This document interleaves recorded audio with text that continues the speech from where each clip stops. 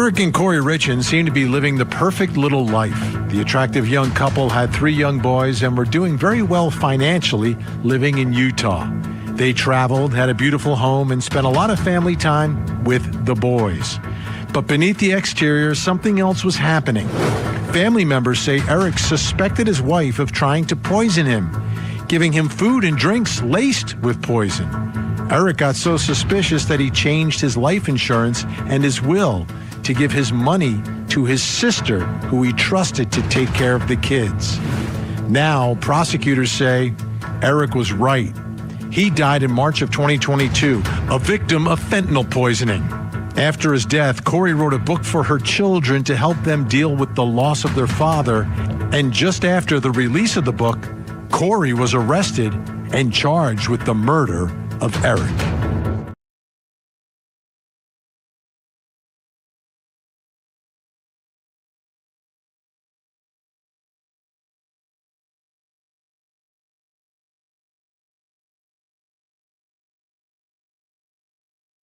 A verdict of guilty. Your duty is to decide if the defendant is guilty beyond a reasonable doubt. Punishment is not relevant to whether the defendant is guilty or not guilty. Let's pause there for now. That went a little quicker than I anticipated. Mr. Bloodworth, would you like to proceed? Yes, Your Honor, we may proceed and then maybe take an intermission. Understood.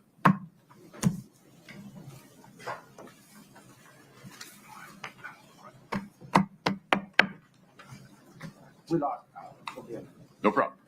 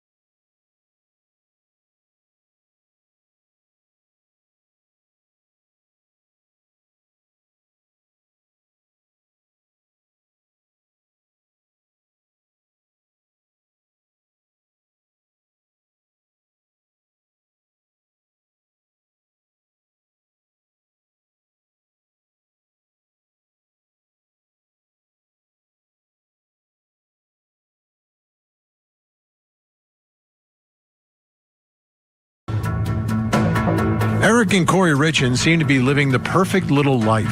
The attractive young couple had 3 young boys and were doing very well financially living in Utah. They traveled, had a beautiful home, and spent a lot of family time with the boys. But beneath the exterior, something else was happening. Family members say Eric suspected his wife of trying to poison him, giving him food and drinks laced with poison. Eric got so suspicious that he changed his life insurance and his will to give his money to his sister, who he trusted to take care of the kids. Now, prosecutors say Eric was right. He died in March of 2022, a victim of fentanyl poisoning. After his death, Kouri wrote a book for her children to help them deal with the loss of their father. And just after the release of the book, Kouri was arrested and charged with the murder of Eric.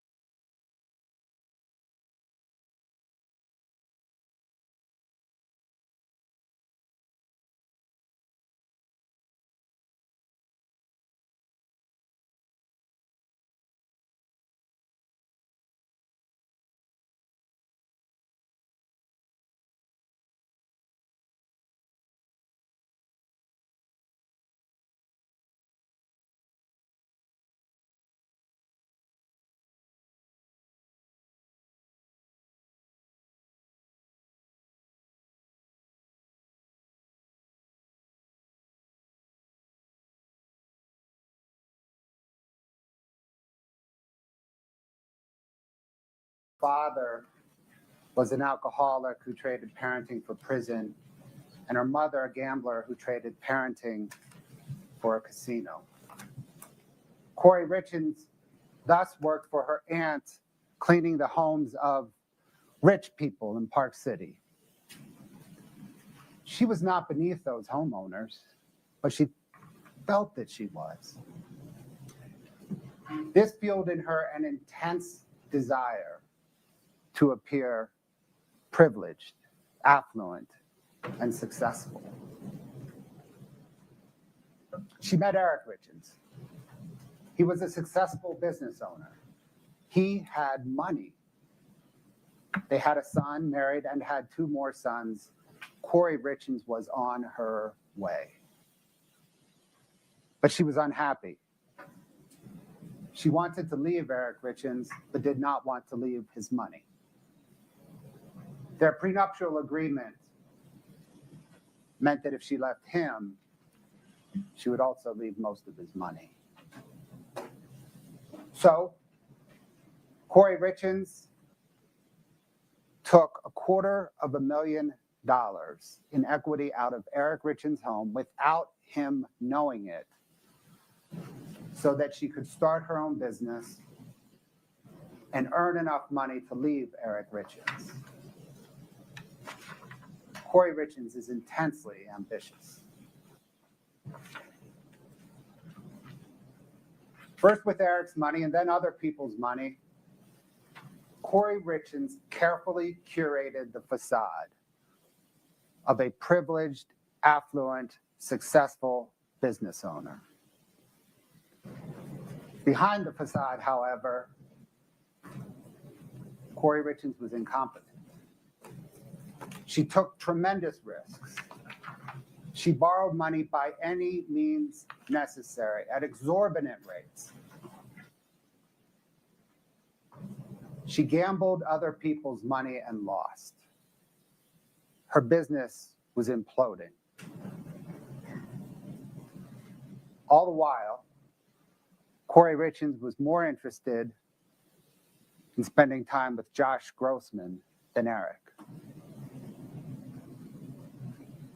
She dreamed of living in the Midway Mansion with Josh, running it as an event center, farming and raising kids, Eric's kids.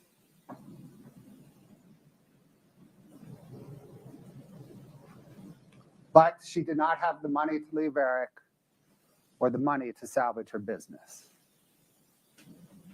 Kouri Richins is an intensely ambitious person.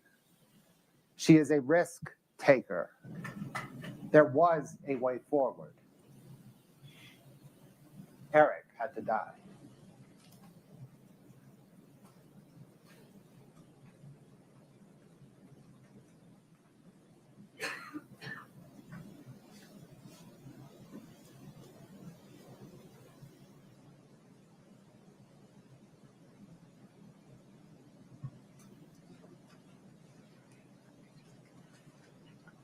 As Judge Mrazek just instructed, there are 5 counts.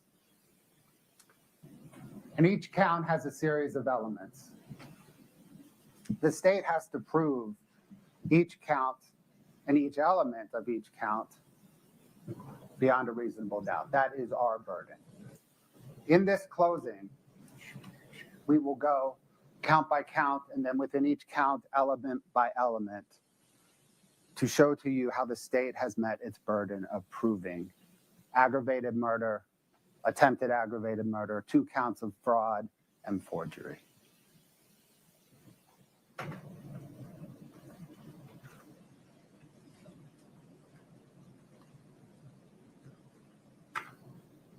That, again, is the reasonable doubt instruction that Judge Mrazek just read, and you will have back with you in the jury room.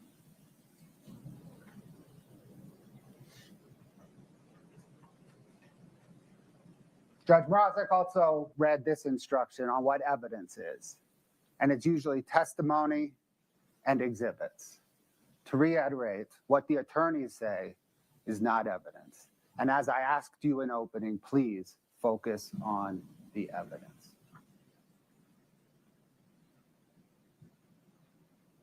Throughout this presentation, I generally use this format for slides. And so everybody understands where we are, the count, and then the element within the count is at the top in the red banner.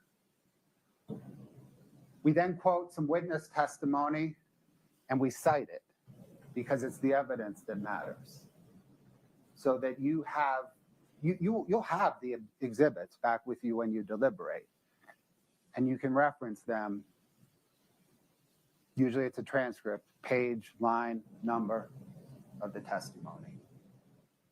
We also publish exhibits. And usually we'll have an exhibit number down here. If there's an exhibit, whatever, 2-5, so you can reference it.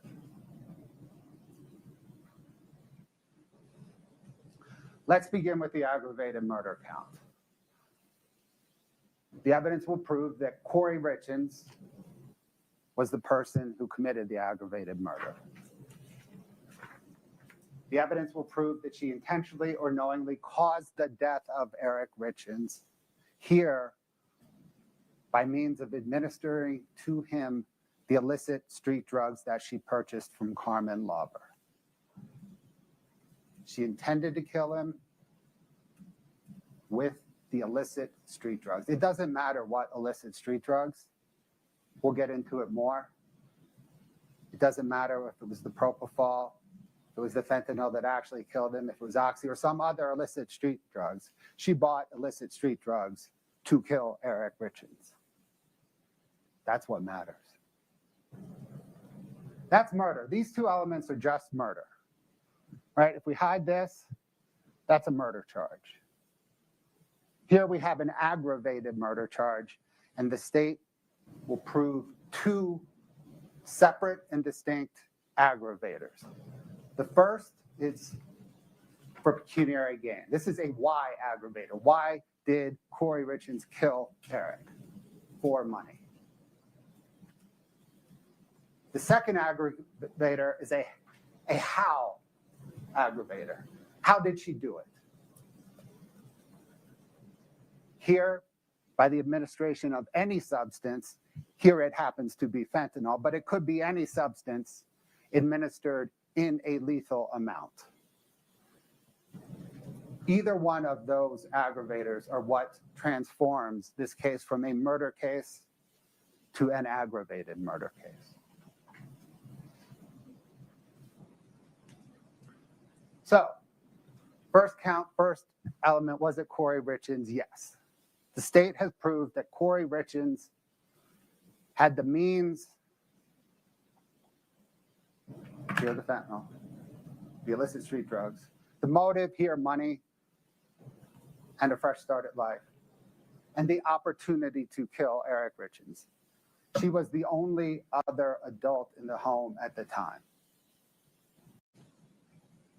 Nobody else killed Eric Richins.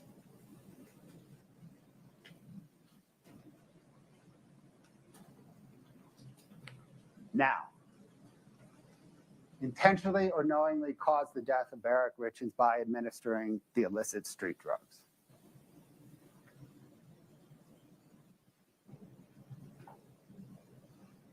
The state will prove with all kinds of evidence, testimony, exhibits, patterns of her behavior, and what each of us know about humans, that she intended to cause Eric's death. She intended it probably as early as December the 7th, 2021, when she booked a trip for her and Josh Grossman to the Caribbean for April.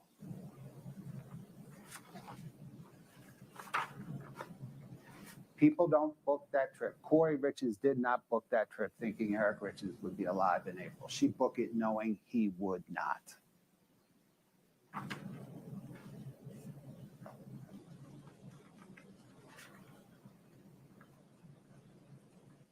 In December, before Eric died, before Kouri Richins murdered Eric, she told her friend, Becky Lloyd, In many ways, it would be better if he were dead. That proves she intended to cause his death.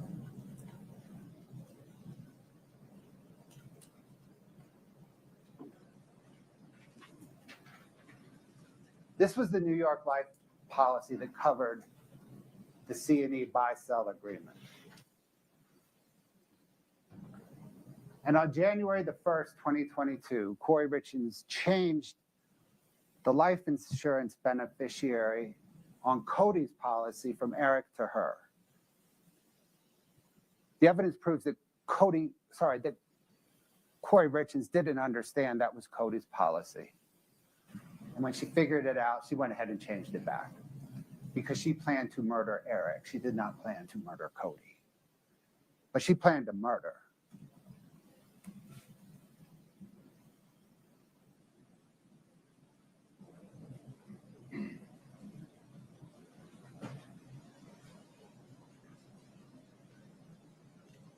Kouri Richins asked two people, Hayden Jeffs and Carmen Lauber, for the Michael Jackson drug. Kouri Richins was a suburban mother real estate agent. She does not know a lot about the illicit street drug world, but she knows Michael Jackson died from taking drugs. She doesn't know how to order a street drug, but she knows she wants the Michael Jackson stuff. She knows she wants it because it is lethal, it is fatal, it kills. And she wanted lethal, fatal death.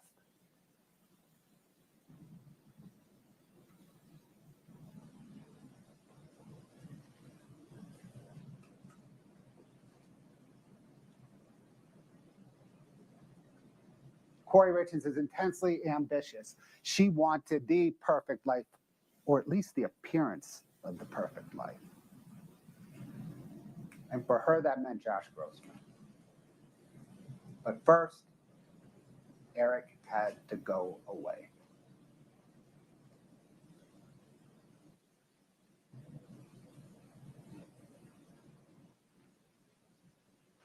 So with these transactions, when Carmen hit you up, what did she tell you? She told me that she had a friend that wanted, Did she ask for blue specifically or fentanyl specifically, or did she ask for oxygen? What did she ask for?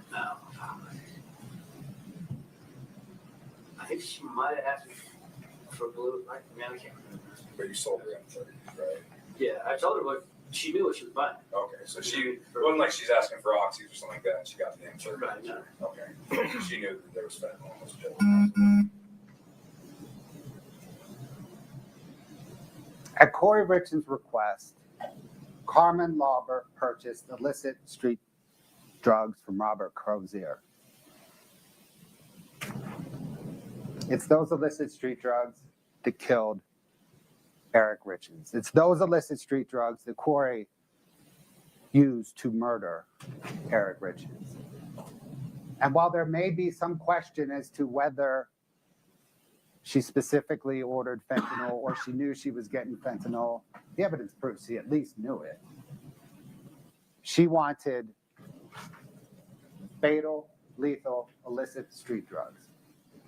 And all the testimony from Carmen Lauber, Robert Crozier, Digital Forensics, we'll get into it, all confirm that Kouri Richins ordered and received illicit street drugs, and that those street drugs contained fentanyl.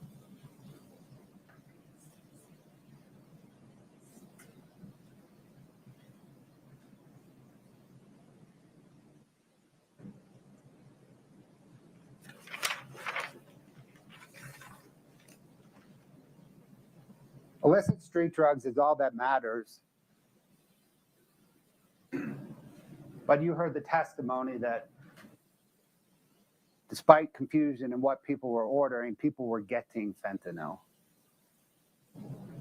The fake M30s looked like the real, the fake M30s looked like the real M30s. Everything on the street in early 2022 had fentanyl. That's how we know that it was this purchase that ended up killing Eric. It's the fentanyl. we can trace the fentanyl.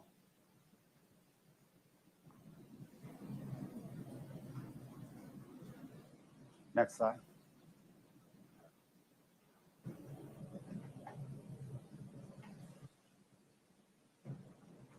The digital forensics corroborate Carmen Lauber's testimony that 5 days before Kouri Richins murdered Eric Richins,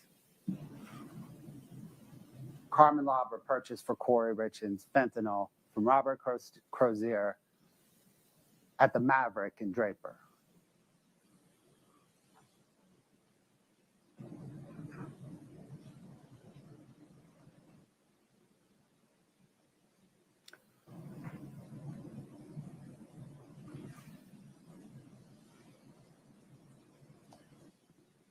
The call detail records show an extraordinary amount of overlapping communication between Carmen Lauber, Kouri Richins, Carmen Lauber, Robert Crozier during that time.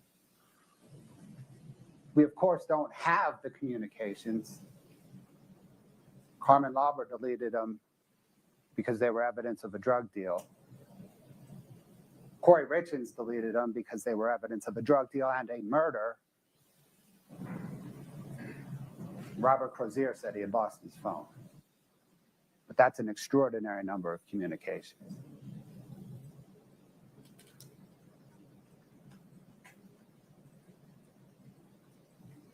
We know that Kouri Richins, the evidence proves that Kouri Richins used a Moscow Mule and a shot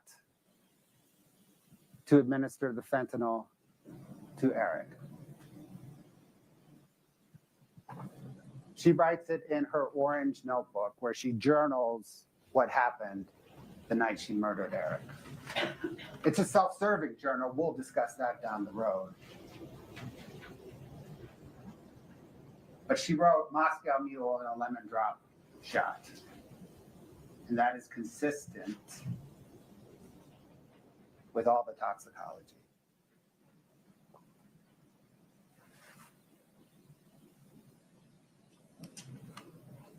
Again, in the notes that investigators recovered from the kitchen cabinet in Kouri Richins' home, she wrote Moscow Mules.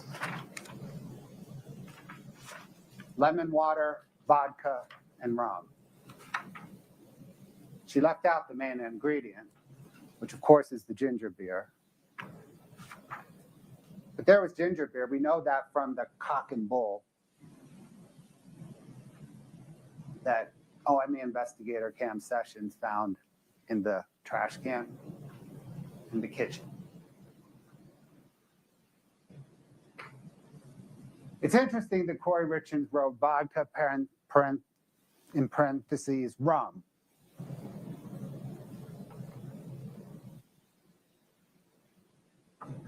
The evidence may show that the Moscow Mule she made that night was ginger beer and fentanyl. The lemon drop shot may be lemon and fentanyl.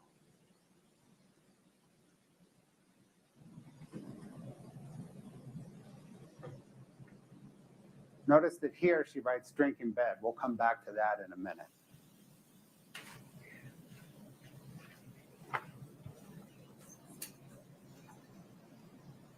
The Cock and Bull, as I mentioned, corroborates at least the Moscow Mule.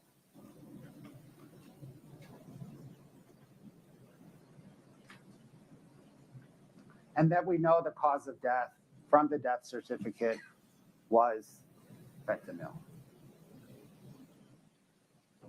The fentanyl and the illicit street drugs that Kouri Richins got from Carmen Lauber, who got from Robert Crozier.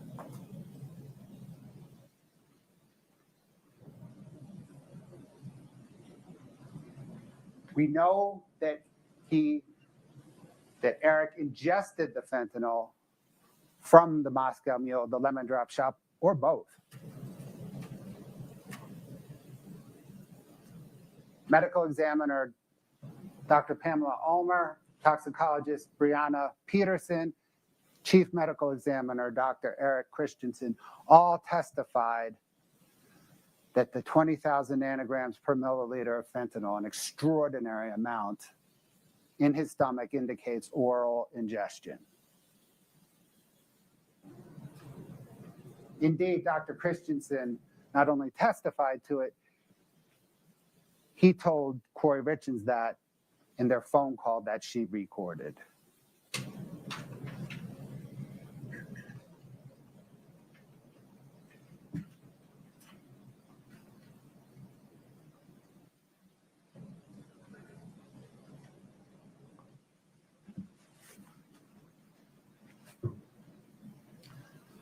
Ms. Peterson's testimony, as well as Dr. Christensen, also proves that the fentanyl was illicit. Again, illicit coming from the street, illegal street drug, illicit fentanyl. And it was their testimony, right, was that there was not only fentanyl in the toxicology, but there was norfentanyl, which was a marker of an illicit fentanyl. There's also acetyl fentanyl as well. But it's the norfentanyl that is a marker of illicit fentanyl, which completely tracks with how Kouri Richins got the illicit street drugs.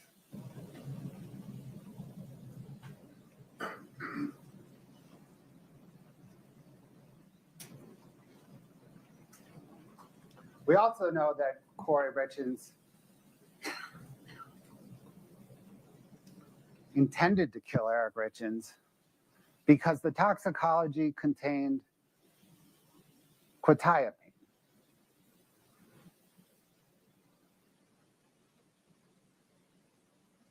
Your Honor, we may have lost the audio. Let's reset. My apologies.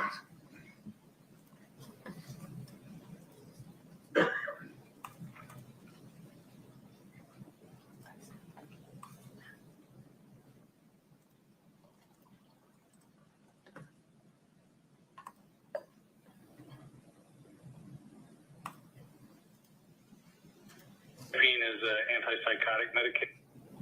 Last one. What is quetiapine? Quetiapine? Quetiapine is an antipsychotic medication. It's called Seroquel. Okay. I gotcha. It's a prescription, mental health medication. Mm-hmm. It's prescribed for different things. I gotcha. The quetiapine in the toxicology for Eric Richins shows that Kouri Richins was involved because she was prescribed quetiapine. Now, this conversation that she recorded with Dr. Christensen is also very insightful. She pretends to not know what quetiapine is. It's her prescription. Of course she knows what it is. She pretends to not know what it is to cover up her involvement in putting the quetiapine inside Eric's body. She feigns the ignorance.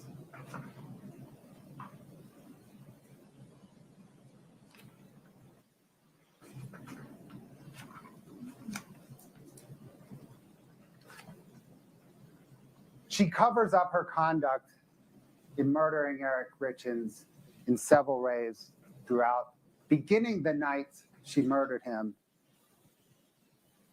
all the way through the walk the dog letter. In the orange notebook, she writes, she jumped out of bed, ran, turned on the lights, grabbed her phone, and called 911.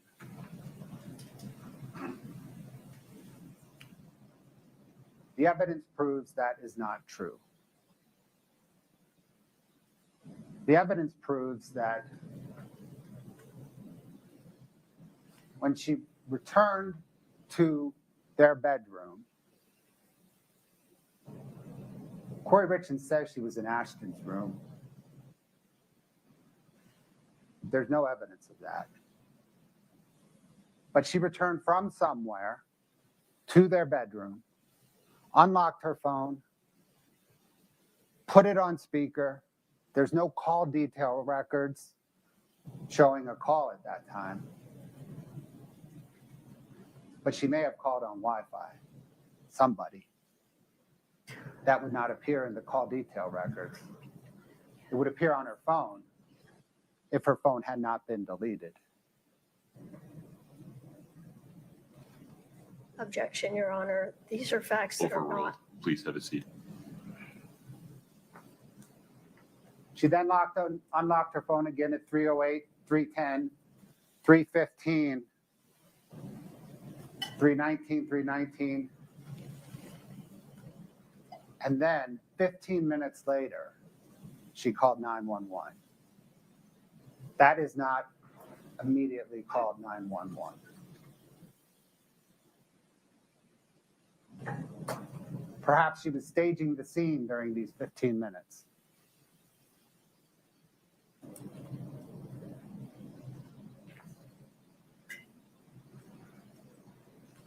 We're going to discuss the 911 call in a minute. This is a receiver activation.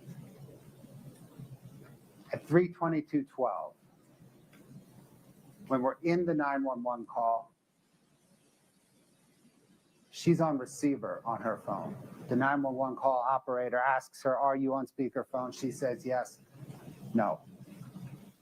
She's on receiver.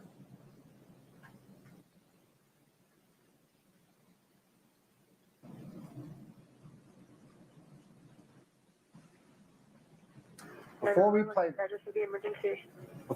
this, sorry,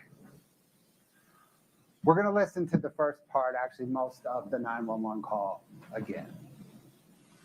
I ask that as you listen to it, you'll hear the first minute. The first minute is not the sound of a wife becoming a widow. To echo her friend Chelsea Barney, the first minute is the sound of a wife becoming a black widow. Listen to how Kouri Richins on the 911 call immediately presents, or very soon after the call begins, presents her alibi narrative. Listen to how she tells the 911 dispatcher where she was when Eric died. She is distancing herself. Rather than, he's not breathing, he has no pulse, I have to figure out what to do, I need help. She's saying, hey, look, I was not there, I was in my son's room. That's her alibi. She's distancing herself from the time and the place that she murdered Eric.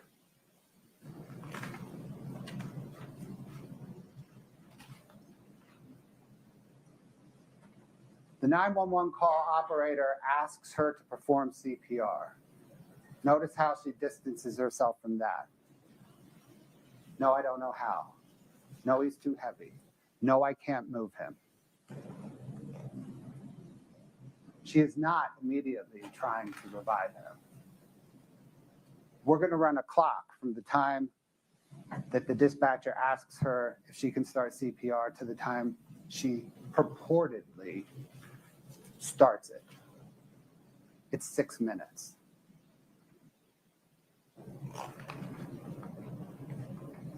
Listen, please, to the portion of the 911 call where the operator instructs Kouri Richins how to remove Eric from the bed.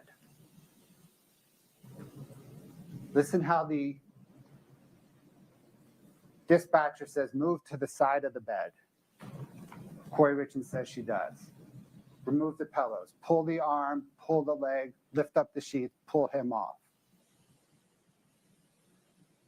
If Kouri Richins is following the instructions of the 911 dispatcher, Eric Richins' body is on the floor on the side of the bed,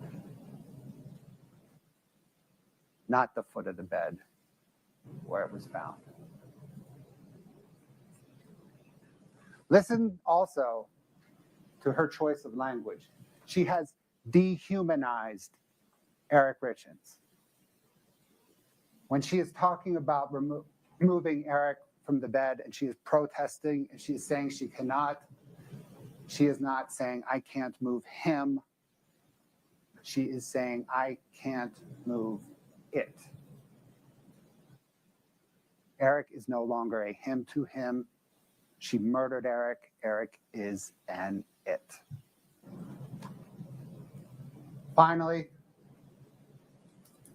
Listen to when she says she is performing CPR and the phone is on speaker. The phone's not on speaker. Determine whether she's performing CPR. Okay, Scott. I'm not breathing. He's cold. Okay, what's the address? 282 Willow Court. 282 Willow Court. Okay, what's a good phone number in case we get disconnected? 435 671 4987. Okay, it's going to be in Francis. Okay, tell me exactly what happened. I don't know. I was sleeping with my kids. Okay, I can't understand you. I need you to take a deep breath. What's going on? I don't know. I was sleeping in with my kids. I just came in our bed, and I turned over, and he's just cold. He's just cold. Who's cold? My husband. I turned the light off. And he's not breathing? He's not breathing? No. I need you to confirm it for me. Is he not breathing? No. Okay, can you do CPR? No, I don't know. You don't know? I'm going to tell you how to. Are you willing to do CPR? Yeah. Okay. If there's a defibrillator available, send someone to get it now and tell me when you have it. No, thank God. Available? Okay. I'm sending the paramedics to help you now. Stay on the line and I'll tell you exactly what to do next, okay? Okay, are you right by your husband right now? Yeah, he's so pale. His mouth is open. Okay, listen carefully. Are you able to lay him on the floor or the ground? On the ground? I'm just shaking. I can't touch him. I can't. You can do it. You need to calm down, okay? We need to help them. I can guide you through CPR. Take a deep breath from me. I'm here with you. He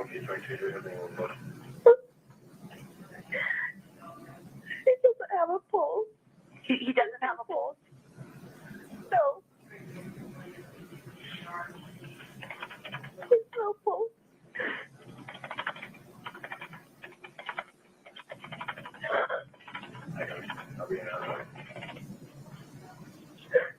Okay. I'm here with you. I'm here with you. We need to get him help. If you need to put me on speaker, put me on speaker. I'm gonna guide you through CPR, okay? Okay.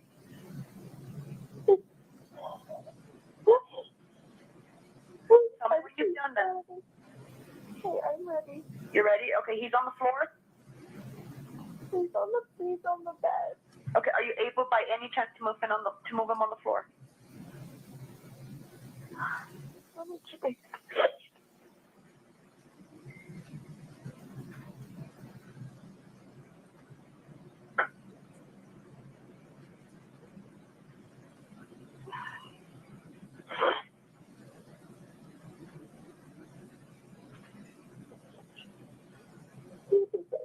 Bob on it. I don't know what's happening. Okay. I'm here with you. You're not able to move him to the floor? Go out. Don't come in here.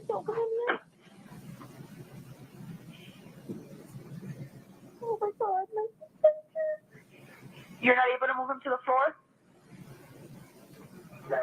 Just listen carefully. We just need to get him on the floor. Don't worry about hurting them. No, he's just heavy. Is he still on the bed? Yes. Okay, if there's a sheet or a blanket under them, can you loosen it from the mattress? Yes. Okay, stand at the side of the bed closest to them and remove anything under their head. Okay. Okay. I need you to pull the sheets towards you and slide them off the bed.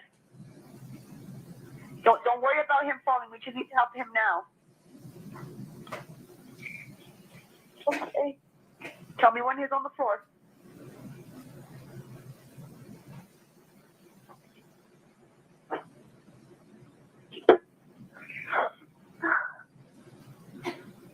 I can't move it. It's a dead weight. Like it. You're not. If he has sheets under, pull them to the floor. Don't worry about hurting him.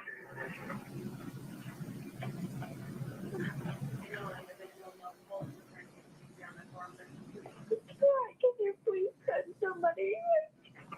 Okay, I have the ambulance that's on the way. Okay, there's another way to do this, okay? Grab their feet. Grab his feet. Okay. Slide them towards you until they're just off the bed. Okay. How old is your husband? 39. 39? Yeah. Okay. Okay, were you able to put his feet off the bed? And pulling. Okay, now grab the arm closest to you and pull the rest of the way off the bed. Again, don't worry about the fall. We just need to help them now.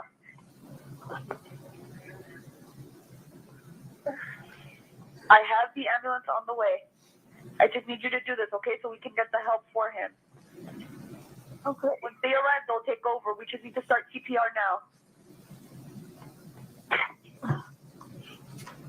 You are doing great, okay? I just need you to get him on the floor. Okay, on the floor. You got him on the floor? Yeah. Okay, listen carefully, okay? Make sure that there's nothing under his head. Is he laying flat on his back? Yeah. Okay. Okay, just listen carefully and I'll tell you how to do chest compressions, okay? Place the heel of your hand on the breastbone. This is in the center of the chest, right between the nipples. Okay. Put your other hand on top of that hand. Okay. Okay. Start pumping the chest hard and fast, at least twice per second, and 2 inches deep. Okay. Okay. Start counting out loud so I can count with you. Okay. We're gonna count 1, 2, 3, 4. Okay. Let me know when you're ready. 1, 2, 3, 4.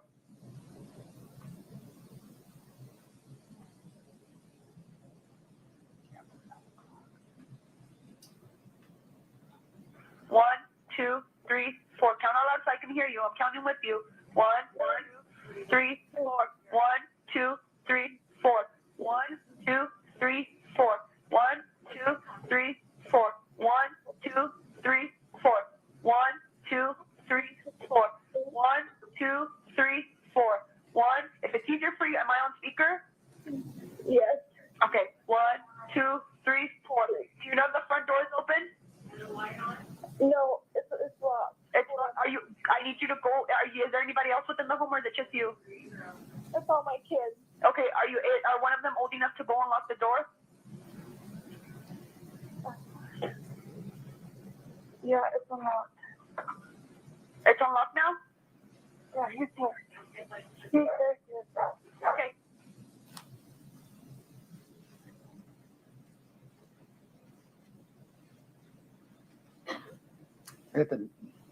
Yeah.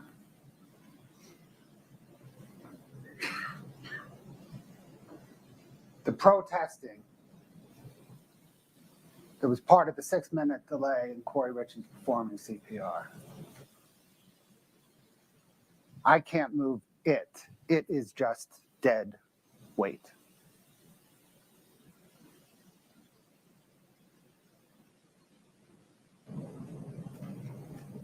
Contrast that 911 call with her self-serving text message to her best friend, Chelsea Barney. I tried so fucking hard to save him, his lifeless body on my bedroom floor. I pumped so damn hard, so hard, screaming at him to come back to life, that I needed him. None of that happened.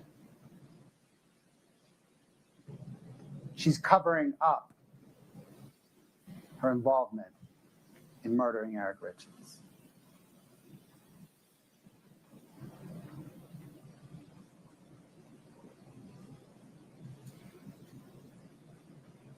Recall the alibi narrative at the beginning of the 911 call. Her letting the 911 operator and everyone know that she was not with Eric when he died. I was somewhere else. I was distant in place and time. When she calls her father-in-law, Eric's dad, Gene Richins, what does she say right at the outset? I was sleeping with Ashley and I came into the room. Gene, I wasn't there. Wasn't me. When Eric's sister Katie arrives, he wasn't breathing. I went to bed. I was in Ashton's room. He was having nightmares. I wasn't there. It was not me. Her alibi. Her cover-up.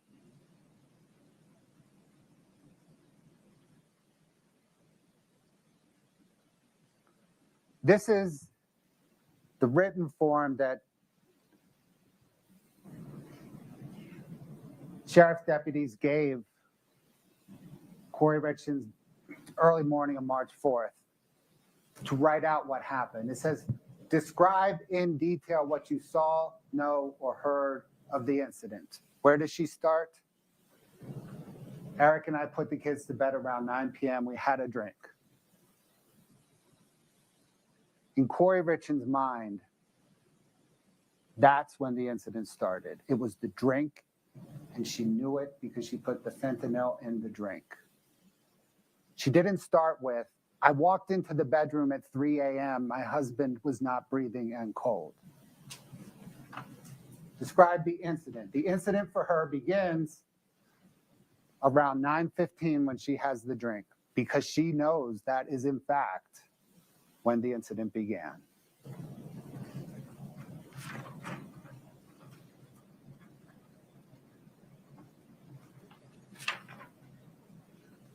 And then more of her self-serving alibi narrative. It wasn't me, I wasn't there. Before she gets into really what matters.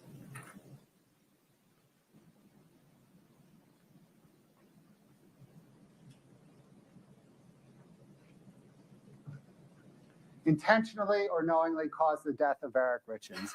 We know it was intentional because she planned the immediate reaction.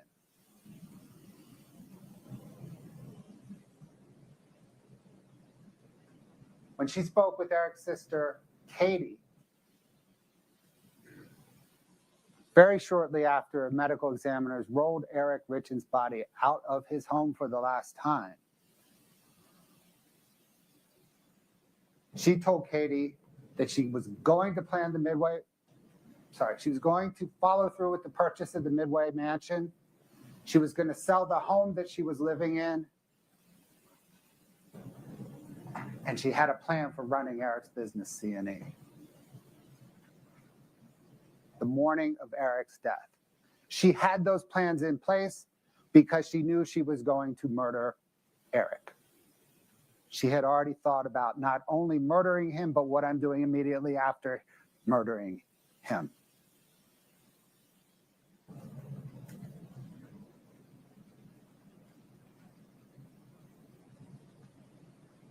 Her plan with the Midway mansion is consistent with her dream of living there with Josh Grossman, running it as an event center, farming and raising Eric's kids. Her plan to sell the home she lived in proves that she had no idea that home was in a trust. And she couldn't sell it. Her plan on running Eric Richins' half of C&E shows that she did not understand the buy-sell agreement, the life insurance coverage on the buy-sell agreement, or that life insurance coverage went to the trust, not her. The morning Eric died, she had a plan on how she was spending Eric's money and didn't realize It was trust money.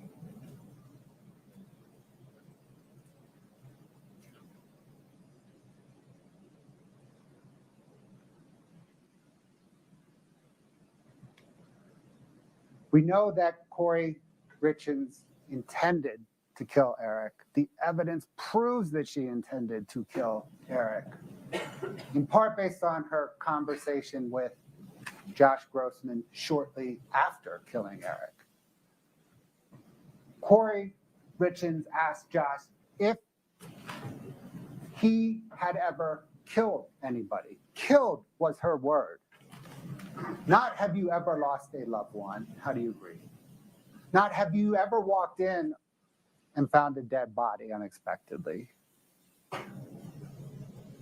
Not how do you respond to a tragic and horrible accident. It is how you have you killed. And then she asked how it made him feel. She asked that because she was working through her own feelings on killing and wanted Josh to help her work through those feelings. And never mind that that's a highly selfish question. She's worried about working through her feelings on killing. Never mind Josh Grossman's feelings on having had to have killed in service of his country. It was her feelings that mattered.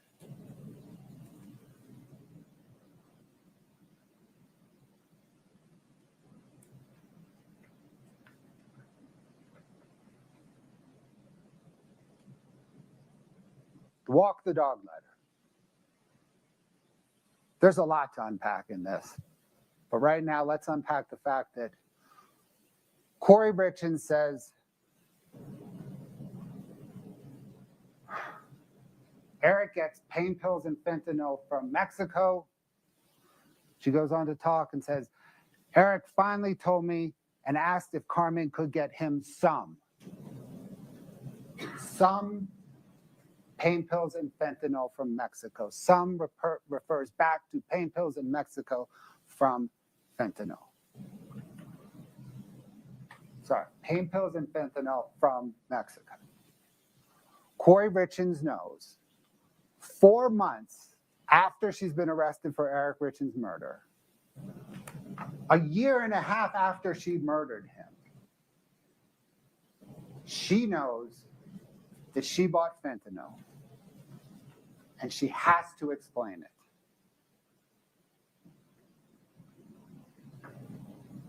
And how does she explain it? A year and a half after murdering Eric Richins, she blames it on Eric. Oh, I bought it for Eric.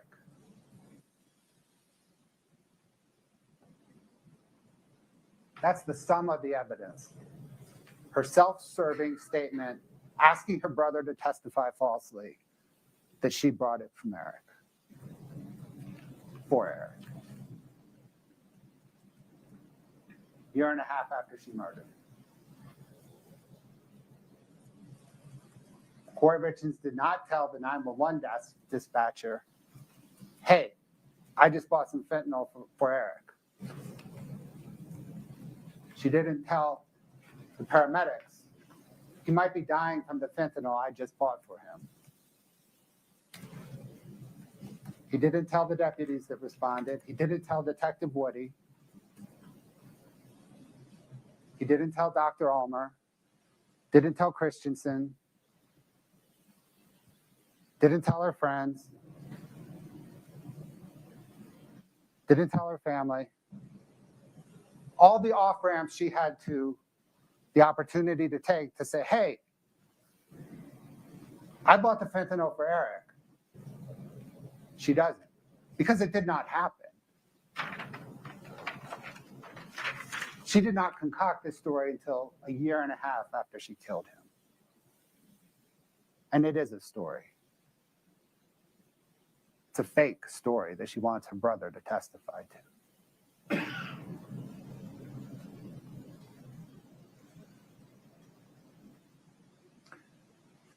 There are, of course, other inaccuracies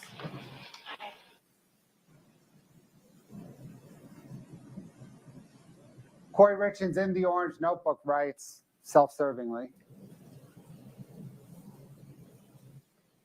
when the EMT walked up to me and said he didn't make it, we did all we could, I lost it, I immediately ran to the bathroom.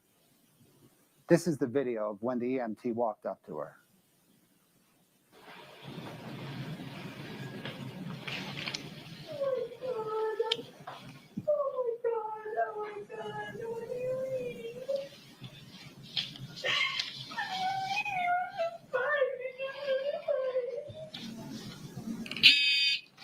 Family members are going to be coming. His dad. Kids are in that door over there. There's 2 kids that are awake. They're in that door. There's a kid to the left. Yeah, I think the one master bedroom. Or the master bedroom.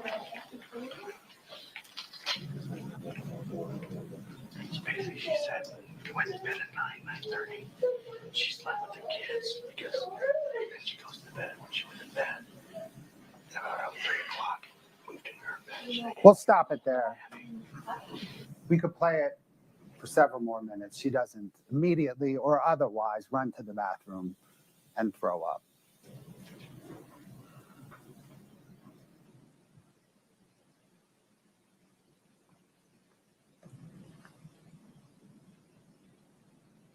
When people make up stories, they are inconsistent in the retelling. Here in the Orange Notebook, Kouri Richins says they make the Moscow Mule and the lemon drop shot in the kitchen, and then they go to bed and brush their teeth. Here, they drink it in the bedroom, not the kitchen.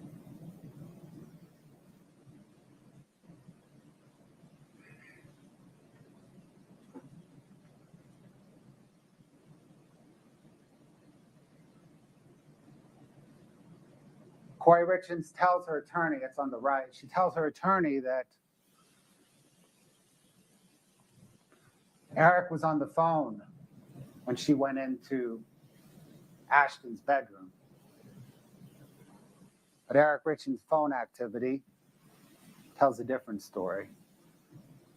Kouri Richins repeatedly said that she went into Ashton's bedroom 9:30, 9:45. Eric was off the phone before 9.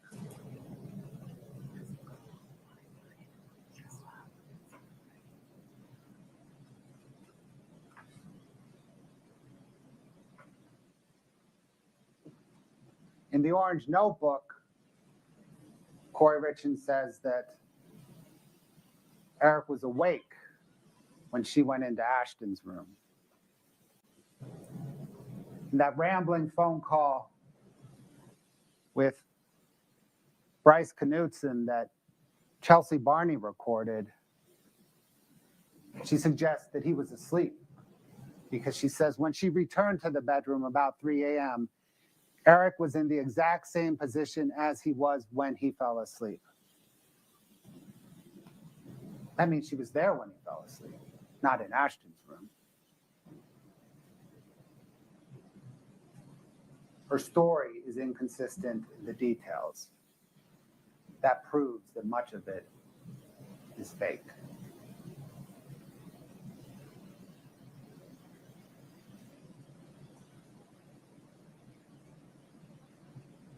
We've read text messages throughout this presentation. We'll continue to publish some more for you to read.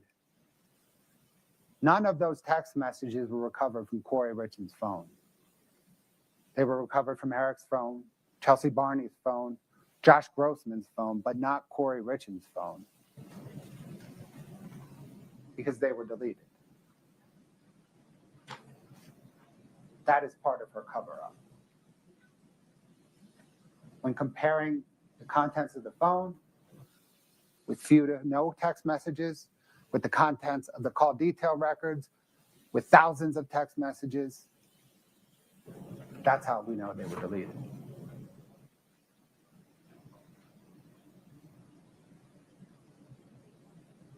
When Detective Woody executed the first of the search warrants on April the 13th, 2022, and she informed Kouri Richins that toxicology showed that Eric died of fentanyl poisoning, Detective Woody seized her phone.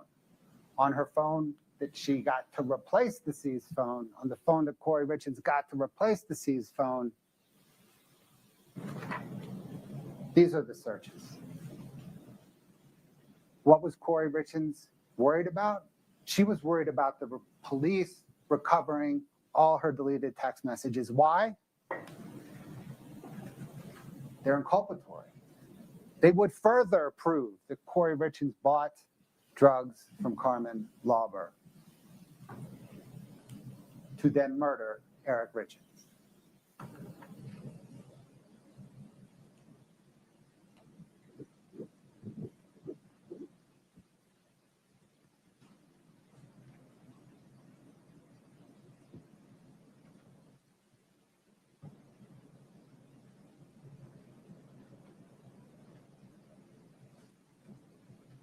Her phone searches reveal what she was thinking.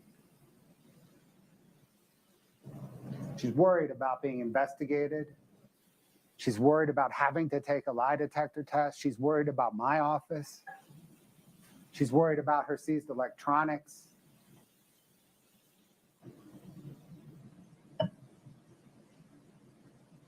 Prison is on her mind.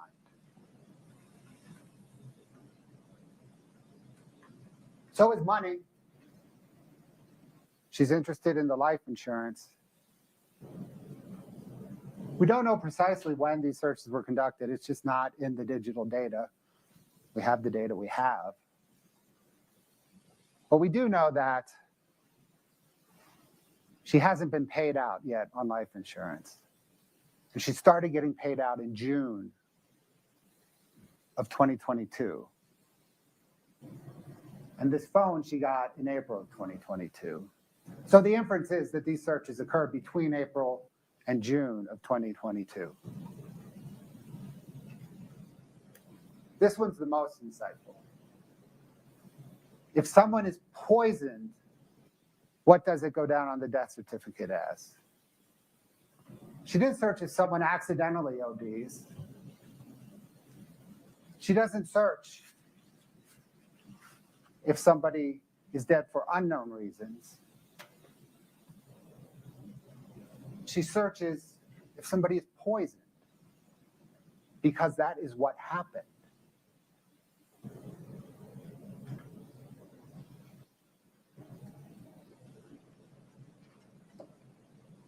Now we have to prove that Kouri Richins intended to murder Eric Richins,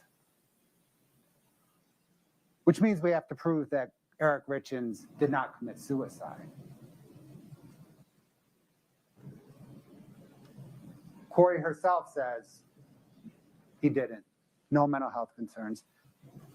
But the other evidence proves it as well. Eric had every reason to live. The first three of which are Carter, Ashton, and Weston. He was a phenomenal father. He protected his boys. He put his money in trust mostly for the benefit of them, to protect them. He was a protector. He's not leaving his boys. He was also planning for the future. He was a successful business person, and he and Cody had future business plans. He had future plans with his sister. They were planning family vacation to Disneyland. He was planning on buying a cabin in the Uintas with his father for the family. Every shred of evidence in this case proves that Eric did not commit suicide.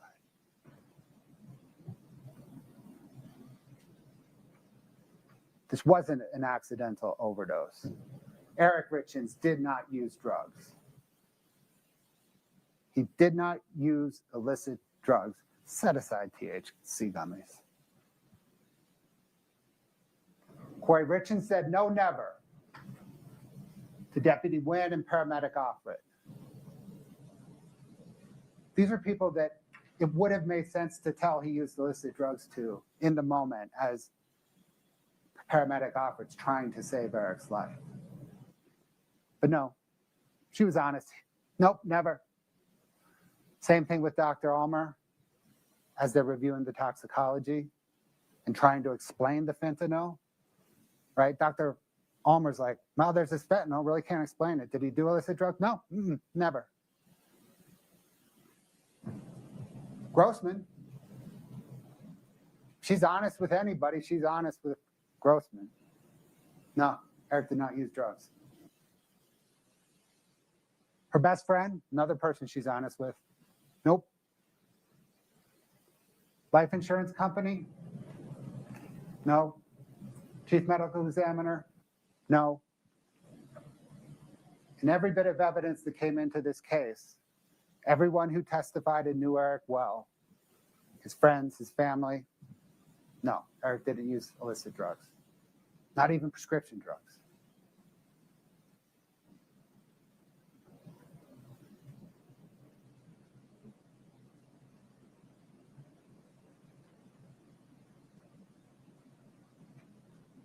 Your Honor, this might be a good place to take a break.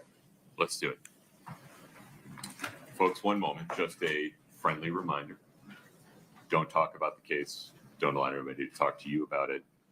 Do not do anything with your devices during this break related to this case at all. We'll return at 10:20. Please rise for the jury.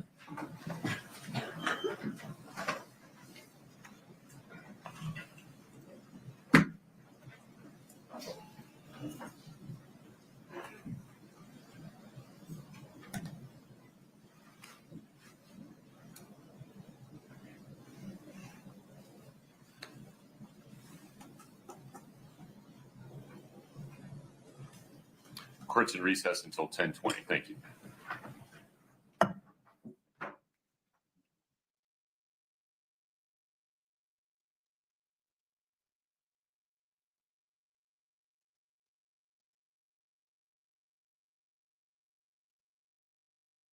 Yeah, sure.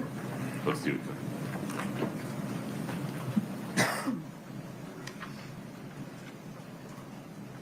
Thank you for subscribing to At Southern Sin. Keep our algorithm high by hitting the like button now and use hashtag Sinners in the chat to win a free membership.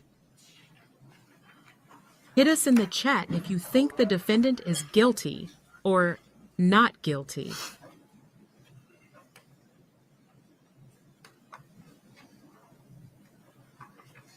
Please have a seat as you come in.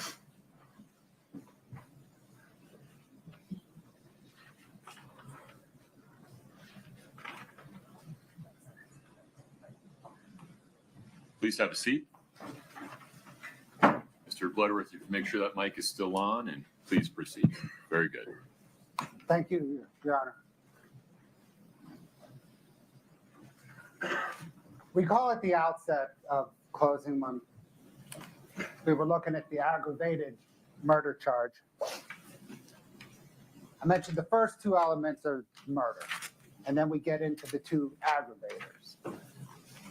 So the closing up until now has been the murder charge. That is straight murder. But the state, of course, has charged aggravated murder. So now we'll talk about the two aggravators.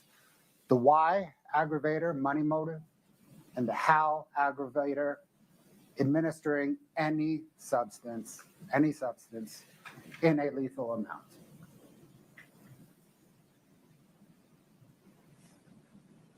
You'll recall Brooke Carrington's testimony. And when she began her forensic accounting analysis, this drew her attention.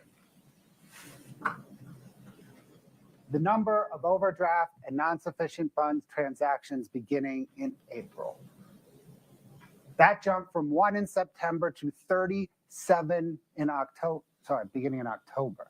That jumped from 1 in September to 37 in October to 77 in December.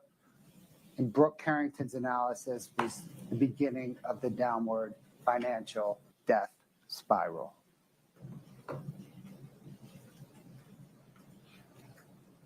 Then Ms. Carrington analyzed the overall debt, and it showed a growing debt picture nearing $8 million in debt when Kouri Richins closed on the Midway Mansion. All the while, she's not paying it off. She's barely sending her creditors any money. And it's never an increasing amount of money, it's flat.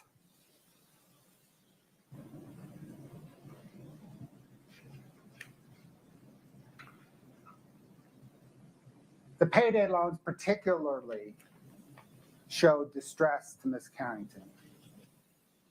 This isn't a traditional mortgage. This isn't even hard money lending. This is,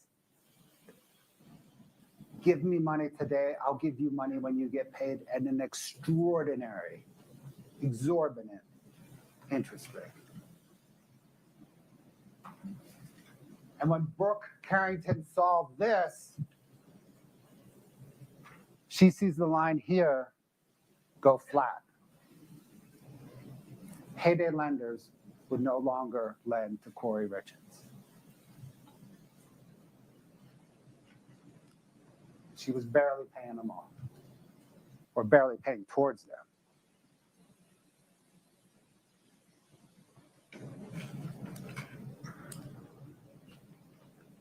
Kouri Richins lost money flipping homes. You heard Brooke Carrington testify about the extraordinary growth and unsustainable level of growth for even sophisticated business people.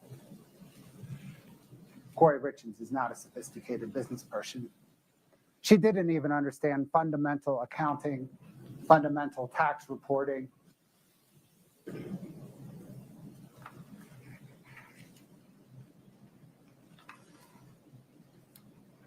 Brooke Carrington plotted out the profitability analysis of each of Kouri Richins' home flips. Kouri Richins, when she bought a home, when you total up the home she bought and the loans she took out, she started her projects $2 million in the hole.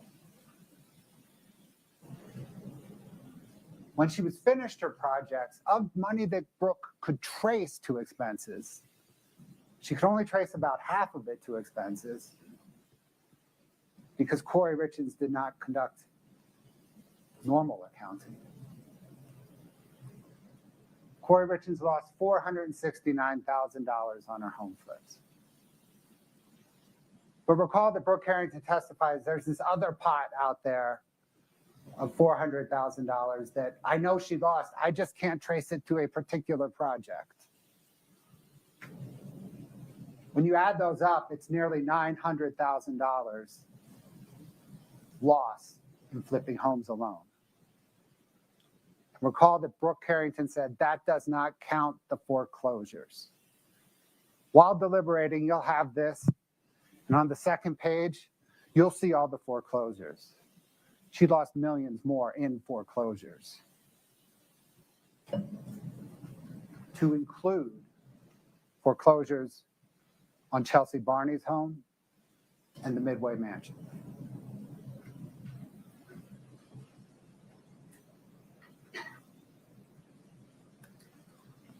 Kouri Richins would borrow money by any means necessary.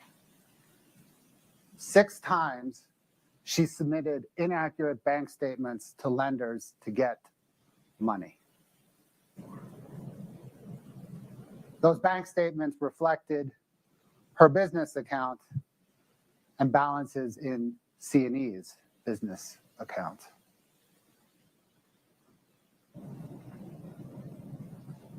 This evidence proves the level of financial desperation that Kouri Richins was in late 2021 and early 2022.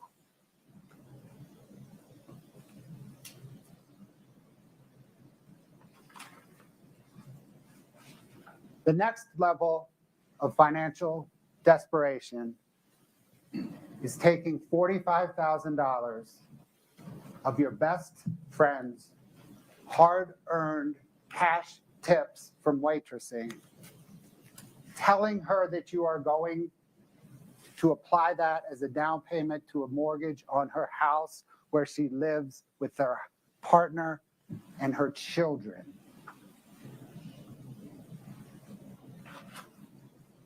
And then diverting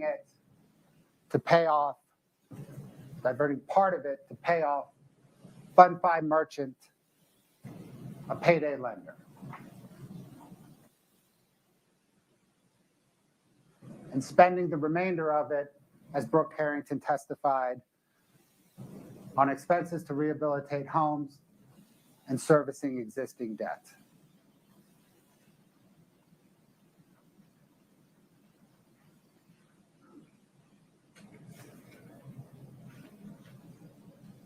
Then telling your friend, your best friend, since middle school, that you applied the money to the loan, here's the deed, sign the deed, and then not filing it.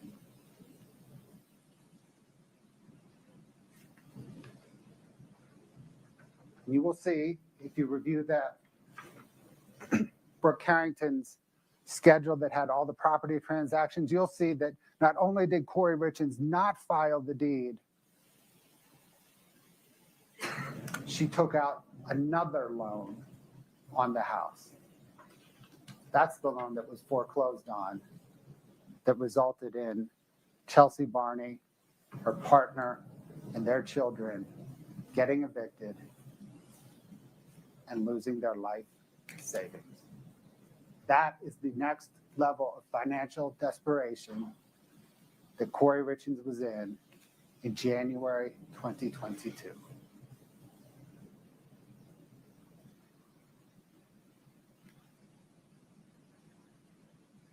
There's the tax liabilities. In the grand scheme of the amount of debt, 150 grand in tax liabilities is de minimis, but they were on her mind.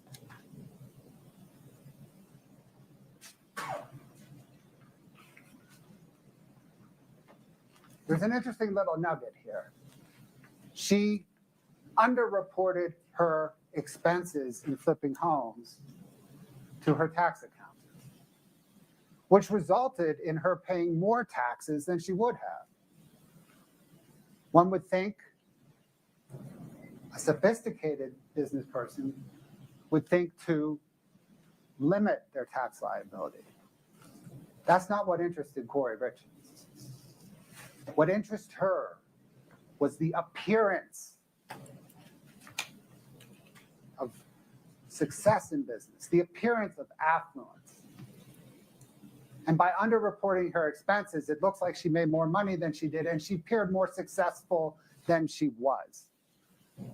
Because she cared not about being successful, she cared about her facade. She cared about appearing successful.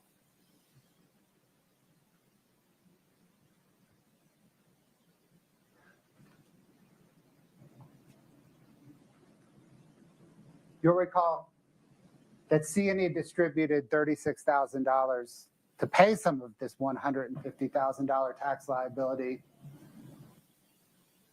which Kouri Richins then diverted to close on a home.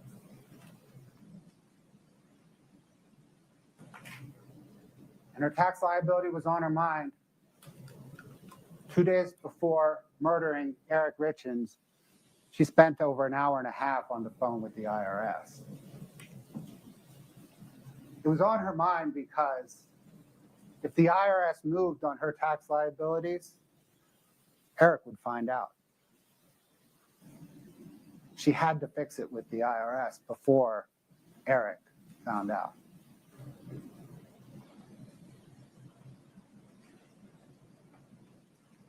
You're familiar.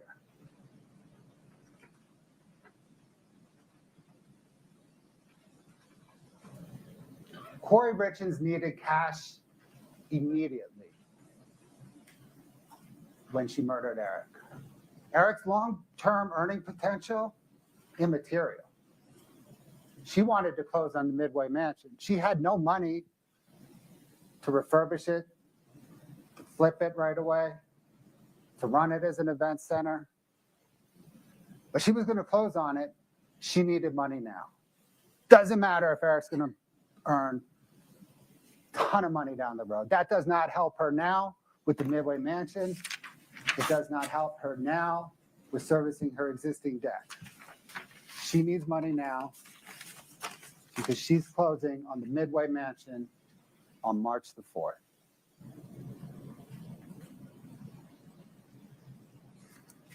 And when she closes on the Midway Mansion, it's worth $2.9 million. She's borrowing $3.2 million. None of it's her money. She's reaching into other people's pockets to get that money. Not only does she want money to purchase the Midway Mansion, she wants $87,000 for herself. She takes out $87,000 at closing, and how does she spend it? Servicing existing debt and expenses for rehabs.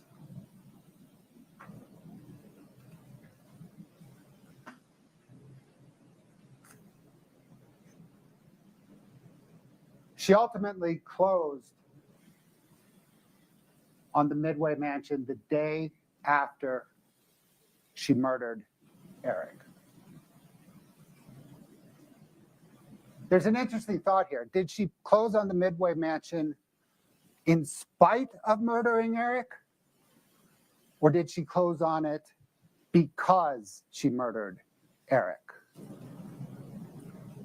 She hedged.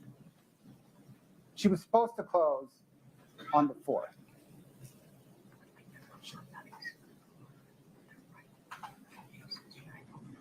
She didn't want to close until she knew Eric Richins was dead, because she knew she would have his money.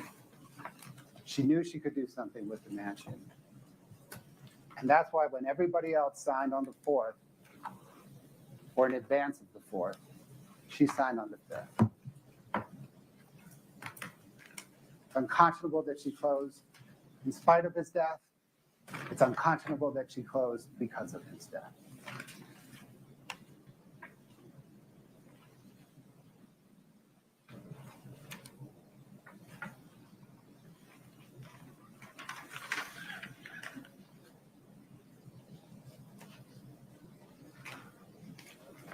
This is probably Kouri Richins' true plan for the Midway Mansion.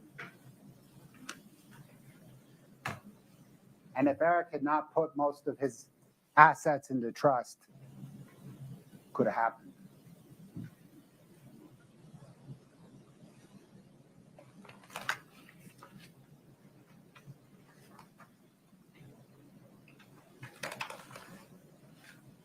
Recall Brooke Harrington's testimony that after closing on the Midway Mansion, Kouri Richins' liabilities were right about $8 million, and she was in the hole $1.6 million.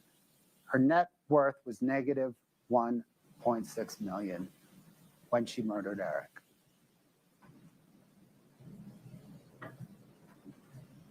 And that her business was in financial distress, her financial enterprise was collapsing, had been collapsing, and but for a significant infusion of cash and capital would continue to collapse. That significant infusion of cash and capital was supposed to be Eric Richins' money.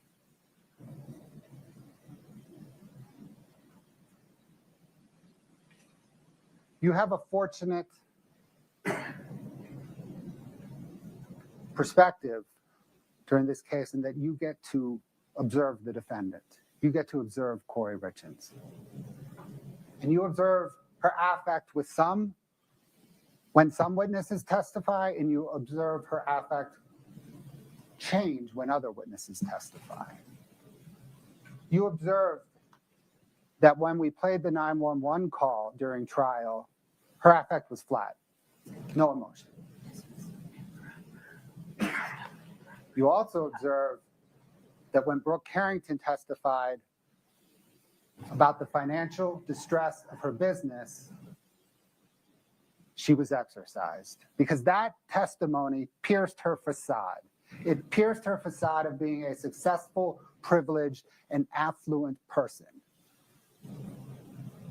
It was a narcissistic injury.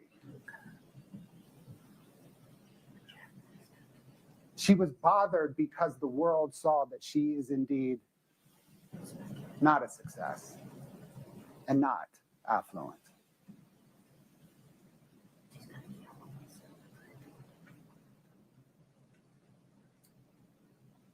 The bulk of Eric Richins' estate was in insurance coverage. Some of it got paid out to the trust, some of it got paid out to Kouri Richins. Kouri Richins knew this, knew that much of his estate was insurance coverage. And different than taking money from Eric's home equity, different than taking money from Eric's bank account, to take Eric's insurance money, Eric has to die.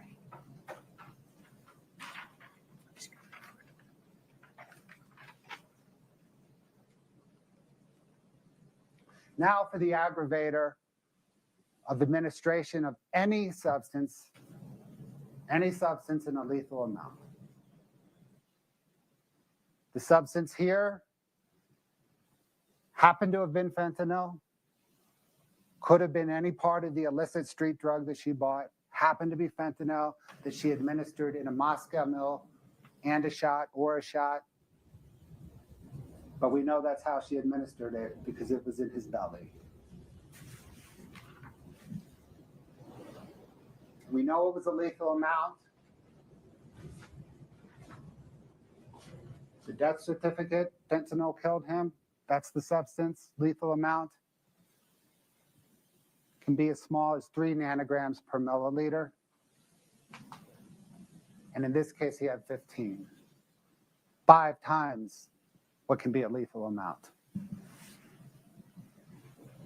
That, by the way, is not an accident. That amount of fentanyl shows that Kouri Richins wanted Eric not only dead, but good and dead.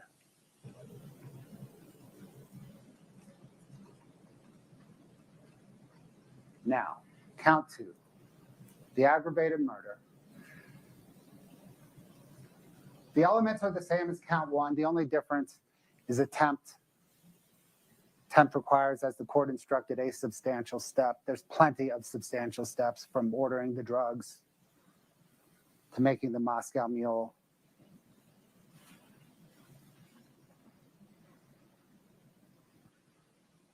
Here, the aggravated murder count proves the attempted aggravated murder count and vice versa. The commonalities between Kouri Richins' conduct are not coincidental. In each instance, she purchased drugs from Carmen Lauber a few days out. In each instance, she spoke with the IRS a few days out. Taxes were on her mind. Eric would find out if the IRS was after them. In each case, she had an immediate financial stressor. We just discussed closing on the Midway Mansion. If you look at Brooke Carrington's materials, she had a note due on Chelsea Barney's house shortly before February the 14th. She had an immediate financial stressor in each instance. In each instance, she administered the substance in a way that Eric would ingest it. On Valentine's Day, it was a sandwich. When she murdered him, it was a drink. Notice that she learned from her mistake. One can season a sandwich with fentanyl. Eric can eat it, tell something's wrong, set the fentanyl-laced sandwich aside.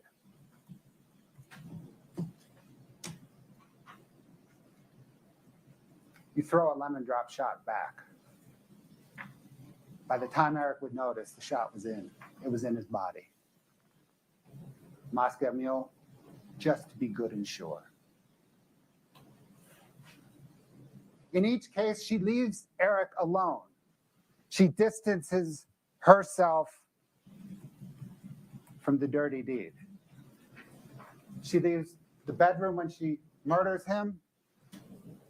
She leaves the county when she attempts to murder him. That's part of her alibi. Not only can she not be present, she has to be distant. So that when she calls 911, she says, I wasn't even there. I was in Utah County. And in each case, she has a delayed response, right? It's the delayed response in calling 911 when she murders him. And it's her delayed response in returning home when she failed to murder him.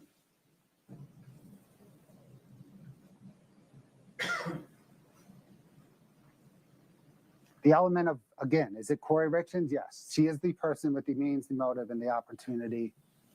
Nobody else. The means, illicit street drugs in the sandwich. The motive, money, fresh start at life. The opportunity, she left the sandwich in Eric's spot.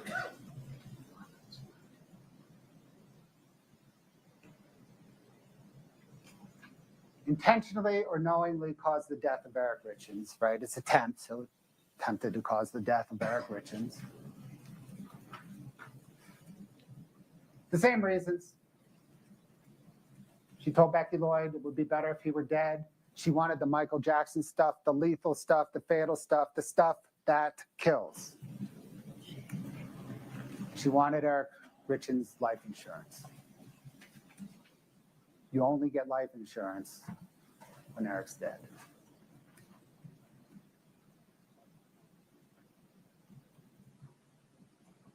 The commonalities persist. Kouri Richins ordered fentanyl from Carmen Lauber, or ordered something from Carmen Lauber, the Michael Jackson stuff, the fatal stuff.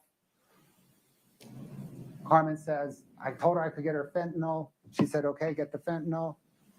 But she ordered illicit street drugs from Carmen Lauber, who got them from Robert Crozier at the Maverick in Draper.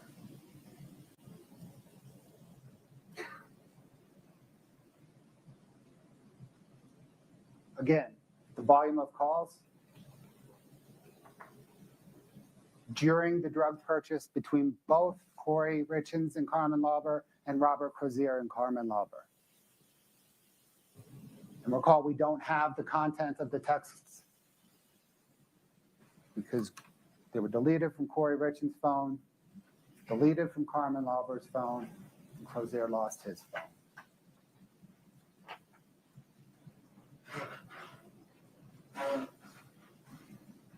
The IRS was on her mind. She called him twice, 3 days before attempting to murder Eric Richins. We know she placed the call to the Mirror Lake Diner to order a potentially fatal sandwich.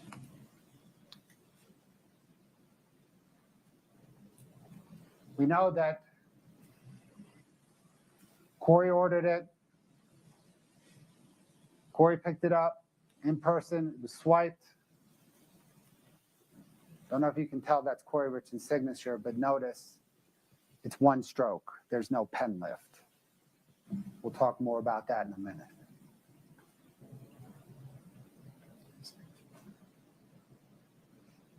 Kouri Richins then distanced herself. She left the sandwich for Eric, and she drove an hour away to meet up with Josh Grossman on Valentine's Day.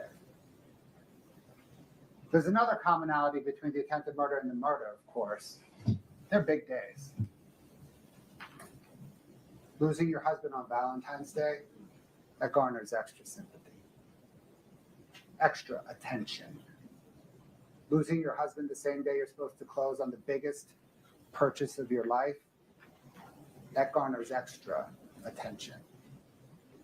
The type of attention that Kouri Richins relishes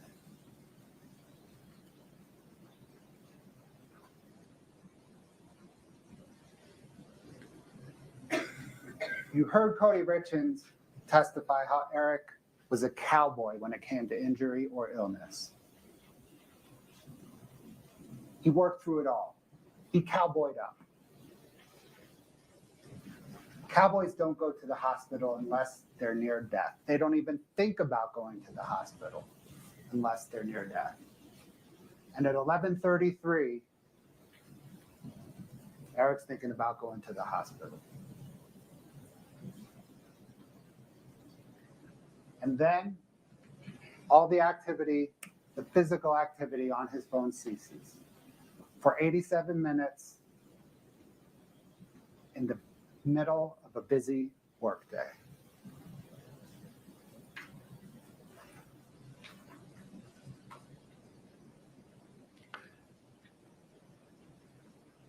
Shortly after activity resumes in Eric's phone, he calls his best friend and business partner Kouri Wright.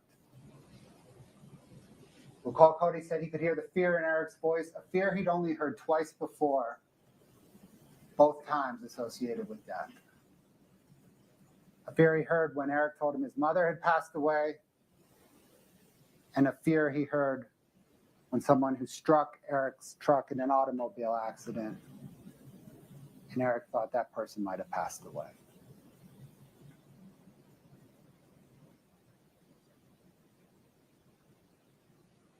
He then spoke with his hunting buddy and close friend, Josh Kays. You know and learn a lot about somebody when you hunt together and travel together. And Josh Kays said Eric sounded somber and serious. Josh asked Eric perhaps the two most pertinent questions. If he was going to the hospital, and what was he going to do about it?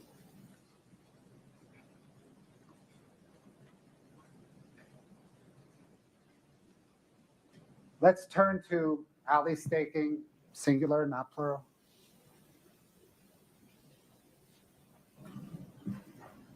Clearly close with Kouri. Friends since middle school. You observed the banter when Ms. Staking was testifying, the banter between her and Kouri Richins. It was friendly. She's still friendly with her.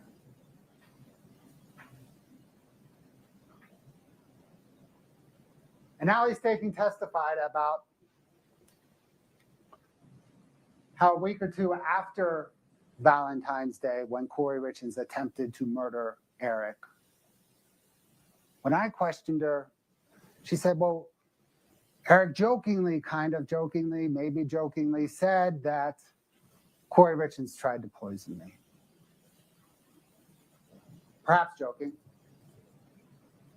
But Kouri Richins' reaction is what was important here.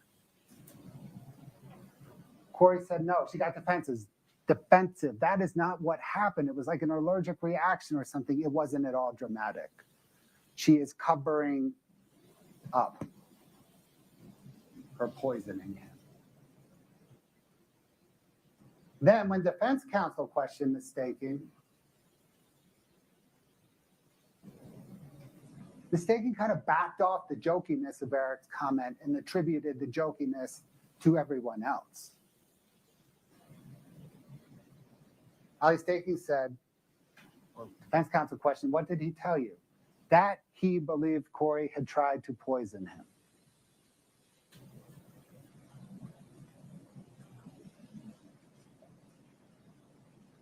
Maybe it was one of those joking things like, I'm sending a message to Kouri Richins. I know what you tried to do. I'm joking about it, but I'm going to let you know.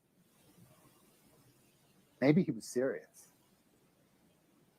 Either way, comes back to Kouri Richins trying to poison him on Valentine's Day.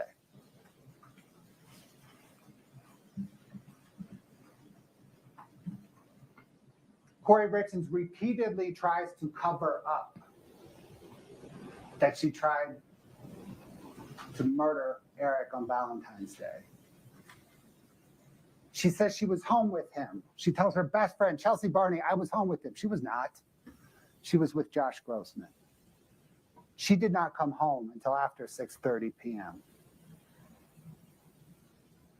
She was saying he never broke out in hives or used an EpiPen.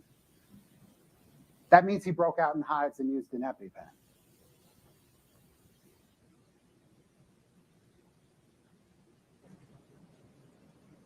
When she spoke with her mother on August the 22nd,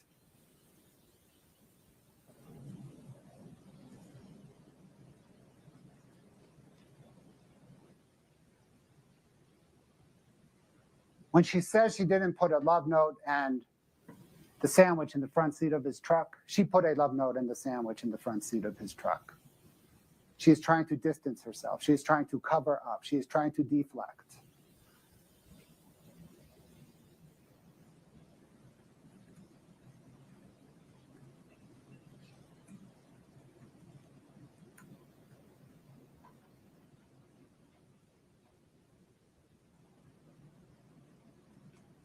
When Eric said he was thinking about heading to the hospital, what did she say?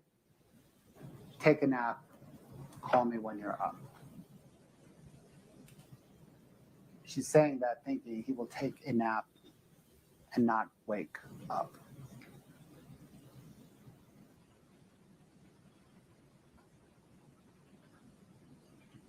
When he does, Eric texts Kouri. He's asking if she's home because he had just said, I'm going to hospital. Then he had stopped communicating, or he said, I'm thinking about going to the hospital, and then stopped communicating for nearly 2 hours. He's figuring she was coming home to assist him, but she wasn't. She's in Provo waiting for a cabinet installer guy. Maybe.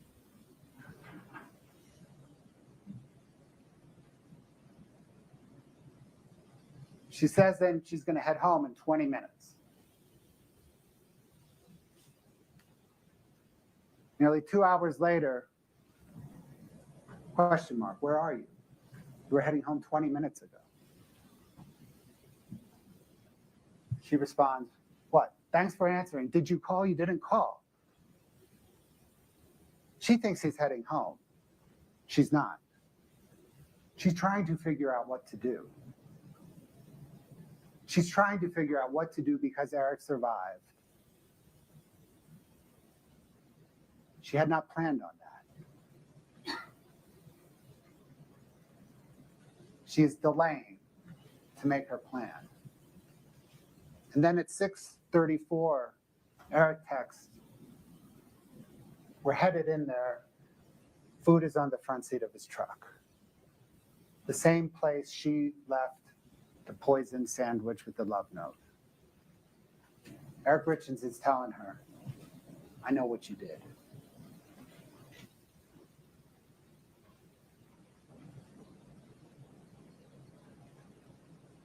That is the attempted aggravated murder. But that's the attempted murder. Now, of course, we have the two aggravators. They're the same. Same as with the aggravated murder. The money motive, same. Similar financial distress, same. There's also the first start at life motive, right? That hasn't changed a bit. Josh Grossman, it's Josh Grossman on Valentine's Day, and it's Josh Grossman on March the 4th. Money motive the same, fresh start at life motive the same.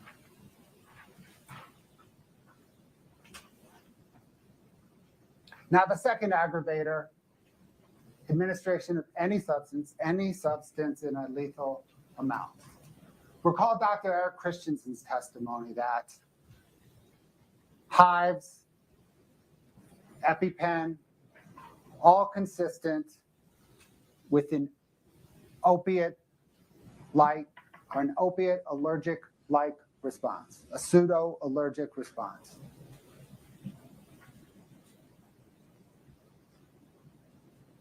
Hives, EpiPen, along with zero activity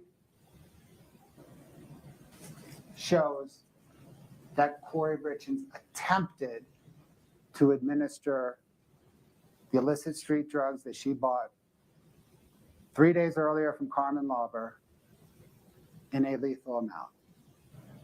She just failed.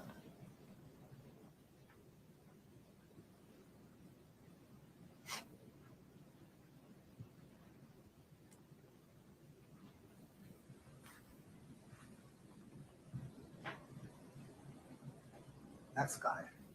Okay, the insurance fraud. There are two insurance frauds. Let me distinguish them, please, for you. The first one is a scheme charge, a fraud scheme. The second one is a fraud claim charge. Count 3, the scheme charge relates to the $100,000 True Stage policy. We're going to put it up in a minute. The fraud claim charge relates to the $250,000 True Stage policy. The forgery, which we will get to, is a forgery related to count 3, the scheme charge. Let me unpack them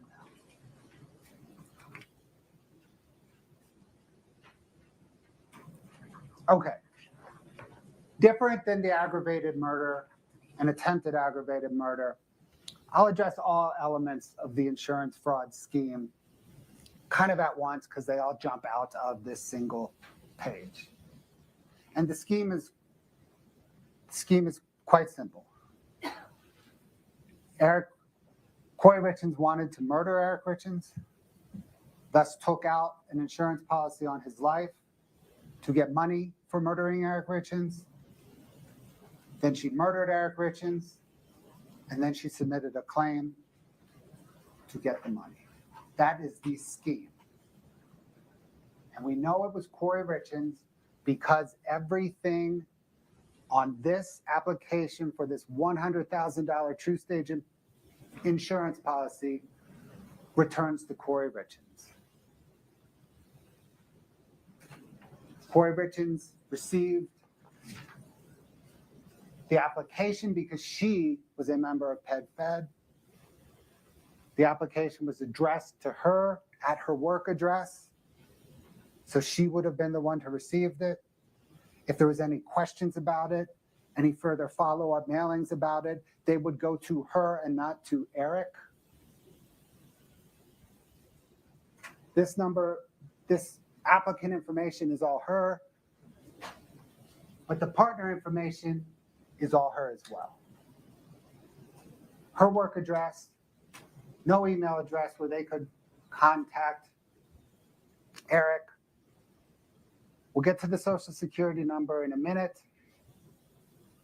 The primary phone, that's not Eric's phone.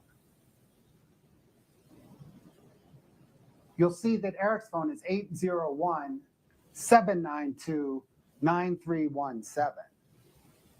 And when you look at this closely during deliberations, you'll see that was originally a 7 that she later marked up to read like an 8.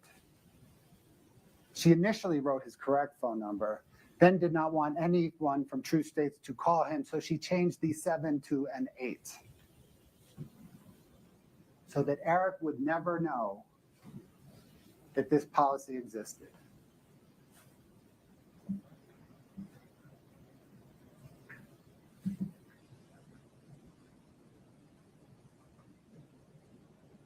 After Kouri Richins took $250,000 out of Eric's home equity, he put all of his insurance that he knew about into the trust. If Eric had filled this out, the beneficiary would have been the trust, not Kouri Richins. Then we'll get to the signature. That's the fraud count 5 as well. It plays into this. We'll talk to it during count 3. But it's also the freestanding charge in count 5. Let's go to the next page. The social security number was blacked out for privacy reasons on the application we just reviewed. But you'll recall Ann Coates testifying that The last 6 digits were transposed. We all know our own social security numbers. We often get a little bit confused on our spouses.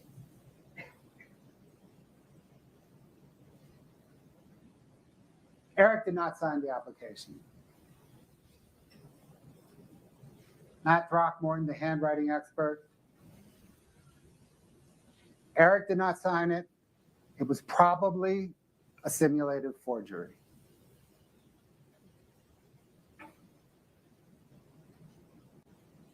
Recall his testimony that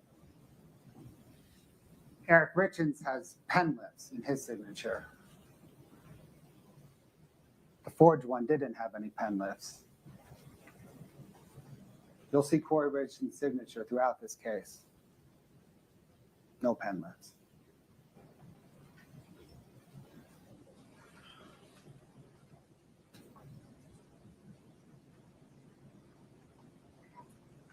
Then Kouri Richins filed a claim for this $100,000 true stage policy. It's actually the same claim for both policies. And she said she really does not know where her husband, Eric, got the fentanyl from. Of course she knows. She ordered it from Carmen Lauber.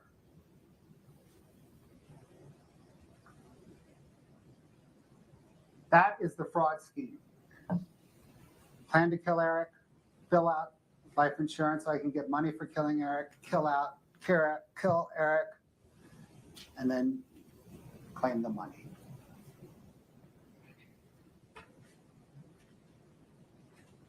Now for the insurance fraud claim count 4. This is the true stage $250,000 policy. This is the claimant's statement filled out. Kouri Richins beneficiary, Kouri Richins email, Kouri Richins address. Everything about this claim says Kouri Richins is submitting this claim. And then, like before, the fraud here, the falseness of it is she says she doesn't know where the fentanyl came from, when in fact she ordered illicit street drugs from Carmen Lauber. And indeed, later in the Walk the Dog letter, admits to asking Carmen for fentanyl.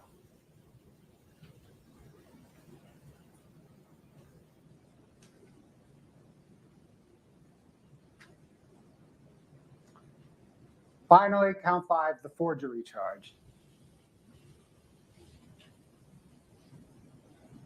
We've discussed most of the forgery when we discussed count 3. But there's this without the authority to do so element. It's not a forgery if Eric gave Kouri Richins permission. The state has to prove that Kouri Richins did not sign Eric's name with permission, with authority.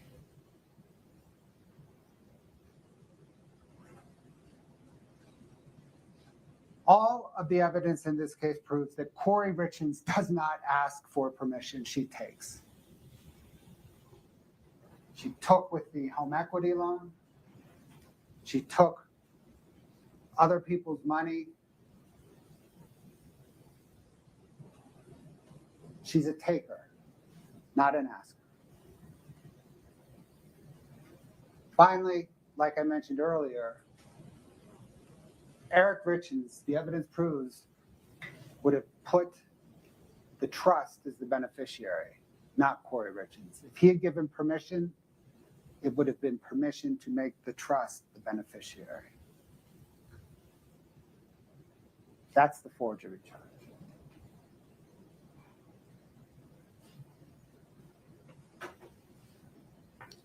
Let's please now turn to Kouri's motive for a fresh start at life. You heard the instructions. The state does not have to prove any motive. except for the pecuniary gain motive because it's an aggravator. But motive explains why Kouri murdered Eric Richins, why she attempted to murder him. Motive explains a lot here. These texts at this point are familiar.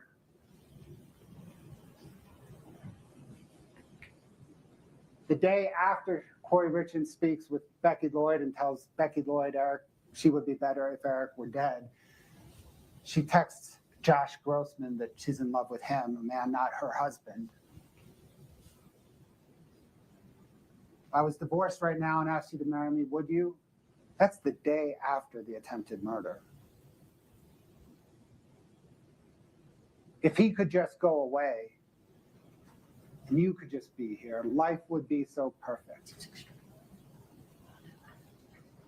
We're familiar with this text. We've read it already today. I ask you to read it again. This time, replace the word divorce with the word murder.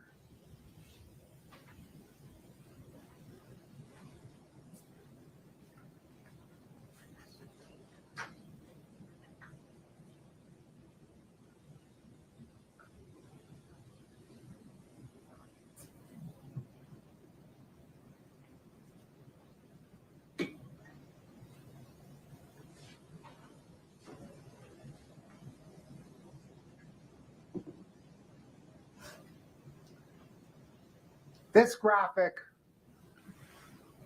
shows a juxtaposition between Josh and Eric that is insightful to what Kouri thinks about each of them. In each instance, she is texting, well, she is kind of simultaneously texting. These are laid out chronologically. She is simultaneously texting with both Josh and Eric about closing on the Midway mansion. And she's so excited she is so excited texting with Josh. I can't believe it. I want to celebrate with you. Love you, love you, love you. Thank you for always being my support, shoulder, and rock. I need you all the time.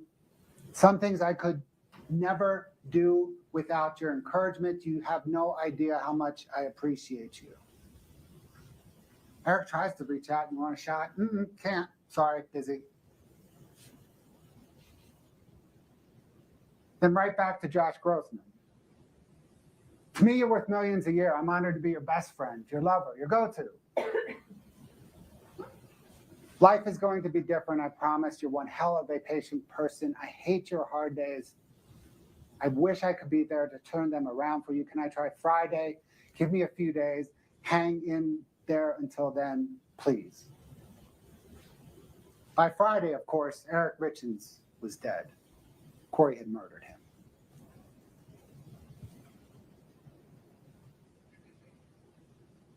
She's right. Life's going to be different. She promised him. It was.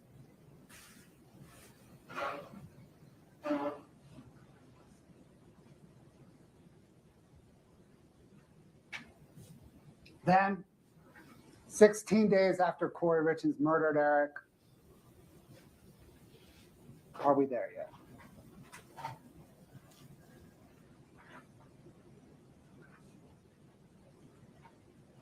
And then 1 month later, Kouri's ready for Josh to be her husband.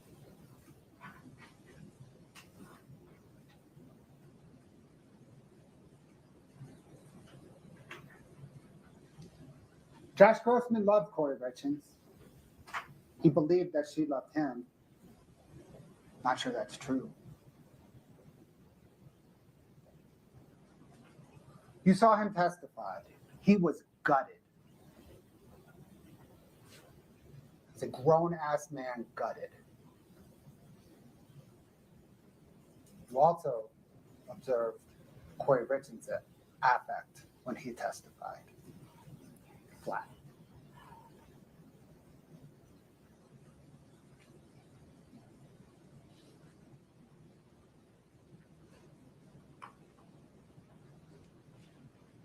The evidence proves that Kouri Richins murdered, attempted to murder Eric Richins, and that she committed 2 counts of insurance fraud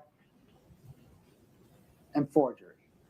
The evidence does not support any other rational explanation.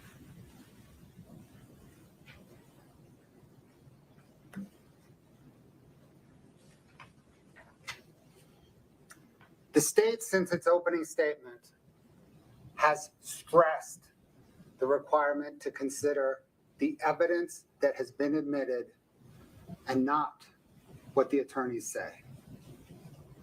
What the attorneys say, insinuate, speculate is not evidence. Please let me show you why the state has stressed this. In the defense's opening statement, counsel said that the evidence will show that Kouri Richins had a 1/2 interest in the Willow Court home. There is no evidence of that, and indeed contrary evidence. Defense counsel said that the evidence would show that Eric was always checking Kouri's phone. There's no evidence of that.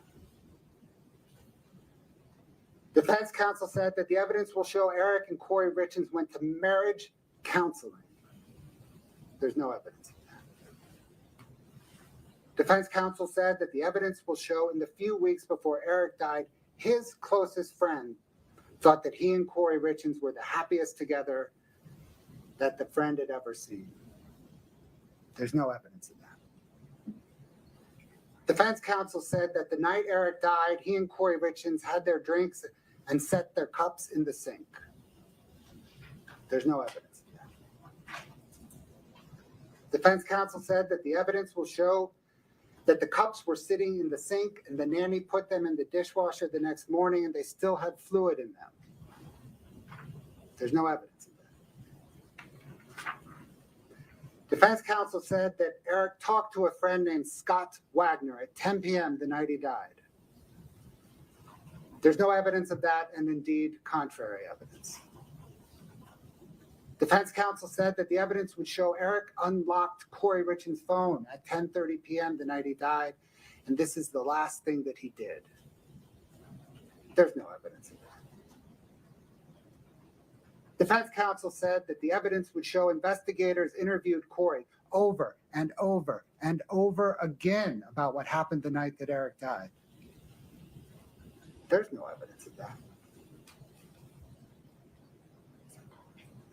Defense counsel said that the evidence would show that law enforcement secretly recorded Kouri Richins' phone conversations for over a year after Eric died.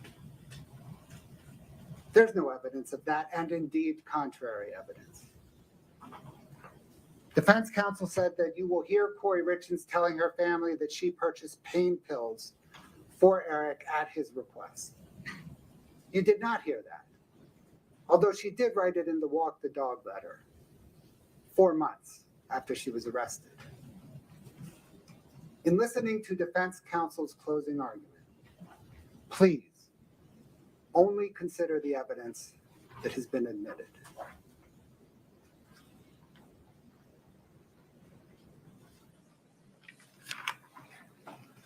Ms. Lewis. Your Honor, could we address something outside the presence of the jury before Of we course. start? Folks, let's give you an opportunity to stretch your legs, use the restroom. Please rise for the jury.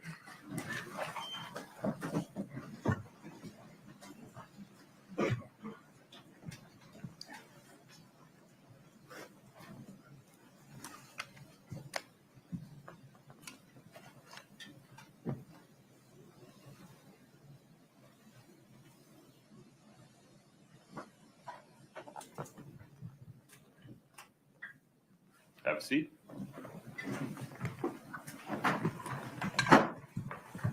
Your Honor, at this point, we'd like to make a motion for mistrial and make a proffer on it. First of all, at multiple points in the prosecution's closing, he made efforts to dehumanize the defendant, in fact, calling her a black widow, comparing her to a deadly spider. calling her a narcissist when there's been no evidence introduced to support that, no expert testimony, nothing of the nature. Furthermore, it's completely improper for the prosecution to comment on her demeanor while she sat at counsel table. That's a comment on her failure to testify. Asking the jury to take into consideration facial expressions, which in his opinion may or may not have happened. I don't know what he's basing that on, but it's improper, and it's our suggestion that is a comment on her failure to testify by revealing what her response to testimony was, is calling upon her to testify in this case. Furthermore, in the closing, there was wild speculation on what was in Kouri Richins' mind, completely made up by Mr. Bloodworth with no evidence whatsoever to support it. Also, Mr. Bloodworth wrongly told the jury that giving any illicit street drugs to Mr. Richins was sufficient to support aggravated murder. That, in fact, is not true. The only drug that would support aggravated murder would be fentanyl. What he said to the contrary is not consistent with the court's instructions, and we would ask that that be corrected with a curative instruction.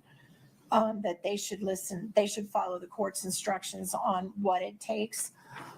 It would not be sufficient if she bought some other type of drug that did not cause his death. That's just not the law.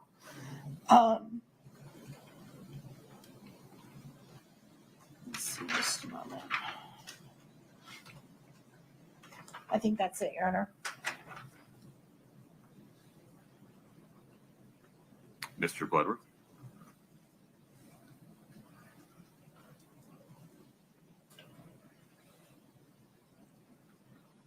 Forgive me. I need a little bit more detail as I go through these. Yeah. Which of these do you want a curative instruction regarding, and which of these are you moving for a mistrial on? I'm moving for mistrial on all of it, Your Honor. The curative instruction, I think, is required by the wrongful information that giving him any illicit street drug is sufficient to support aggravated murder. That's just not true. And that's super important, because if they do believe that, there is evidence to make a finding that there was oxycodone. And there was no oxycodone found in his body. So that can't support a conviction. So that's what I think requires the curative instruction. The rest of it, I don't know any way you can cure it, Your Honor. The Utah Court of Appeals disagrees with you regarding the prosecutor's comments. A long line of cases talk about the potential prejudicial effect of an improper comment by a prosecutor only being able to be measured after the defense gives its closing and the state gives its rebuttal, and we consider any curative instructions. What's your alternative position there? I could, for example, instruct the jury that Mr. Bloodworth's observations of Ms. Richins' demeanor are not evidence, and they are to rely on their observations of Ms. Richins, if any, only. I just don't even think that her demeanor is proper to rely upon, because she didn't Certainly testify. I mean, she burst out in laughter during the showing of the decedent's body. I don't think it would be appropriate for me to tell the jury you can't possibly consider that. I'm sorry, but I have no idea what you're talking about. I totally trust you, but I have no recollection of any laughter when his body was shown. No, it was a hypothetical, Ms. Nestor. Oh, to thank probe goodness. the bounds of your categorical statement that the jury can never consider the defendant's demeanor. I'm sorry. I thought you were saying she did that, and I was just horrified. Please stay focused. But I am focused. I just misheard you.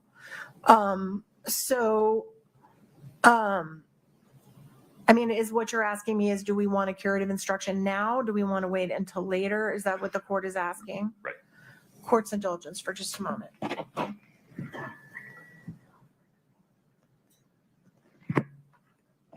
Okay, I think we do want it now, if we can get one now. Let's hash that out for a second. What I proposed was an instruction that the jury may rely on their own observations, if any, of Ms. Richins' demeanor in trial, but they cannot rely on counsel's statements regarding what Ms. Richins' demeanor was.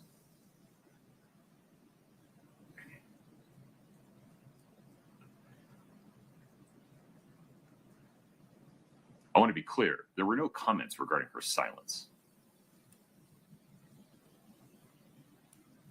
Well, I mean, it's our position that when you comment on how she looked while she remained silent at counsel table, that is a comment on her silence in our estimation. But I agree that he didn't say anything specifically about silence.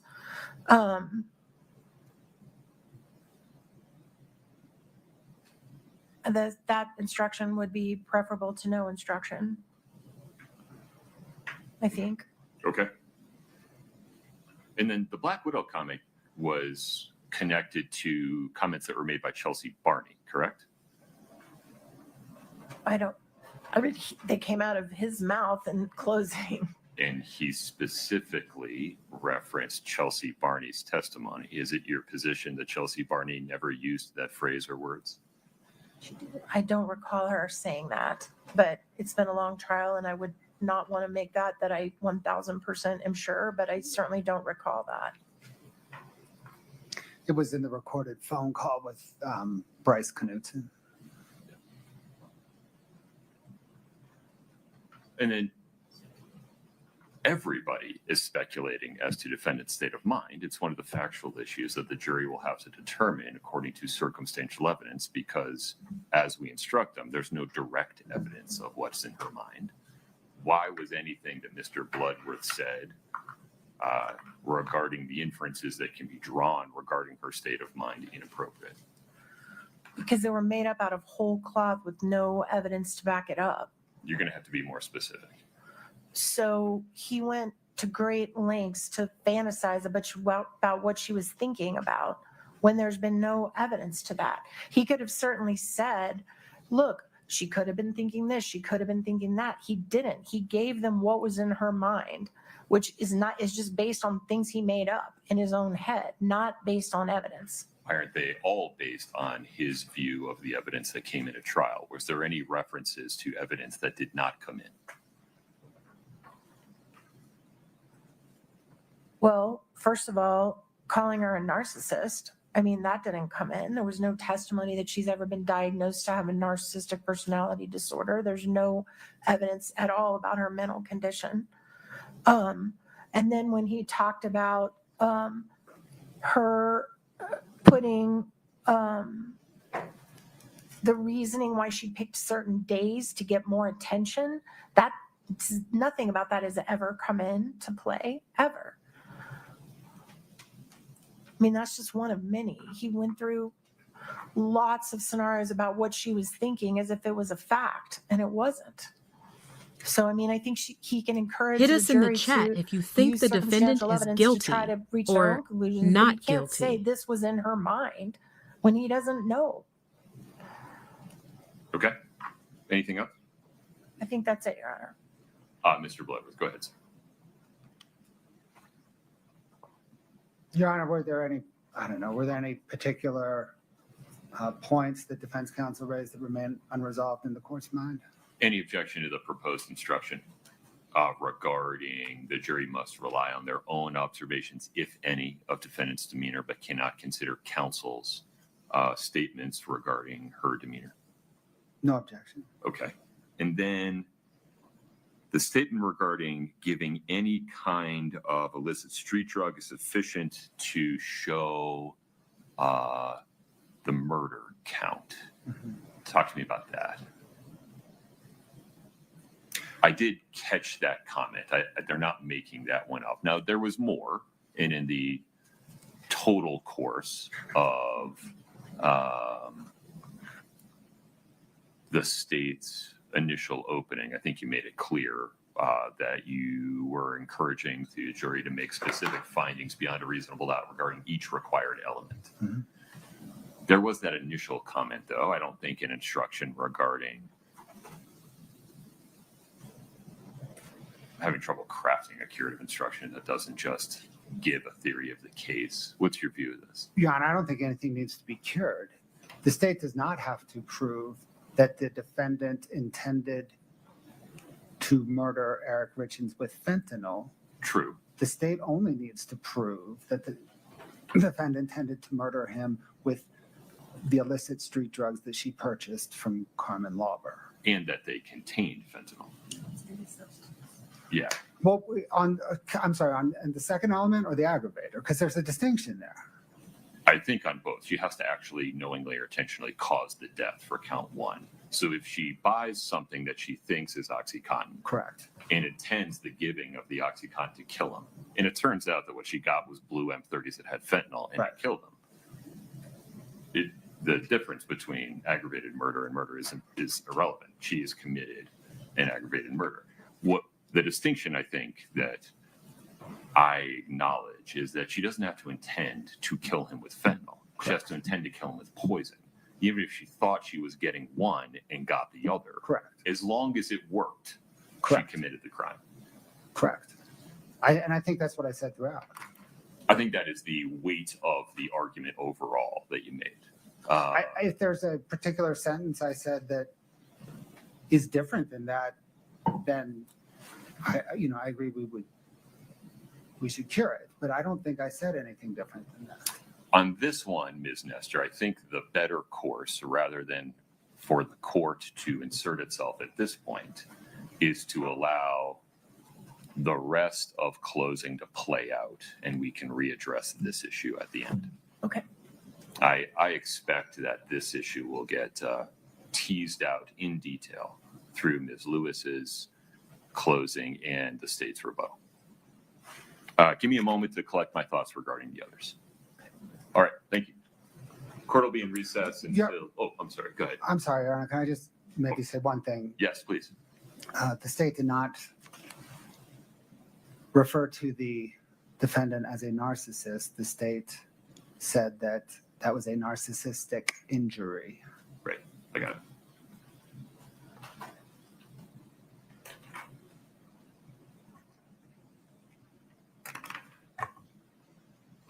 Okay, I'll be back. 11:40, please. We'll be in recess. All right.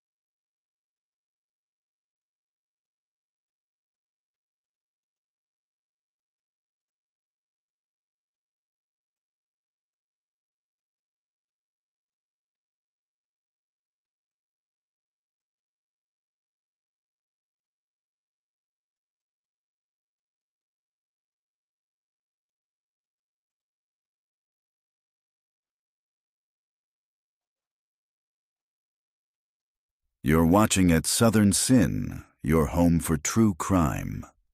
Court will begin shortly. Don't go anywhere. You're watching at Southern Sin, your new home for true crime. Smash that like button now. We'll be right back. 231-500-139. Counsel for State and the defendant are present. The defendant is present as well. Counsel, this is what I propose. Let me give you a ruling regarding defendant's motion for mistrial. Then I'd propose I give the jury the curative instruction related to evidence of defendant's demeanor. Then I'd propose we take a lunch break, Ms. Lewis, so we're not interrupting your closing. I agree with that. Okay. Any objection, Mr. Bloodworth? No objection, Your Honor. All right. The issue before the court is a motion for mistrial and request for curative instruction in the alternative made by defendant on the record this morning. The motion for mistrial is based upon several comments made by Mr. Bloodworth in the state's initial opening that, in defendant's view, are so improper as to require a mistrial. The court will address defendant's arguments one at a time. First, the defendant argues that Mr. Bloodworth's reference to Chelsea Barney using the phrase Black Widow during a recorded telephone conversation that was played for the jury, though Chelsea Barney's comment was not admitted for its truth, improperly compares defendant to some kind of terrible insect. The court listened to the comment in real time during the state's opening. That is not a fair characterization. Rather, that was a rhetorical flourish by Mr. Bloodworth comparing comments by one witness or the defendant herself to her becoming a widow to Chelsea Barney, referring to her being referred to or considered as a Black Widow. It's not a reference to an insect. Rather, it's a reference to, in the court's view of Chelsea Barney's comment, a spouse that kills another spouse. There's nothing so improper or improper at all about that comparison, which has a factual foundation in Chelsea Barney's statements that were played for the jury as to support a request for mistrial or require any other relief.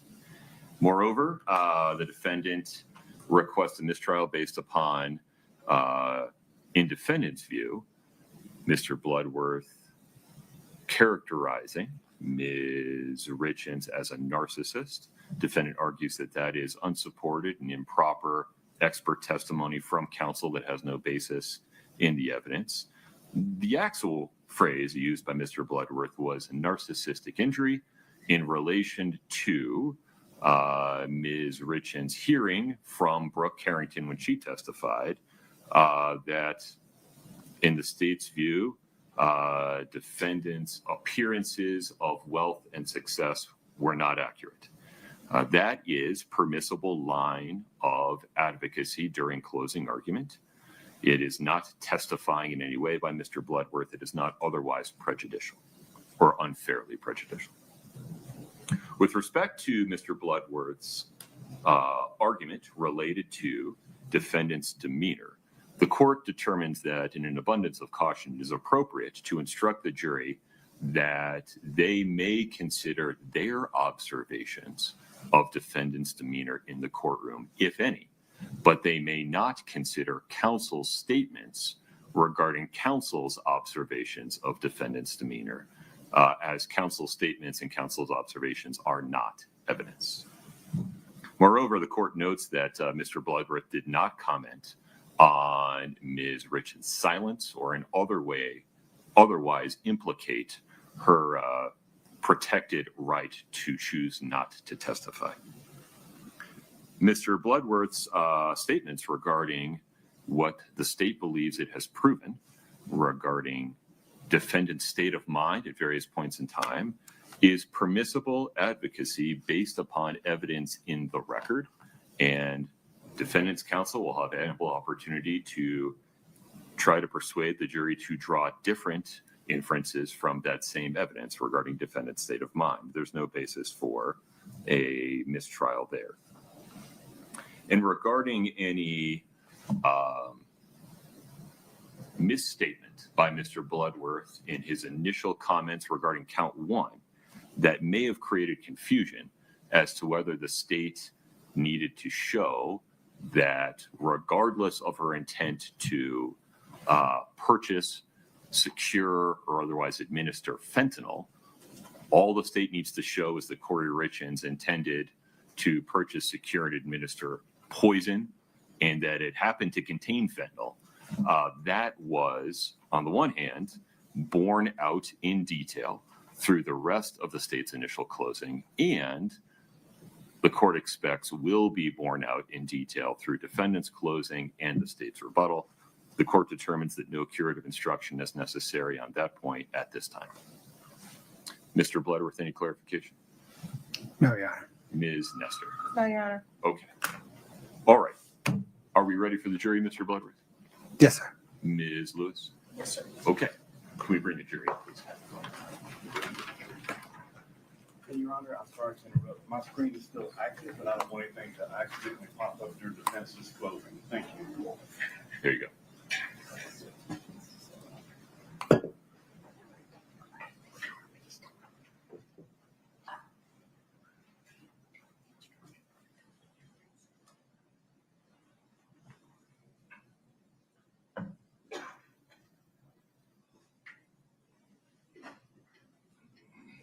Bless you.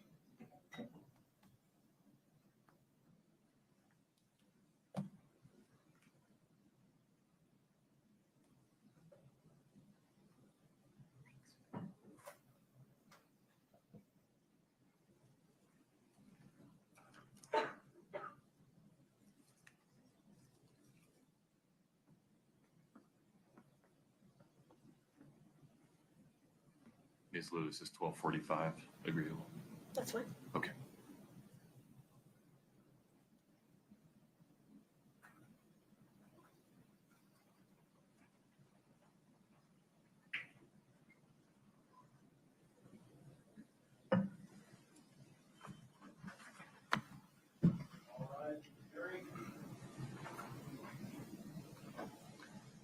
Folks, this time just stay standing. This will be a quick turnaround.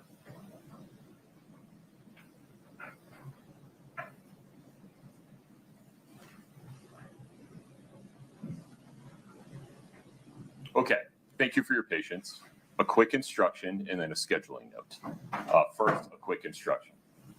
You may consider your observations of defendant's demeanor during trial, but you may not consider counsel's statements regarding counsel's observations of defendant's demeanor because counsel statements are not evidence. We're going to break now for lunch so that we do not interrupt defendant's counsel's closing argument for the lunch break. We will take a recess until 12:45. During the break, as always, please do not discuss the case. Please do not allow anyone to discuss it with you. Please do not do any research whatsoever about the case. We'll be in recess until 12:45. Thank you.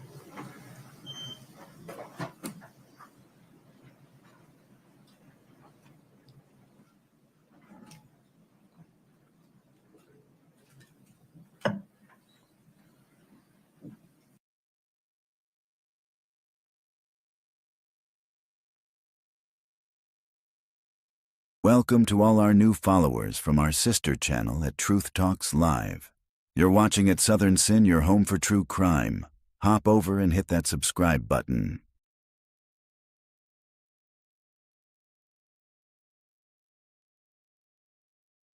Court will be right back, here on at Southern Sin and at Truth Talks Live.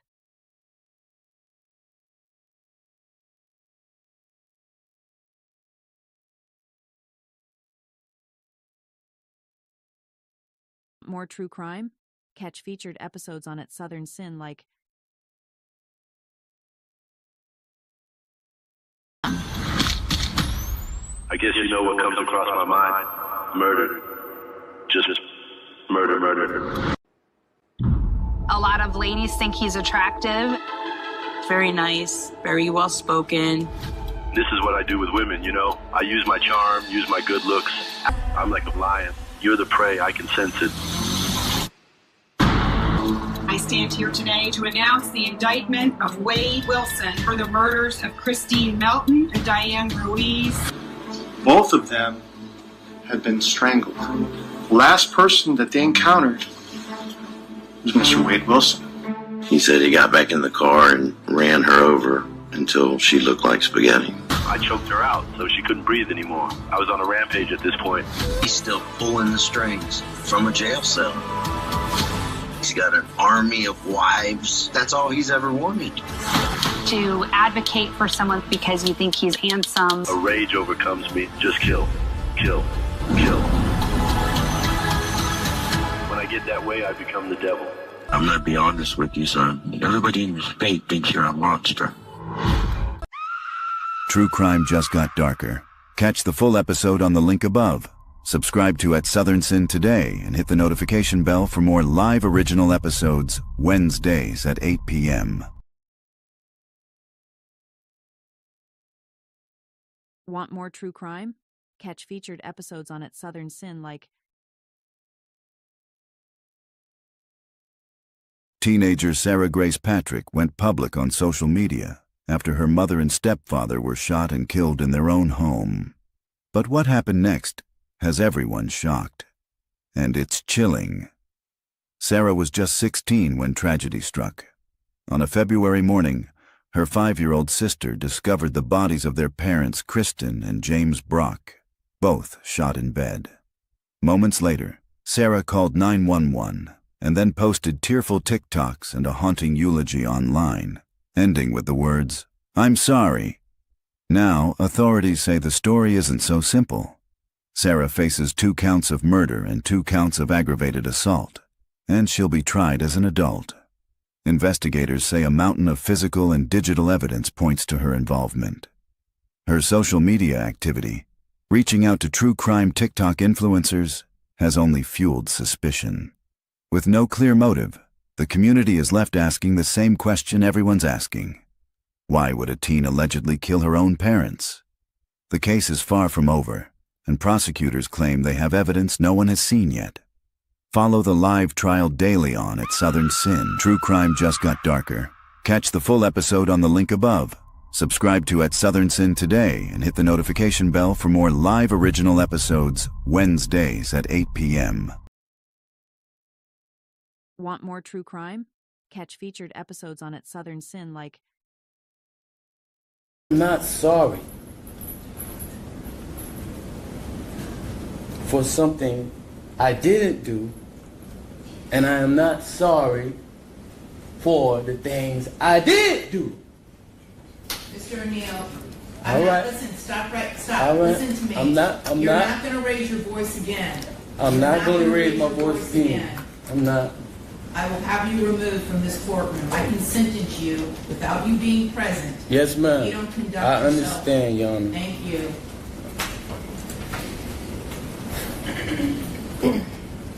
But I will say,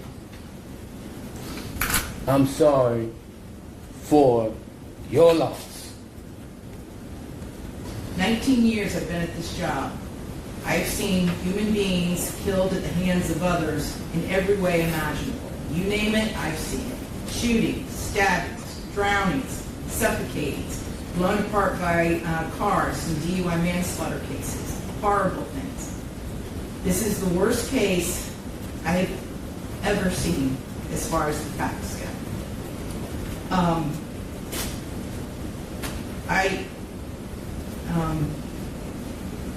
When the person from fire department, when he testified, and when he said that he retrieved the body of Ronivia O'Neill from the home, and all he could do was sob.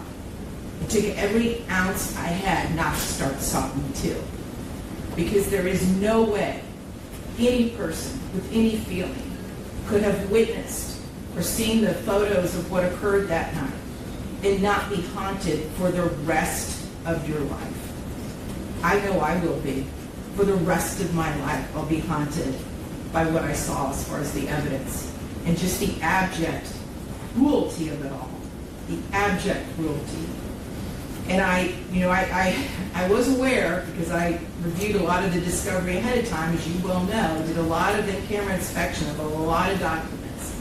And I was aware there was some evidence, at least, that when you needed to recover from your gunshot wound, that neither your parents nor your Aisha, Ms. Robinson, would let you come recover at their home. I don't know if it's true or not. I'm not going to get into a dispute. I'm just mentioning there was some evidence referencing that in the records. And all I can think about, because I knew that Miss Barron was not with you romantically at the time. And I knew that she just, out of the goodness of her heart, let you come stay with her. And it is beyond tragic that that critical decision ended in so much horror for her and for her children. It is unspeakably cruel what happened as a result of that one decision. The way that Ms. Barron died was horrific, and that 911 call, which captured truly all of it. You heard, and everyone who's heard that 911 call heard a death scream. If anybody ever wants to know what it sounds like before a human being dies, knowing that their death is imminent, that's exactly what it is. That was a death scream. We're going to see if it's true. But what happened to little Ranivia and to little Ronnie, but I'm going to focus on Ranivia, because she was special. And you could tell Miss Barron had done everything she could to create a beautiful home for her family. I noticed that Ranivia's bedroom, before you set it on fire, you could tell she tried so hard to make her feel like a princess. Kenyatta did everything she could. And I noticed too in the kitchen, on the refrigerator, she put up magnets that said faith, love, family, hope. And then you know what else happened at the refrigerator during that night? It got splattered with blood all over it due to what happened. Little Ranivia, she couldn't scream, she couldn't run away, and she witnessed what you did to her mother as far as shooting her mother in the arm with the gunshot. She knew. And the horror that that child suffered. And she already had a life where she was born with challenges regarding her physical and her mental disabilities. But the pain and suffering that she suffered that night at your hands, unspeakable, absolutely unspeakable. And at the moment, that first time you struck her with that hatchet, and little Ronnie testified that all he could see was tears coming out of his sister's face. At that moment, that child knew. She knew she was being betrayed in the cruelest, most tragic and sorrowful way that a child could ever be betrayed. She was being betrayed by her parent, the one person that should be there to protect their children and love them and keep them from harm. And that was the last thing that child felt before she passed on from this earth, was your utter, cruel betrayal to her. And I read somewhere, and I don't know if it's true or not, I have no idea, but I read somewhere that souls pick their lives, and that they know exactly how difficult their lives are going to be before they enter into this world. True crime just got darker. Catch the full episode on the link above. Subscribe to at Southern Sin today and hit the notification bell for more live original episodes Wednesdays at 8 p.m. Want more true crime? Catch featured episodes on At Southern Sin like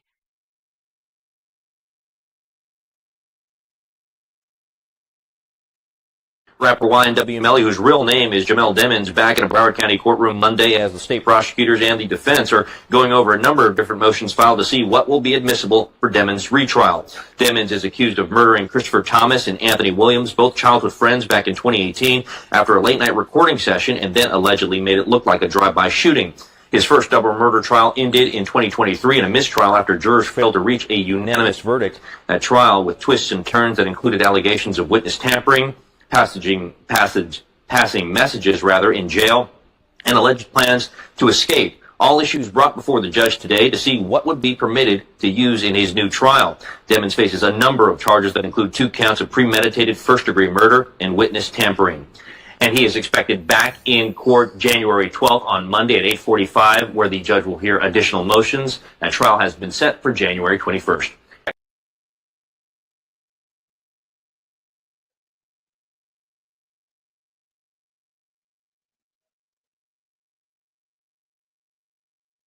In 231-500-139, counsel for the state and for defendant are present. Ms. Richins is present.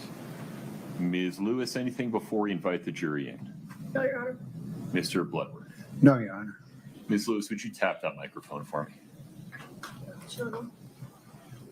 I don't know. I'm sorry. There you go. Great. That should be fine.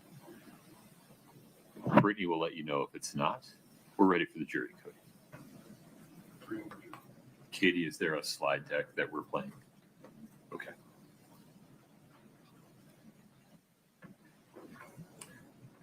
I have a picture of a house at the moment, right? Okay. You'll let me know when you want to publish, Ms. Lewis? I think Katie just has it ready to go. Yeah. Oh, okay. But it's not up yet. Okay.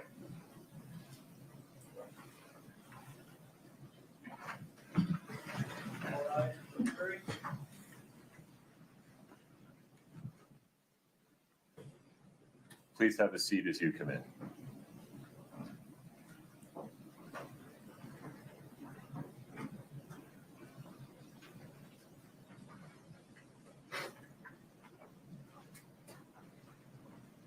All right, please have a seat.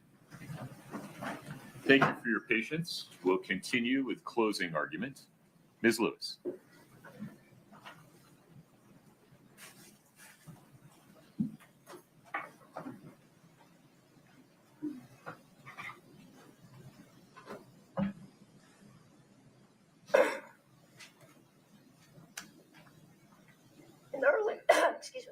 In the early morning hours of March 4th, 2022, the house was quiet. Kouri Richins fell asleep in her young son's room, like many parents do. At some point in the night, she gets up and walks back down the hallway to her bedroom. She slips back into bed beside her husband. She settles in next to him. She reaches over, and he feels cold. Eric Richins, the father of her children, the man that she has built a life with. Something feels wrong. She pulls the blanket up around him, but something still isn't right. He feels heavy. She turns on the light. And when she looks at her husband, really looks at him, she realizes something is terribly wrong. And in that instant, in that bedroom, in the quiet early of the morning, Kouri Richins' world collapsed. Reasonable doubt. It's not just a slogan. It's not just a suggestion. It's a constitutional shield that protects the innocent and prevents the state from punishing without truth. And it is the state that has that high burden, the highest burden under the law, to prove each and every single element of each and every charged offense beyond a reasonable doubt. The state stood up on day one and they told you they were going to prove that Kouri Richins had the means, the motive, and the opportunity to kill Eric Richins. And we're going to talk about each of these, but first, I want to talk a little more about reasonable doubt. I've told juries for a long time that one way to understand reasonable doubt is, are there other reasonable explanations as to what happened? As you look at the evidence, if there are other reasonable explanations, this is reasonable doubt. And you have to find Kouri not guilty. I put to you that every fact that the state has put forth to say that Ms. Richins is guilty has another reasonable explanation. Let's go back to March 3rd, 2022. From everything we've heard during this trial, Kouri and Eric were happy that night. They were celebrating. Kouri was just about to close on the Midway mansion. Rightly or wrongly, she believed that this was going to be the deal that put her over the top. The deal that had made everything she'd done with her business, the good, the bad, and the ugly, all worth it. The night of March 3rd, they have a celebratory drink, they go to bed, and then Kouri hears one of her sons cry out. And like parents all over the world do, she goes in to lie down on the floor of her son's room. An alibi or the truth?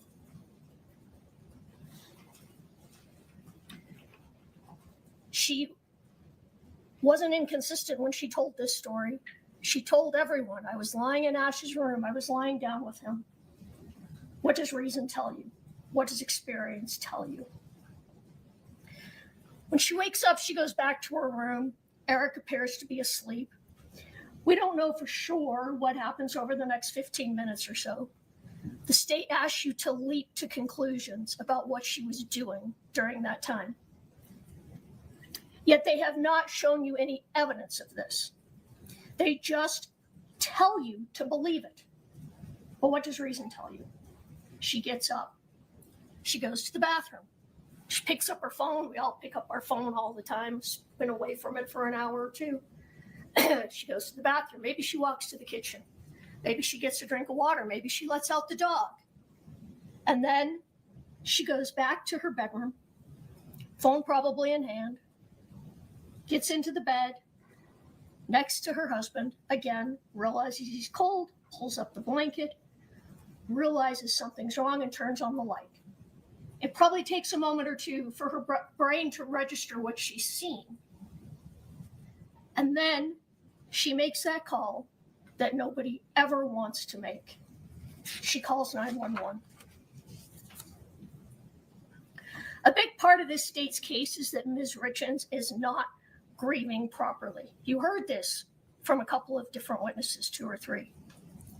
What does that mean? I was unexpectedly widowed when I was not much older than Kouri, and I had 2 little boys. How do you judge someone in that moment? If I've learned one thing during this trial, I've learned I didn't grieve right.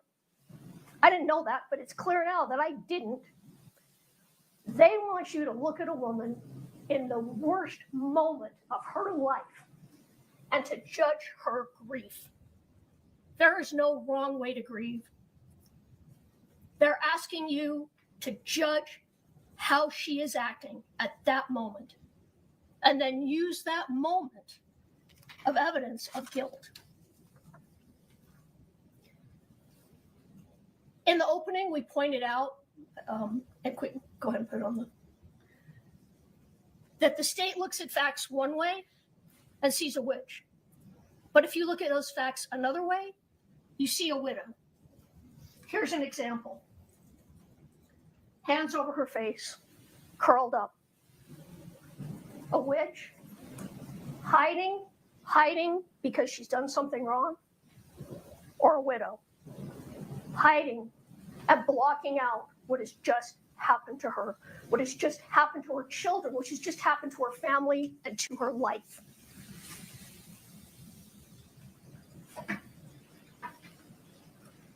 Look familiar? Portrayals of women grieving in art. Portrayals of women in grief. The state tells you during evidence that, she didn't immediately talk to Kouri Richins when he came to the house because she felt so guilty she couldn't talk to him.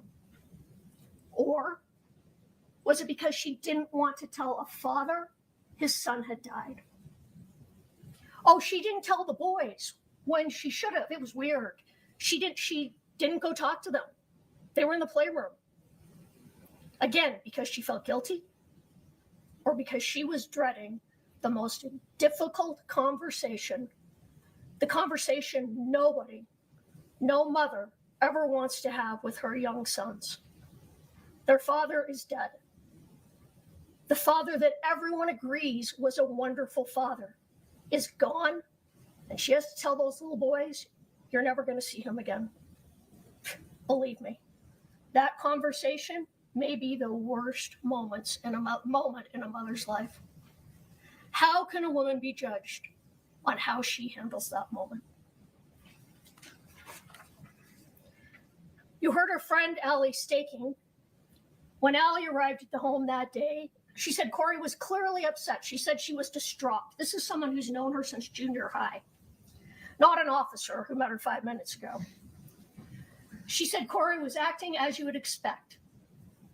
That night, friends came over to talk about Eric, to drink to Eric. A wake is what the Irish call it. The state wants you to leap to the conclusion that that night, Kouri was celebrating Eric's death. You heard Allie stalking. They were celebrating Eric's life. They kept it light for the boys. They were dancing, they were smiling. All of them were, even Eric's sister. Can we not smile in our grief? They want to tell you no. But reason and experience tells you differently. Let's talk about the investigation. The investigation in this matter was nothing but sloppy. It was driven by bias. Did you notice during the state's closing, they didn't really even talk about the investigation? Instead, they speculated. What was in people's heads? What were they thinking? Speculation, conjecture, not proof. Instead of looking at the evidence to determine what happened, the state they determined what happened, and then they found the evidence to support it. This is confirmation bias. Confirmation bias is when you favor evidence that supports a belief and ignore evidence that contradicts it. That is how this entire case was investigated, working backwards from a conclusion. It started on March 4th. Detective Woody, before she's even entered the home, Amy Richins tells her they think Kouri is somehow involved. Then both Katie and Amy Richins tell Detective Woody they think this is because she recently found out about a trust Eric created. Immediately, this influenced this investigation. But what happened that first day? They found nothing to support foul play. Kouri tells them he was a user of THC gummies, that maybe he used one that night. They never ask where the gummies are.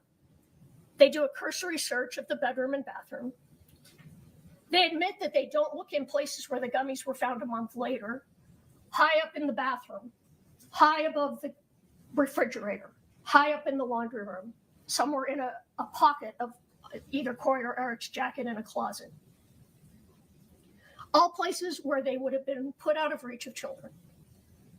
But they didn't find any of them that day. You know what else they didn't do? They didn't secure the scene. They moved things around. They told you they didn't have probable cause to search the whole house. We couldn't search the whole house. All we could do was look in the bedroom and the bathroom. But they could have asked for consent. Kouri gave them consent when they asked to search one place outside of the bedroom. The entire house could have been searched that day, but they didn't do it. They didn't even ask. What else happens that morning? Officer Nguyen, he does his death checklist. He says, did he have any history of prescription abuse? Did he have any history of illicit drug use? And what does Kouri tell him? No. How easy would it have been to just say yes? If she had just killed him with illicit drugs, why in the name of God did she just not say yes? Had she said yes, we probably wouldn't all be sitting here today. She didn't say yes because she did not know how he had died. Over the last 4 years, they've gone back to that house 10 more times, and they still can't tell you what happened early morning of March 4th, 2022. 10 warrants, that's a lot. That's not typical. They were still searching for evidence on February 9th of this year, 2 weeks before trial. 4 years of investigation, and they are still trying to find evidence to make their case because they know they don't have enough.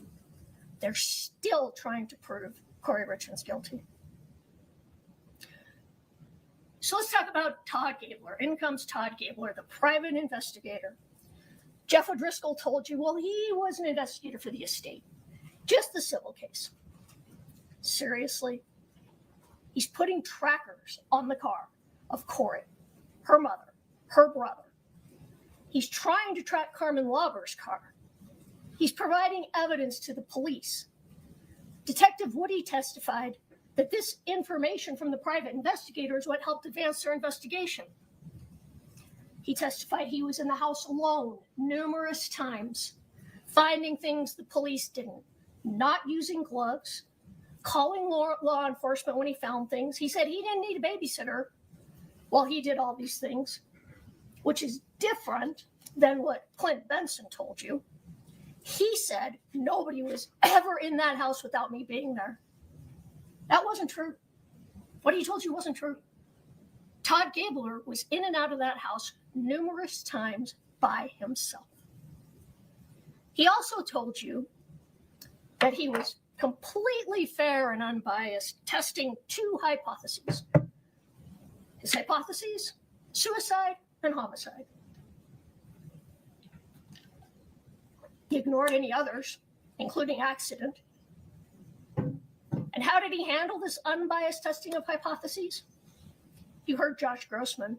He said the first time he talked to Todd Gabler said right out of the gate, Kouri killed Eric. Josh told you that tainted what he thought of next. How does it not taint an interview when your opening line is, oh, Kouri killed Eric, so now let's tell me what you have, what you know. Josh told you he started looking back at things differently than he had before because of that. Like I said, he tracked Kouri's car, he tracked her family's car, he tracked Carmen's Lauber car. He didn't track Cody Wright's car.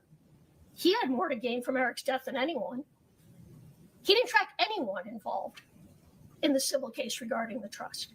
He only tracked people that he thought might lead to information for law enforcement. Did he follow up on Eric's trip to Mexico shortly before the death? No. Did he go to Mexico? Did he try and figure out where Eric had been in Sonora, Mexico? No. Nothing about that investigation was unbiased. Nothing. He passed it all on to law enforcement. And then what he did is he said to law enforcement, you should talk to Carmen Lauber. She's on the ropes in drug court. This would be a really good time to interview her because she would be very likely to be compliant at this time. Everything about this investigation was led by the Richins family. They started on day 1 and they continued until trial. They are the ones who initially hired and paid for experts. Their private investigator gave the information to the police. And by the way, Gabler testified that he followed all the rules of being a private investigator. And that may very well be true, but he doesn't have to operate under the Constitution. There's a reason that we have rights under the Constitution. There is a reason that law enforcement has to get warrants to enter your home, to take electronics, to search your house. It is to protect the citizens of our country. It is to protect the innocent. Sidestepping these important constitutional rights by hiring a private investigator who then let law enforcement know what to do taints this entire investigation. And you know what? That is terrifying. It's terrifying. If someone has enough money to hire a PI, they can circumvent our constitutional rights, dig into every aspect of our rights, of our lives, and turn it over to police. We have a constitution for a reason. It's to protect us all. I want to talk about the lead investigator, Jeff O'Driscoll. Here's what he testified that his investigation consisted of. He got assigned to the case sometime in March of 2023. He got a search warrant for some medical records.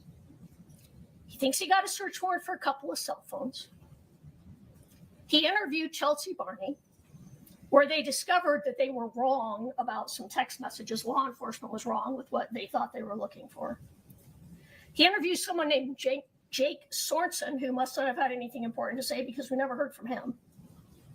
Then he interviews Carmen Lauber because he was told to by the private investigator. That's it. That was the investigation. He didn't investigate any other leads. He didn't attempt to corroborate information, particularly in the letter that we saw that Kouri wrote to her mother, the walk the dog letter.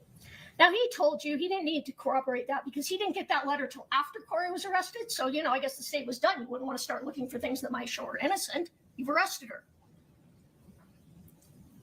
Interestingly, they were still executing search warrants. They were still trying to find evidence for guilt, but they weren't looking at any evidence that might show innocence.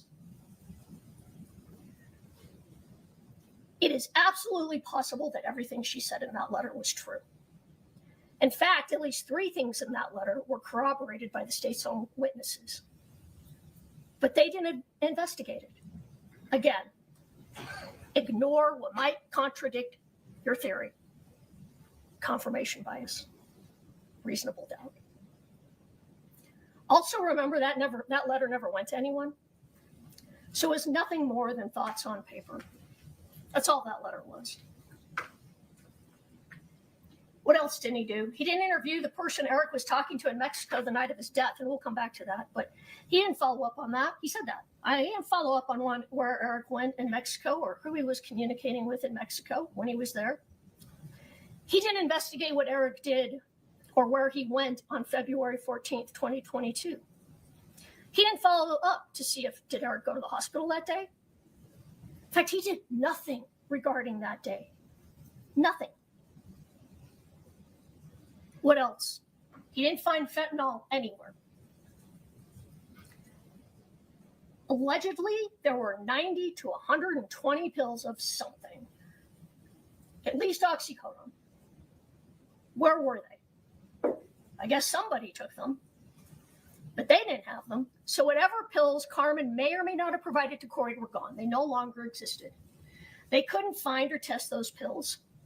And we do know that she bought oxycodone, but you know what? There was no oxycodone in Eric's stomach that night. So instead, Detective O'Driscoll says, well, we wanted to corroborate Carmen's story. I mean, we were going to corroborate it. We weren't just going to go by it. The story that they fed her, they want to corroborate the truth.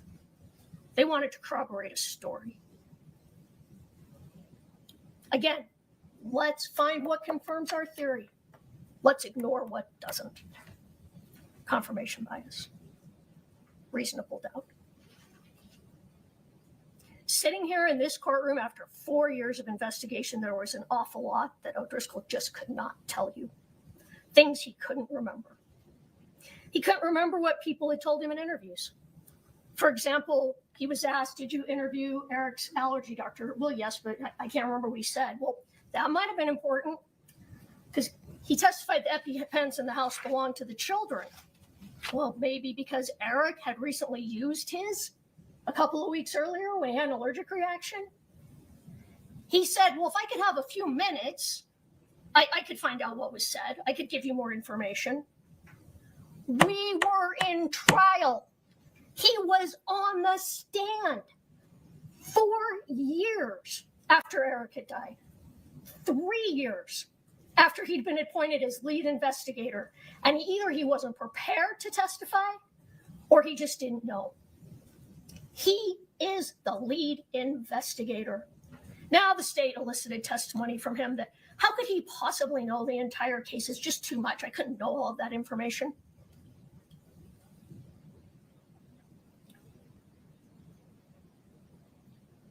But he's the one they put on. He's the one they relied on to testify about this investigation. You didn't hear from anyone else about the last 3 years of that investigation. They chose him. You know what else he couldn't testify to? He couldn't testify how the fentanyl got into Eric's system. He said, well, he ingested it. There was no evidence, none, that fentanyl was put in a drink. That was argument. Argument is not evidence. And they waited until closing to tell you, oh, she put it in a drink, without any evidence to back that up. Okay, she made him a drink that night, but that's it. She made him a drink. There's no evidence that fentanyl was in that drink.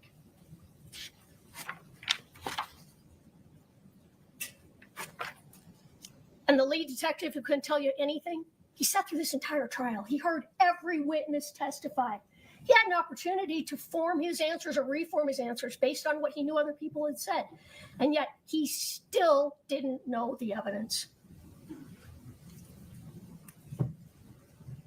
I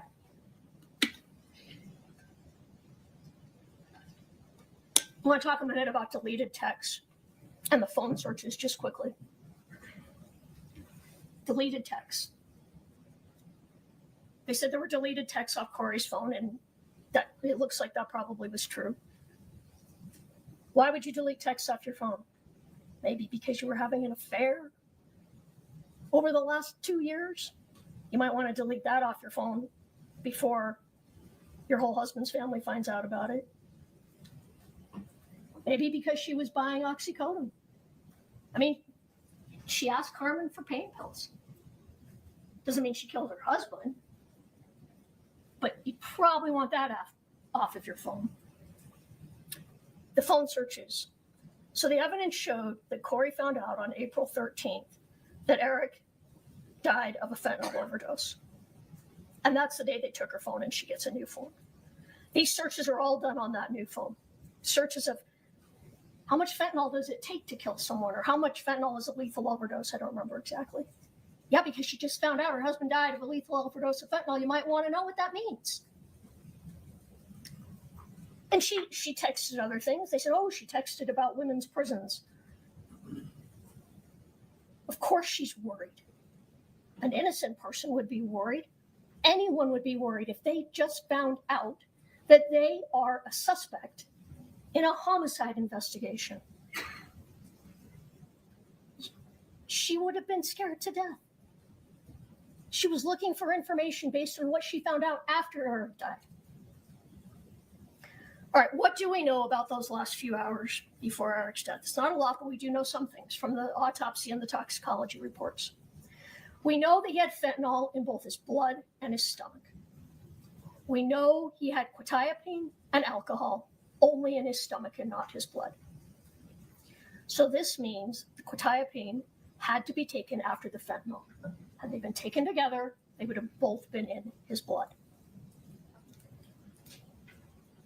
We know there was no histamine response, no anaphylaxis. So he had not had an allergic reaction to anything in his body that night, including fentanyl. The state wants you to believe that the allergic reaction he had on February 14th was to fentanyl. If he had an allergic reaction on February 14th, he would have had one again 3 weeks later. Now, I know the toxicologist testified, well, you don't have an allergic reaction every time, and you can look at her testimony, but it was a little bit hard to understand, but I believe she was talking about, you might eat peanuts for a lot of times and then have an allergic reaction, and then it starts. Once you have an allergic reaction to something, it doesn't typically go away. We know he had norfentanyl in his body, and this is because his body had started to metabolize the fentanyl. The state's toxicologist told you that the fentanyl could have been left over from a previous use. That was a possibility. Another reasonable possibility. The fentanyl was there from a previous use. That was the evidence. That is reasonable doubt. What else do we know from the ME and the toxicologist? Well, we know that the fentanyl was not put in a drink. And how do we know this? There was only fentanyl in the blood and not alcohol. The state's toxicologist leaned toward the fact that maybe Eric didn't even drink alcohol, that the alcohol in his stomach was post-mortem decomposition. But the other scenario that she said that was possible was that Eric took the fentanyl, then took the quetiapine, had a small amount of alcohol. She testified that it would take 15 to 60 minutes for fentanyl to make its way into the blood. That alcohol takes 15 to 30 minutes to make its way into the blood. So if the alcohol and fentanyl were taken together, they both would have been there at the same time in the blood. But just the fact that one reasonable possibility is that the fentanyl was taken before the quetiapine and the alcohol gives you reasonable doubt that it was placed in a drink an hour earlier. Now the state's saying, well, maybe she put it in a non-alcoholic drink. So their celebratory drink maybe didn't have alcohol in it. There's no evidence of that, but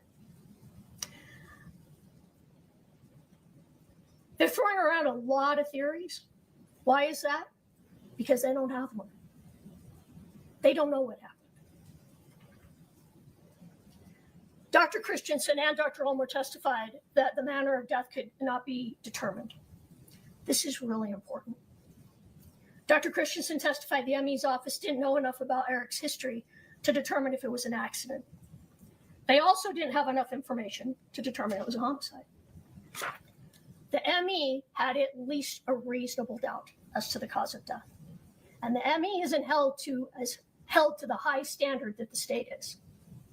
And there was no evidence that the autopsy couldn't have been amended at a later date if additional information was received. The ME testified, excuse me, the ME didn't tell you that they couldn't amend the autopsy. He just told you they didn't. What else didn't they do? Why didn't they do a hair follicle test? Dr. Christensen said, well, we don't do that unless we're asked to. Who would you be asked to do that by? Law enforcement. Again, Summit County was only looking for evidence to confirm their theory. Evidence to support that Kouri was behind Eric's death. They did not want to look for evidence that contradicted that theory. Had they done that test, we might have our answer. Confirmation bias. All right. Let's start with the means. The state did not and cannot prove that Kouri ever purchased fentanyl. Carmen Lauber, interestingly, they barely mentioned Carmen Lauber in their closing. The only witness who can put fentanyl into Kouri's hand. Let's talk about her testimony. Admittedly, a lot of it was painful to watch. And in some ways, she's sympathetic. But she is looking at multiple long prison sentences. And her only way out, her only way was to testify at this trial. But what she could not do was put fentanyl in Kouri Richins' hands.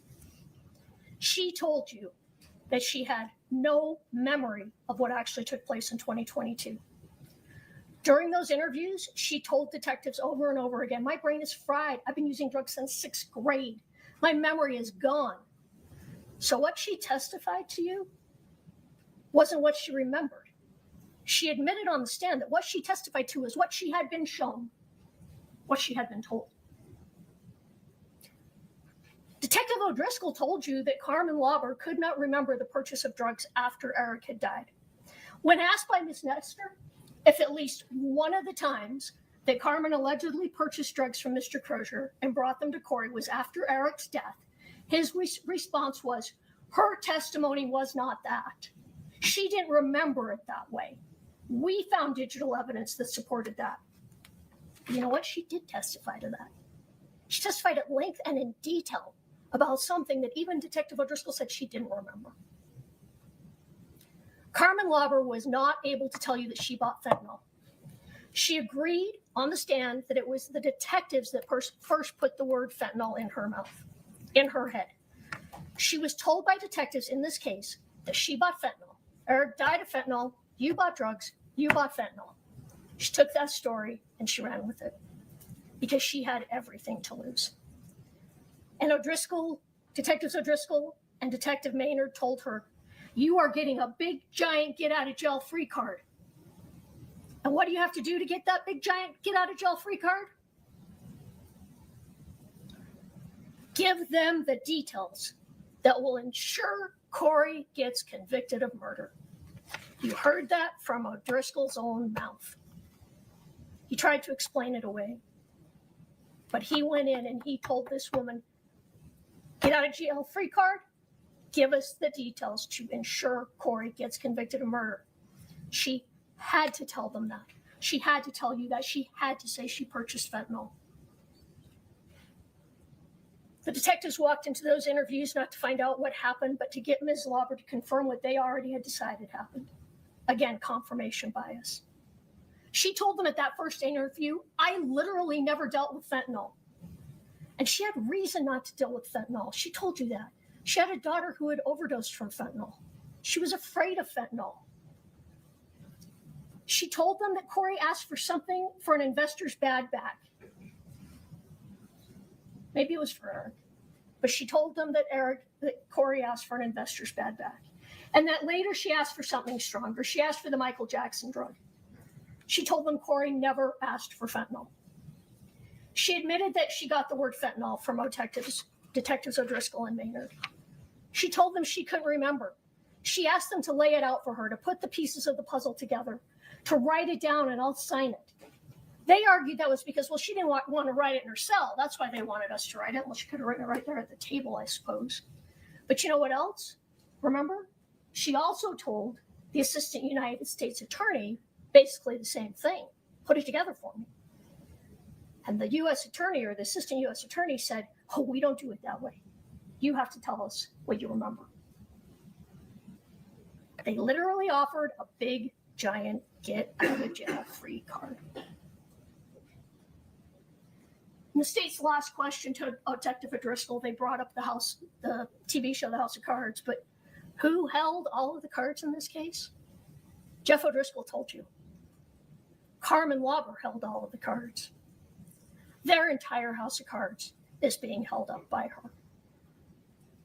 And now at trial 3 years later, she comes in here and says she bought oxycodone once and fentanyl 3 times. Oh, she had her story down. She told it very nicely on direct. But when pressed, she couldn't remember anything. Not from 2022, not from 2023. She couldn't remember on Friday what she testified to on Thursday. And I didn't ask her about her mental health or her learning disability to be mean. I asked her because it explains why she was so easily convinced by law enforcement as to what she needed to do and what she needed to say. She described her learning disability as low education. Well, you can decide what that means for yourself, but one possibility is she has an intellectual disability. And if that is the case, she is more vulnerable to suggestibility than most people. Easy to manipulate. And they took advantage of this. We all saw it. They did too, but they had to find someone who would confirm their theory. But you know what? Through all of this, there were a handful of things that Carmen Lauber was consistent about. There were a few. Kouri asked for some pain medication. Kouri said that in the walk the dog letter. Then she told you, I brought oxycodone from Susan Kohler on February 11th. Prescription oxycodone. Now that's important because if Kouri had any pain pills before February 14th, these were likely what she had. She said Kouri never asked for fentanyl. She said that in all of her interviews.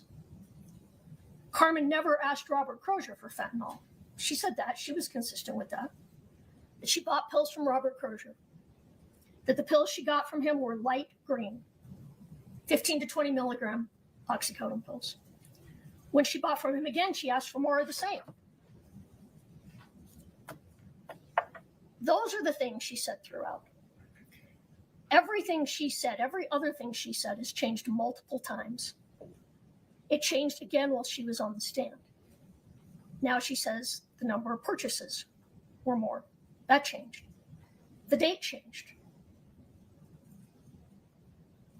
For the first time, she says that Crozier was the first one to say the word fentanyl. It's the first time we've heard that. Wasn't in the interviews.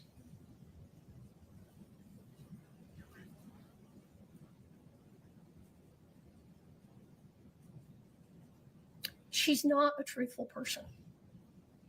There were a couple of little things she lied on the stand about. Not super important, but I'm going to point them out because they were just untruths. When I asked her if she was on any medication for her anxiety or any other illnesses, she said no. But then later, when Mr. Bloodworth asked her, she said yes, she was on medications. They were in her car in her purse.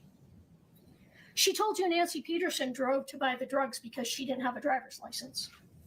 When we showed her that photo was reversed and that she was driving, did you notice how smoothly that story changed? Oh, well, yeah, I drove one way, she drove the other. By the way, where's Nancy Peterson? There was someone who might have been able to confirm Carmen's story, but we didn't hear from her. What else did Carmen lie about? She sat on that stand and she told you, I never violated drug court after I got out, my get out of jail free card in May of 2023. But then when confronted, she had to admit, oh yeah, I did. That's right. She told you, well, I was holding a can of alcohol, but I didn't drink it. When confronted, though, she had to admit that wasn't true. She sat on the stand and she told you that. Oh, I just held it. Oh, but you told your probation officer you drank it. Oh, yeah, I guess I drank it. But what's the most important thing she admitted to lying to? She lied to a judge. She lied to a judge by writing a letter saying that she had been 100% compliant with drug court. And why did she lie to that judge? She wanted to go to Vegas. And she told you on the stand, she admitted it. Yeah, I was untruthful with the judge to get something that I wanted. She was untruthful because she wanted to go to Vegas. There is a lot more at stake here than going to Vegas. She is, again, being untruthful to get what she wants. And what she wants this time is to stay out of prison. And she will say whatever she needs to make that happen. You know what else she got by telling that story? In addition to her get out of jail free card, she also got an advance straight to go and pass drug court on the way card. No more showing up at drug court. And she told you drug court's tough, but she didn't have to go anymore. No regular check-ins. She just had to text hi or lobber to Detective Maynard. And most importantly, no more drug tests. She's still on probation, still waiting to go to court to see if her charges will be dismissed. And she's not being drug tested. Is she telling you the truth about being clean? We have absolutely no way to know.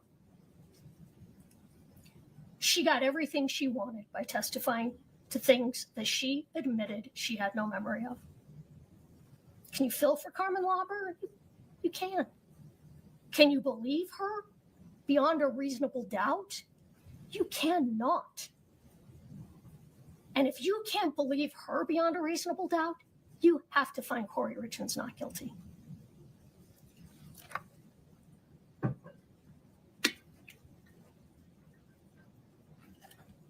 I want to talk about Robert Crozier because he's also an addict and he also changed his story. But what makes him different? First, his original story was given in a 13-minute interview while he was coming down from drugs, not in 10 hours of interviews over multiple days. Detectives came in and they told him he sold fentanyl. They said, we already know. We know you sold fentanyl. You just need to confirm it. We won't jam you up. Just tell us you sold fentanyl. And he agreed with them. And they asked, did Carmen Lauber know she got fentanyl? And he said, absolutely. But what did he explain to you on the stand? Now that he's been through rehab, now that we know he's sober, he gave people what they asked for when he was selling drugs. He always gave them what they asked for. So when detectives came in and said, well, you sold Carmen fentanyl, Carmen asked for fentanyl, he said yes. He said, what I meant is, if that's what she asked for, that's what I gave her. What else makes him different, though, from Carmen Lauber? He changed his story from what the prosecution wanted him to say to what they didn't want him to say, not the other way around. Why do this? Why would he risk his immunity? It would have been so much easier for him just to stick with his original story. Let's go back. So he gives that original story in April of 23. He sobers up. He meets with the state. He meets with Mr. Bloodworth in April of 25, before he ever spoke to me or to Mr. Berman. And he tells them at that time that he got it wrong. He says, no, I sold Carmen oxycodone, not fentanyl. And how does he know this? He told you. Because he didn't start selling fentanyl until late 2022. And he sold to Carmen Lauber in early 2022. Also, his source gave him fentanyl that was so dark it was almost purple. It wasn't light green. It wasn't light blue. Okay, so then he meets with our team in October of 25. He says the same thing. He signed an affidavit swearing it to be true. He testified to the same thing at trial. I was only selling Oxy in 2022. And not only that, he told you his prescription Oxy from a pharmacy. So not fake Oxy that was actually fentanyl, but real Oxy. And he was a bit of an expert on the topic. I think he knew more than the drug expert did. He told you, light green pills, those were 15 to 20 milligram pills. Light blue pills, those were 30 milligram pills. His prescription was 10 milligram pills. He knew his stuff. He was a pretty successful drug dealer. And he told you when I sold fentanyl, those pills were almost purple. What did he have to gain by testifying to this? He's never met Kouri Richins. He'd never met Eric Richins. He didn't know Carmen. He isn't getting anything from anyone. It's for these reasons that his testimony is more credible than Carmen's. Her freedom is at stake, so she had to say fentanyl. She has to give them Kouri. He has nothing to gain. He just told you the truth. The state told you in closing that they traced the fentanyl. It's absolutely not true. Carmen never even looked at those pills. She didn't test those pills. She didn't take any of them, according to her. And we don't know where any of them are. Where are these some odd 90 to 120 pills? They didn't trace that fentanyl. We have no idea where that is. They didn't trace any fentanyl. So how did Eric end up ingesting fentanyl? What other reasonable explanation might there be? You know, I'm not going to stand here and say to you that Eric Richins was a drug addict. He wasn't a Carmen Lauber. He wasn't a Robert Crozier. I don't think the evidence shows that. But that doesn't mean he didn't use. That doesn't mean he didn't ask Kouri to get him pain pills. He probably did. So what do we know? We know Eric was in pain. He had Lyme disease, which can be very painful. He had back pain. He had knee pain. We know he'd been in Mexico not long before his death. Look at what he was doing right before his death. So right before his death, he's texting Pedro Sonora, back and forth, back and forth. Did they interview him? Like we said, no. He texts his friend Scott Wagner, more, Pedro Sonora, from 8:30, between 8:30 and 8:36, he texts him 1, 2, 3, well, these are back and forth. But between them, there's 1, 2, 3, 4, 5, 6, 7, 8, 9, 10, 11, 12, 13, 14 texts. He gets a call from Scott Wagner. What's his last Google search? How far is it from Scottsdale to Nogales? And then he gets a text from Raul. We also don't know anything about Raul.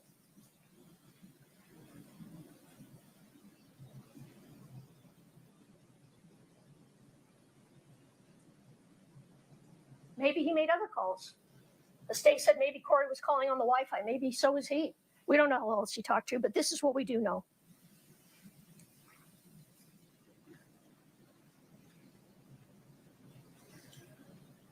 Oh, which this is a good place to bring up, I think, that the state did stand up here and they told you that we said things in opening that didn't come in during trial, and that's true. Strategies change during trial. But remember, we are not the ones under an obligation to put on any evidence. It's not us. We're not under an obligation to prove anything. It's them. Okay, so what else do we find on that first day that Eric died? What else do they find? The hydrocodone bottle. Whatever happened to that bottle? Why wasn't it tested? What was kept in that bottle? The bottle sitting right by the bed on Eric's nightstand, right next to his phone and watch that were placed neatly in his charger. An expired prescription bottle with nothing in it but residue. And you can see the residue there. Why would that be sitting out? A 6-year-old prescription bottle. What might be the best way to bring illegal pills back from Mexico? Put them in a prescription bottle? Put them in your suitcase? What might be the best way to store your illicit oxycodone? Stick them in a prescription bottle? Put them by your bed? And now that bottle's gone, and nobody knows where it is, and nobody tested it. And you saw that white powder, and you can look back when you go back, but you saw that white powdery residue on the nightstand next to Eric. Nobody tested that either. So what's another explanation? What could have happened? Eric was about to take his last pain pill out of that bottle that he kept by the side of his bed. He's on the phone with people in Mexico. He's checking how long it takes to drive from Scottsdale to Nogales. Maybe he knew he was getting fentanyl in Mexico. Maybe he thought it was something else, and he accidentally got fentanyl. Maybe had they tested that bottle, we would know. But they didn't. You know what else we know, though? We know he had a prescription for naltrexone. And it appears he wasn't taking it. A drug used to help people control craving for drugs and alcohol. It's not a drug used to treat Lyme disease. There's a reasonable alternative. Reasonable doubt. All right, I'm going to move to motive. The state absolutely did not prove that Kouri's relationship with Josh Grossman was a motive to kill her husband. Josh and Kouri had been seeing each other on and off for about 2 years. You heard from Josh. He testified that their future together was a fantasy. That at no time did Kouri ever lead him to believe that she was going to leave Eric for him. It was clear that Josh loved Kouri more than she loved him. You could see it in his face. You could see it in his demeanor. You can look at the text shortly before Eric died where Kouri was trying to break up with him. The state wants you to find that the conversation Kouri had with Josh about his time in Iraq is somehow evidence or proof of murder. But Josh told you she was grieving, that conversation was about life and death and Eric and bow hunting and the supernatural, that it really didn't even seem that unusual at the time. He only thought it seemed unusual when the private investigator told him Kouri killed Eric. It's not evidence of a homicide. It isn't proof of anything. Yes, they were having an affair. Eric was also having an affair, possibly more than one. You heard there was a text about an open relationship, and they can laugh about that, but that's what the text said. And you know what? We do not bring this up to make Eric out to be a bad person. It doesn't matter what he was doing in his personal life. That's not the point. The point is that there were parts of Eric's life that he didn't share with people. Just like he didn't share with Cody that he used marijuana, or even that he took prescriptions. The point is we all have secrets, and Eric had secrets. But back to Josh, the best evidence that Josh was not a motive for Kouri to kill her husband is that after Eric died, she never did get together with Josh. She didn't show up at the brunch that they'd planned to celebrate the closing on the Midway Mansion. She didn't go on a vacation with him in April. She never even finished paying for that vacation. Josh told you that Kouri changed after Eric's death. That she was grieving. That he saw less and less of her, and ultimately she broke things off. And by the way, if Kouri was as motivated by money as they would have you think, would she really have killed her wealthy husband to run off with the handyman who lived for free in one of her houses? That doesn't fit with the state's theory.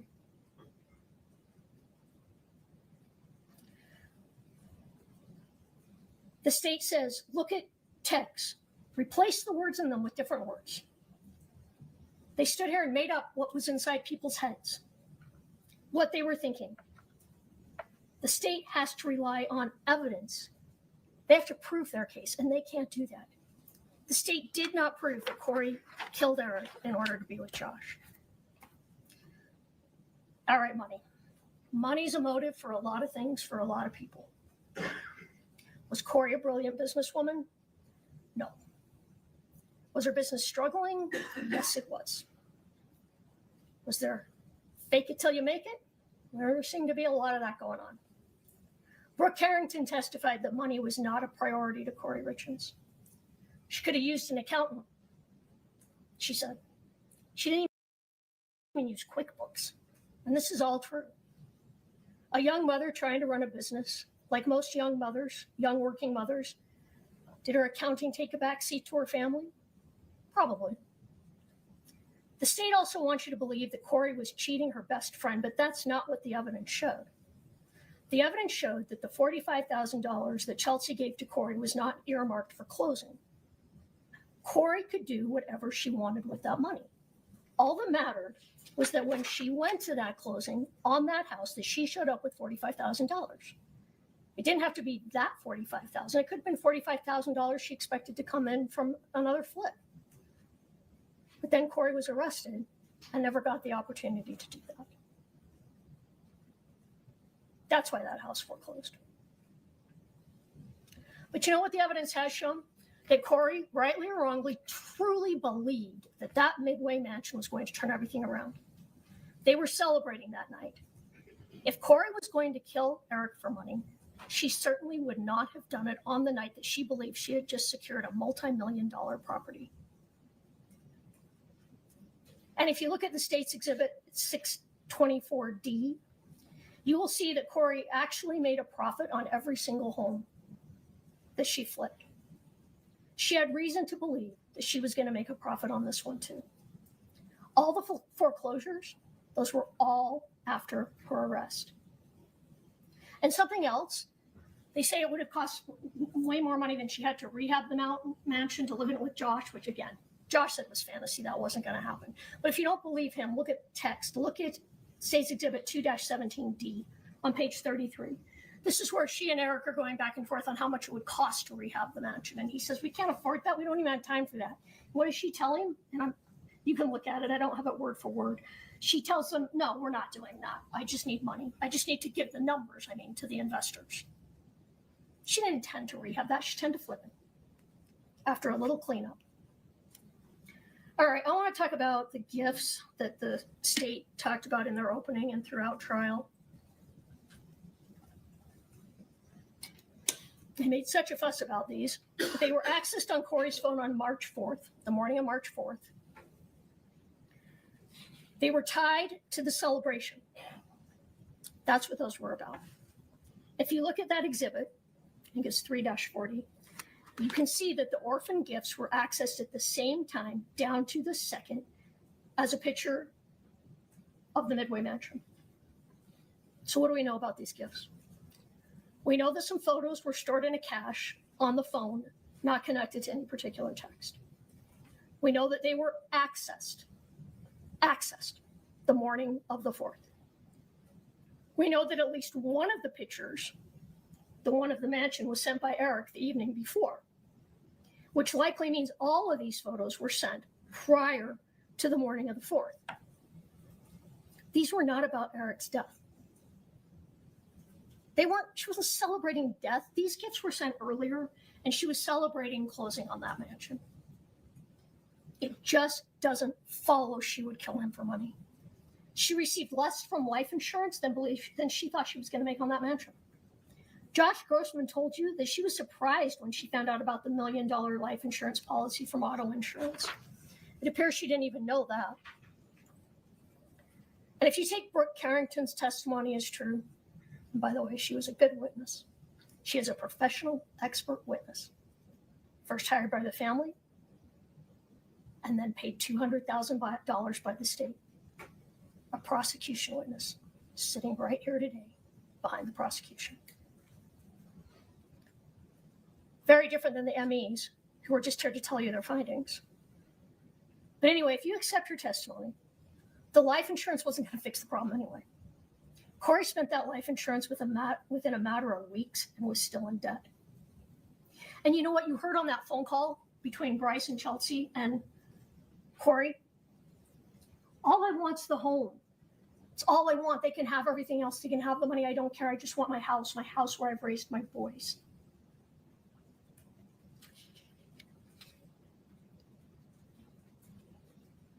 And you know what? Eric was making good money. In 2020, he told Christina Miller, the attorney he went to about talking about a divorce, that he was making, his income that year was over $33,000 a month. Kouri Wright testified that they made $500,000 each the last year that Eric was alive. I believe there was testimony that there were other years she made even more. Not sure about that, but I think that was in there. So if this case was about money, Eric was worth so much more to Kouri alive than dead. Opportunity. Well, I guess her opportunity was she was the only one in the house. Who else was in the house, though? Who else had an opportunity to take those pills? Eric. 4 years later, 10,000 searches, over $300,000 worth of expert witnesses, 3 weeks of trial, the FBI, the DEA, Homeland Security, the Summit County Sheriff's Office. They cannot tell you how Eric ingested that fentanyl.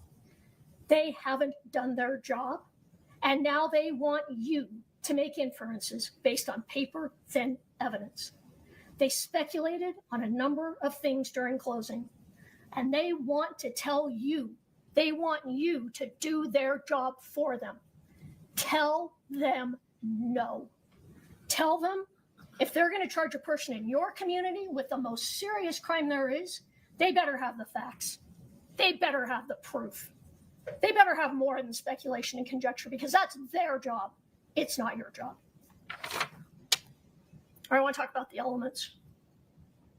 The first one, aggravated murder. Okay, so they have to prove that that Kouri Richins intentionally or knowingly caused the death of Eric Richins. The state has not proven this. They haven't even proven that she obtained fentanyl. They have not proven where the pills ended up or how Eric took them. The state stood up here and argued, well, it really doesn't matter what drug she purchased.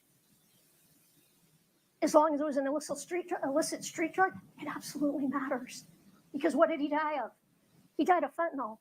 There was no oxycodone in his system. There was no other drug in his system. They must prove that she purchased and gave him fentanyl. Oh, and let me talk about Becky Lloyd for 1 minute. She said that she had a conversation after a drink or two where Kouri allegedly said, things would be easier. I'd be better off if Eric was dead. But what else did you hear? You heard Becky in a recording tell the officers and investigators, I don't think I can testify to that on the stand. I'm not sure that that's true. But then she testified to it. Maybe they threatened to bring a catch pole for her dog too. One thing I want to point out here, though, is if after looking at all the evidence, you believe that Ms. Richins accidentally obtained fentanyl when she thought she was getting oxycodone, and then Eric took those pills voluntarily and died, that is not intentionally and knowingly. That is not aggravated murder. And if you conclude that, you must find Kouri Richins not guilty. All right, attempted murder. What is the evidence of this? And again, it has to be intentionally or knowingly, and it has the rest of the elements there. She had to take a substantial step. So here's the evidence. Kouri bought an omelet and an egg sandwich at 9 o'clock the morning of February 14th. There was no evidence that she left that sandwich in the truck. To the contrary, there was a conversation with her mother saying, they think I left some sandwich in a truck. That didn't happen. Eric said he wasn't feeling well. He took a nap between 11:30 and 2. He called a couple of friends and sounded upset. He joked a few days later with Kouri and friends that his wife had tried to poison him, that he'd had an allergic reaction and used an EpiPen. Alex Staking told you that, Ollie Staking. She never said that Kouri got defensive. She didn't say that. She said they were all laughing. She said that Eric didn't seem upset or scared. It was a joke.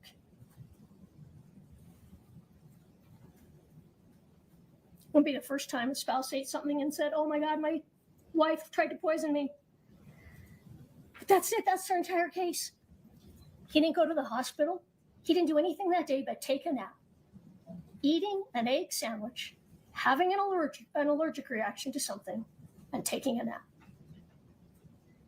There is no world in which that is attempted murder beyond a reasonable doubt. Oh, they point out that months later in text to Chelsea, her friend, that she gets some details wrong about that day. Maybe because she didn't try to kill him, and in her memory that day really wasn't all that important. She said, I bought him lunch. Well, it was breakfast. Again, they stood here and said, Eric was thinking this, Kouri was thinking this. She was, off with Josh thinking all these things. None of this was evidence, not any of it. None of it is proof. They talked about some IRS calls that she made on those days. No evidence as to what was in those calls.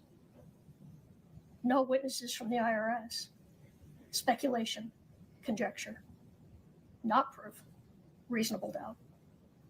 Okay, I'm going to jump quickly. The other 3 counts I'm going to go through quickly, but I'm going to go to count 5, which is the forgery count.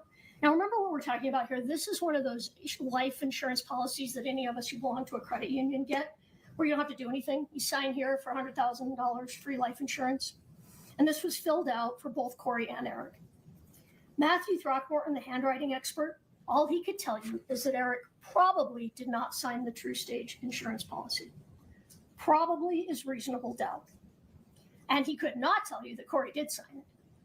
They have not proven that Kouri forged Eric's signature. And there was no evidence either way if Kouri had permission to sign Eric's name on that True Stage life insurance. I mean, let's be serious. It's the rare married couple who doesn't occasionally say, hey, honey, I'm going to sign this for you. Is that okay? But there was no evidence either way. She's not guilty of forgery. All right, jumping to the insurance fraud counts, count 3. Count 3 is directly connected to count 5, because this count alleges that Kouri fraudulently obtained that insurance policy, and the fraud was forging Eric's signature. They said there was a reversed Social Security number on there, but the fraud's the signature. So if the state hasn't proven to you count 5, it automatically follows they haven't proven count 3, and you must find her guilty, not guilty on count 3. Count 4 says that alleges that Kouri fraudulently collected the True Stage insurance policy. All that means is if she did kill her husband and then represented something different to collect that insurance, that would be fraud. But if you find Kouri Richins not guilty on count 1, you have to find her not guilty on count 4. The state has not proven their case. They don't have the evidence that Kouri Richins killed her husband. So instead, they have tried to show you as much evidence as they possibly can to convince you that she's the sort of person who would. Getting close to the end. I'm sure you would like me to stop talking, but I have to tell you, I'm afraid to stop talking. Because as I stand here right now, Kouri Richins is still cloaked in a presumption of innocence. I don't ever want to walk back to that table. As a defense attorney, that is one of the longest walks a lawyer can make. This entire case is going to flash before my eyes. And all I will be able to think about once I sit down is, what did I miss? What did we miss? What didn't we tell you that you wanted to hear? Did I focus on what you wanted to know? Did we do enough? You're about to go through those doors and into the jury room and start deliberations. Everyone in this courtroom, everyone watching around the world, we all wish we could follow you and listen in. But that room, that jury room is yours. It's sacrosanct. In that room, you get to decide. And when you get in that room and you look at the evidence, if you think that Kouri Richins might have killed her husband, that she likely killed her husband, that she probably killed her husband, you must find her not guilty. Because maybe, probably, likely, very likely, none of these reach that extraordinary burden of proof beyond a reasonable doubt. I'm going to ask you to do a couple of things when you go into that room. First, you might be tempted to go around the room and take a vote for guilty or not guilty to see where you all stand. We ask that you refrain from this. Instead, we ask, talk to each other about where you see reasonable doubt. Also, If Kathy or Alex or myself did something to offend you during this trial, please hold that against us and not against Kouri. Now, the state's going to get up and talk to you again because they get the last word. And the reason they have that last word is because of that heavy burden. But when you filled out that jury questionnaire, we asked you if you would be comfortable making your voice heard in that jury room. Would you stand by your convictions, by what you believe? And each and every one of you said yes. So here's my final ask of you. When you're deliberating and something comes up that we didn't respond to, will you be courageous? Courageous enough to raise your hand and talk about what our response would be. Raise your hand for Kouri, because you are the last line between an innocent woman and the state. Be courageous.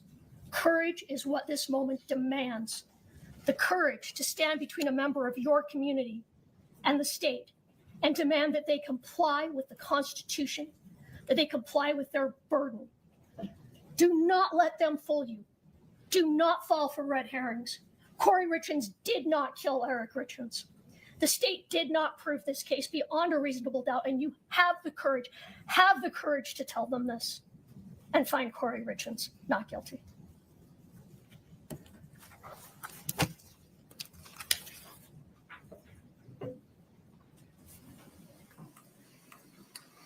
Mr. Bloodworth. Your Honor, 15 minutes now will save me 30 minutes later. Understood. Folks, let's you stretch your legs. All right, jury.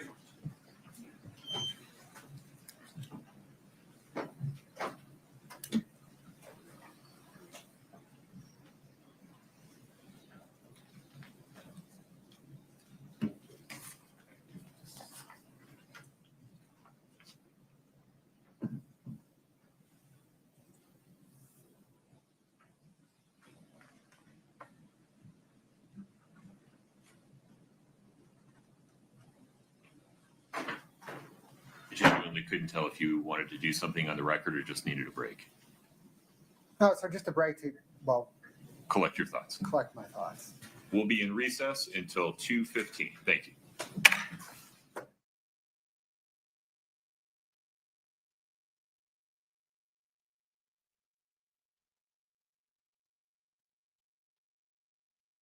Hit us in the chat if you think the defendant is guilty or not guilty.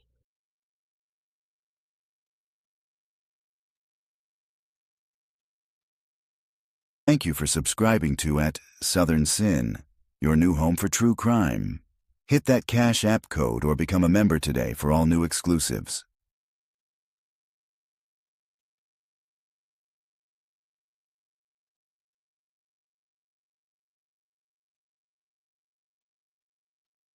You're watching at Southern Sin, your new home for true crime. Smash that like button now. We'll be right back.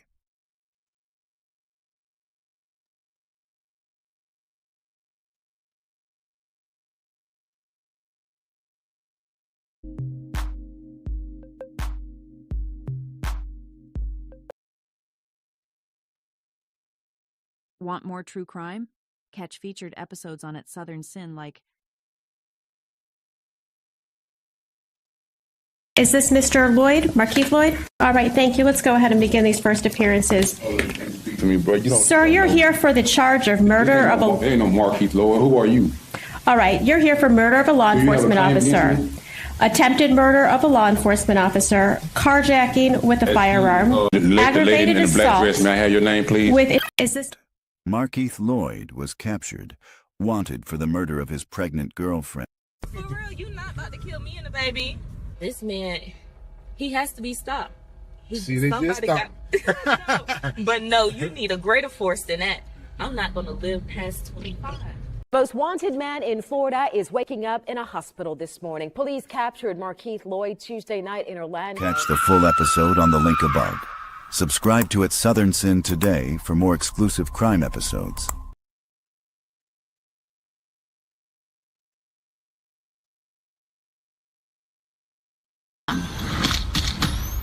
I guess you know what comes across my mind.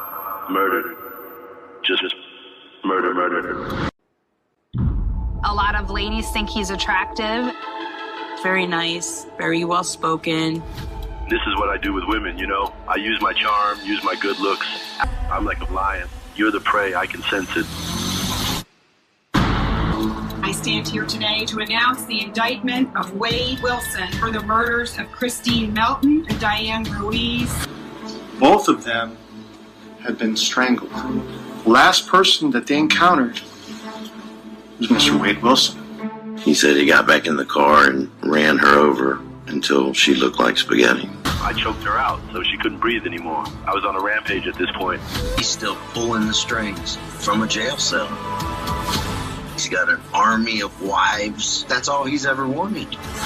To advocate for someone because you think he's handsome. A rage overcomes me. Just kill, kill, kill. When I get that way, I become the devil. I'm gonna be honest with you, son. Everybody in the state thinks you're a monster. True crime just got darker. Catch the full episode on the link above. Subscribe to At Southern Sin today and hit the notification bell for more live original episodes Wednesdays at 8 p.m. I just killed my mother.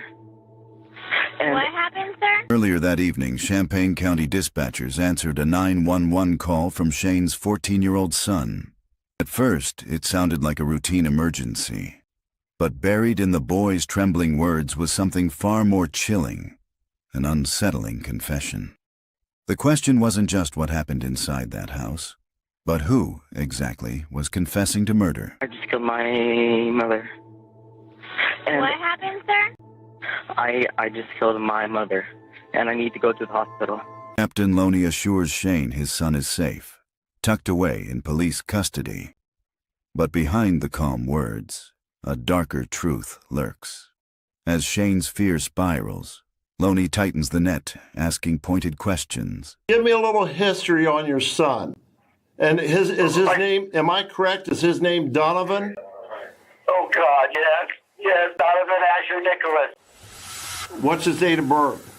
Okay, I think he's 14 years old. Okay. But is it? I don't know. Okay. Has he been any behavior problem or anything to you? Never. The boy is soft-spoken. He's a genius. He's very, very smart. He's non-confrontational. Okay. He's never done anything. No, this is not happening. Has he ever inflicted harm to any family member or anything like that? Never. No harm to anyone? Never. None. Does he have friends and things of that nature? No. No, he does not. True Crime Tuesdays just got darker. Southern Sin's all-new episodes drop at 9 p.m. Subscribe now for exclusive content.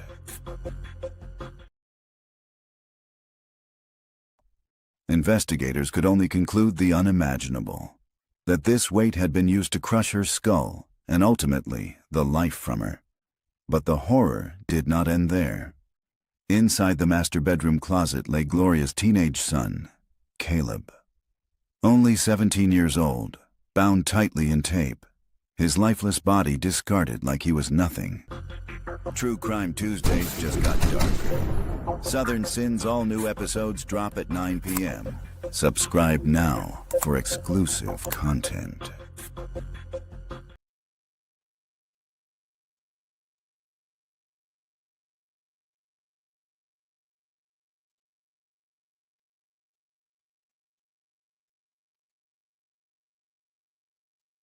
A summer night turned deadly when 17-year-old Alvin Foy unleashed chaos.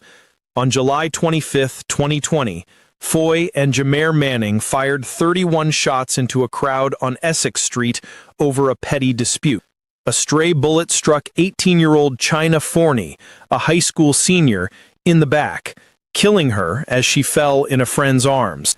Prosecutors presented surveillance and ballistics, proving Foy fired the fatal shot. His not guilty plea crumbled as China's family spoke of their loss.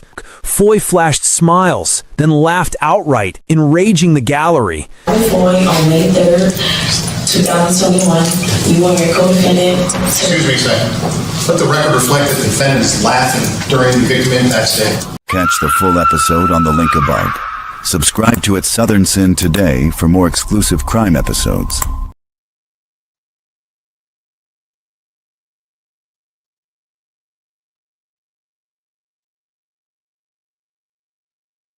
Rapper YNW Melly, whose real name is Jamel Demons, back in a Broward County courtroom Monday as the state prosecutors and the defense are going over a number of different motions filed to see what will be admissible for Demons' retrial. Demons is accused of murdering Christopher Thomas and Anthony Williams, both childhood friends, back in 2018 after a late-night recording session, and then allegedly made it look like a drive-by shooting. His first double murder trial ended in 2023 in a mistrial after jurors failed to reach a unanimous verdict. That trial, with twists and turns that included allegations of witness tampering, passing messages in jail, and alleged plans to escape. All issues brought before the judge today to see what would be permitted to use in his new trial. Demons faces a number of charges that include 2 counts of premeditated first-degree murder and witness tampering. And he is expected back in court January 12th on Monday at 8:45, where the judge will hear additional motions. That trial has been set for January 21st. '"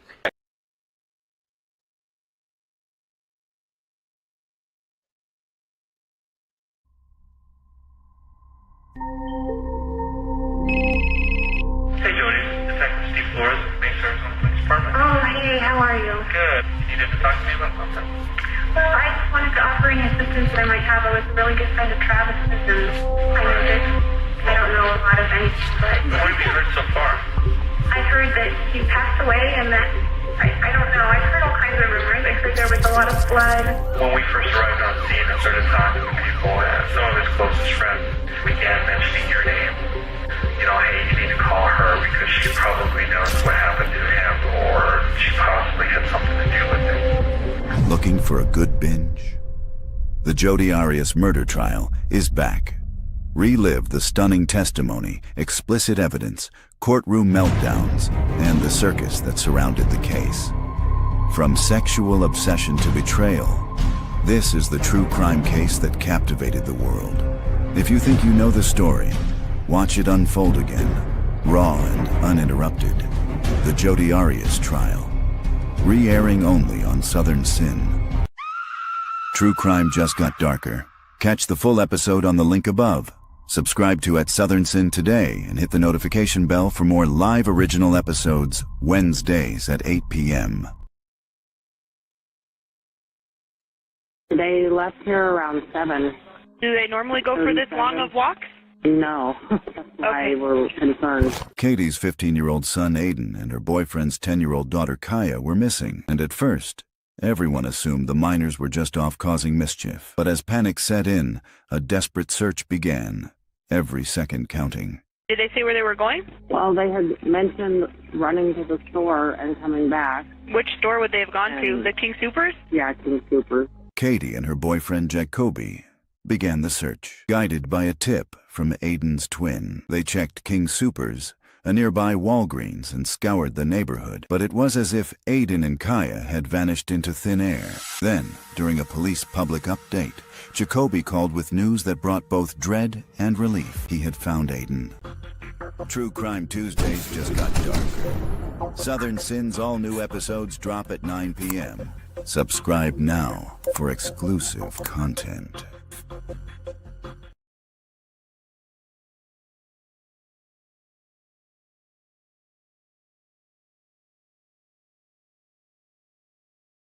A 14-year-old freshman, Colt Gray, opened fire, killing 4 and injuring 9 others. There was like 10 shots, about a 3-second or 4-second pause, and then like 7 more. According to investigators, Gray carried an AR-15 style rifle onto a school bus that morning, the barrel sticking out of his backpack wrapped in poster board. 4 people would lose their lives that day: 14-year-old students Mason Schermerhorn and Christian Angelou, 53-year-old math teacher Christina Arimi, and 39-year-old football coach Richard Ricky Aspinwall. Colt Gray has been indicted on 55 felony counts, including 25 counts of aggravated assault. He is not the only one facing charges in this tragedy.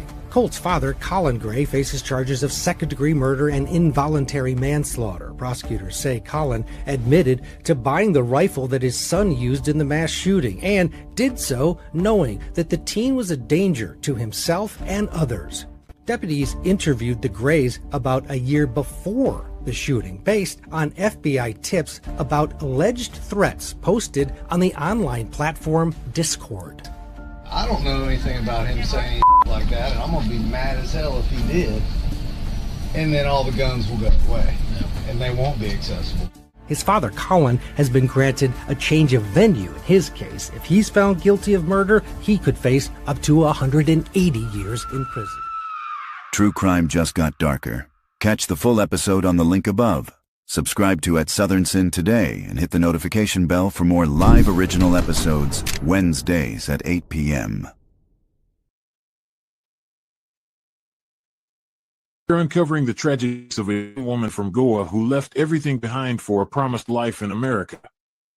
She met him at a beauty salon, an American tourist with charm, money, and a plan.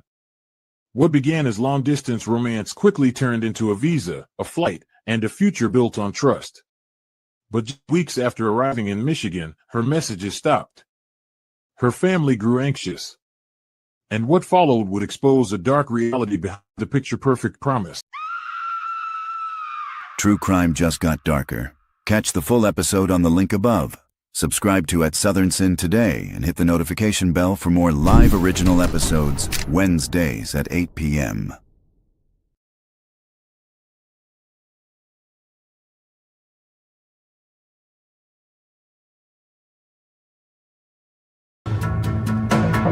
Eric and Kouri Richins seem to be living the perfect little life. The attractive young couple had 3 young boys and were doing very well financially living in Utah.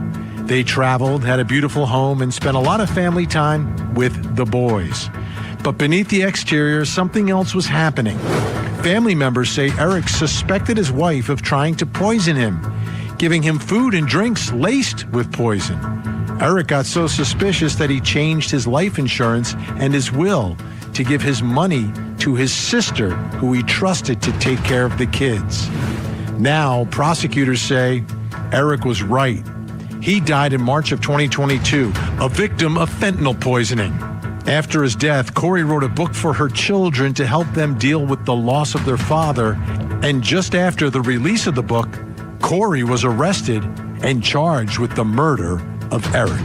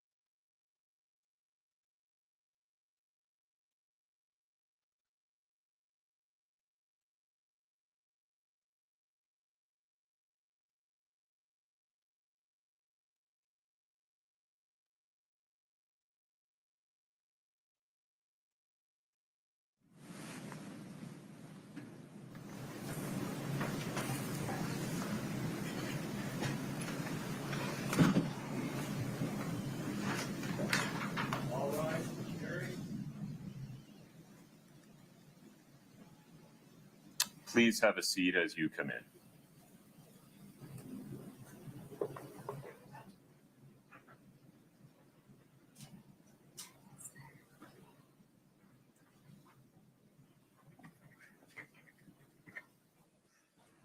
Please have a seat. Mr. Bloodworth, please proceed. Thank you, Your Honor.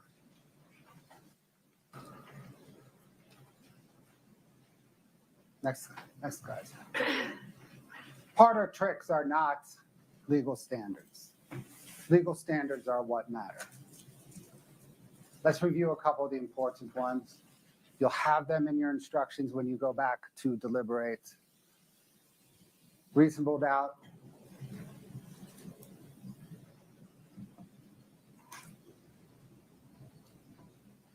I come back to this one again and again. Evidence usually consists of testimony and exhibits presented at trial. What the lawyers say is not evidence. I've come back to this slide in rebuttal precisely because of defense's closing. There is a reason the state provided you in its slides with the cite to every single piece of evidence it argued. We told you what transcript page and line number. We told you what exhibit number.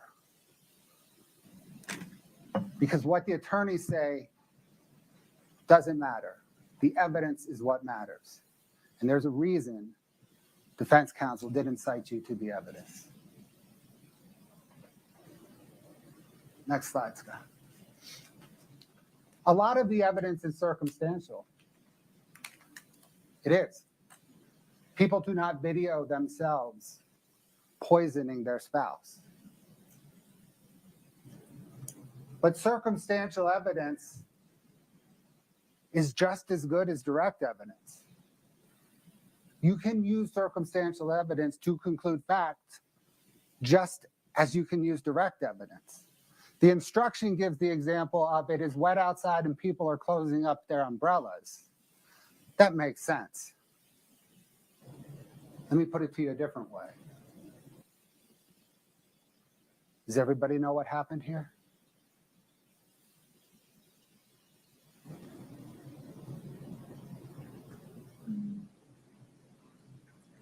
Kouri Richins chose common law, but the state didn't.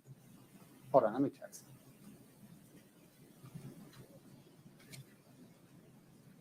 Go back one. Kouri Richins chose common law, but not the state. Go ahead, Scott. Thanks.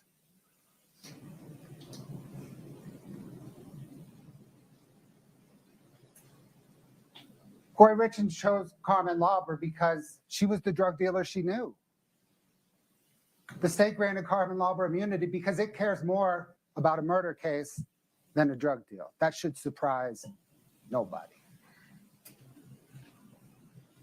Kouri Richins chose common law in part because she had control over her. She could help her out. She employed her to some measure. She could help her out. A little quid pro quo. You give me some drugs, I can help you out with your drug court. Kouri Richins chose common law, not me. Her testimony is corroborated.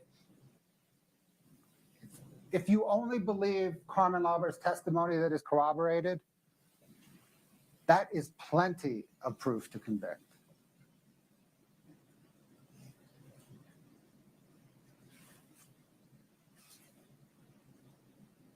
She was only at that Maverick in Draper 3 times. That's what the digital evidence shows. Each of the 3 times she was there, so was Robert Crozier. Those were the only 3 times he was there. Their testimony corroborates each other in the relevant manner. It corroborates that they met, that he sold her drugs, illicit street drugs, that it had fentanyl. Blues had fentanyl.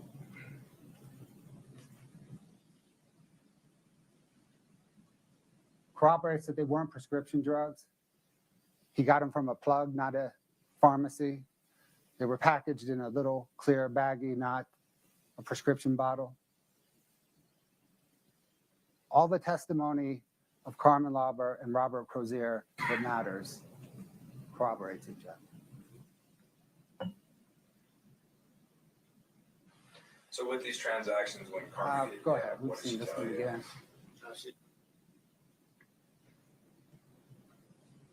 Crozier was at the gas station 3 times. Carmen Lauber was there every time. The March drug deal.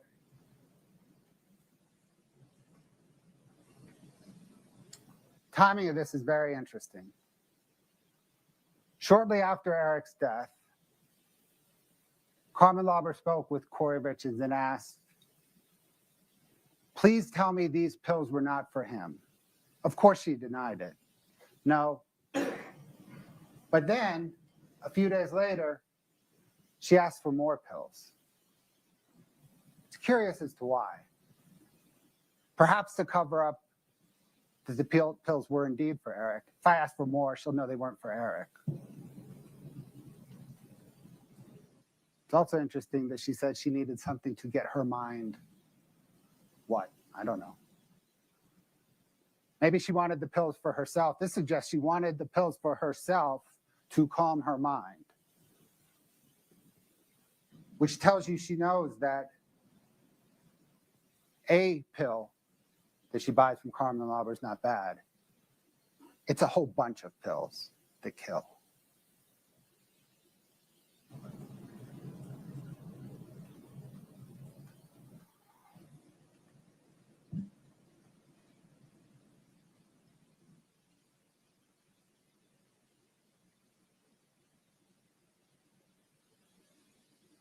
Consciousness of guilt is evidence of guilt.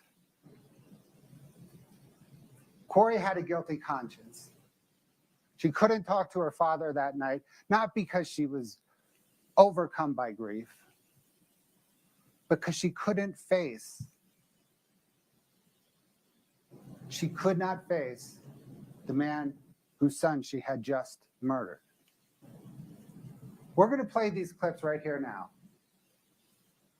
This is when Kouri Richins is asked whether she's going to tell her children, whether she's going to talk to her children. Notice Kouri Richins' reaction in the moment. To this will be Katie Richins' reaction in the moment. Go ahead, Scott. Where are your children now?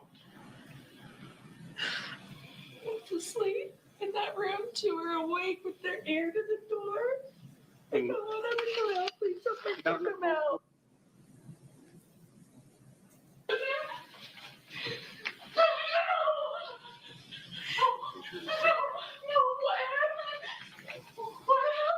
We don't know. We went to bed.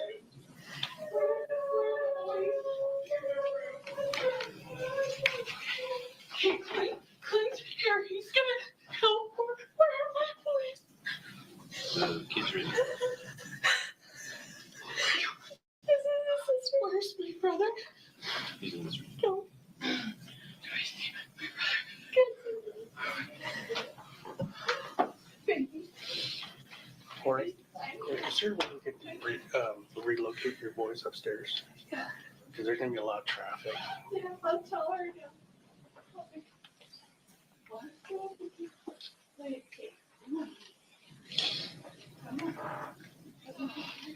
Kouri Richins walks away. Mom,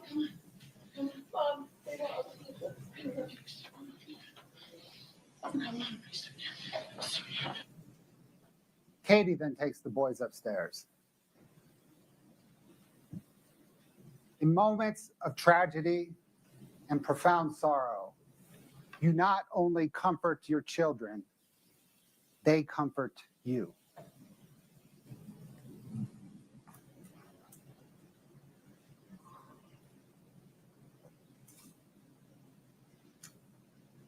Kouri Richins hides her face because she doesn't know how to react because she is not grieving. She doesn't want to see other people see her non-reaction. She's not grieving because she feels no grief. She just murdered Eric.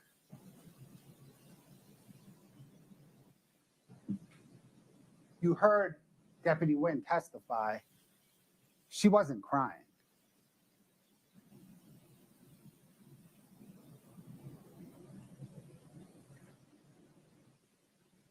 Deputy Wynn's body camera did catch a moment of surprise. That's the moment he informed her that he, Deputy Wynn, was sending Eric's body for an autopsy. That's her surprise. She didn't tell anybody that night that Eric used fentanyl because she thought she would get away with it. She didn't think anybody would find out that Eric used fentanyl. And the minute Deputy Wynn said, we're sending his body for an autopsy, that's her reaction.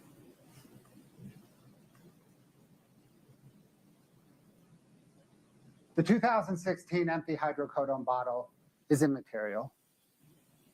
Eric had no hydrocodone in his toxicology results.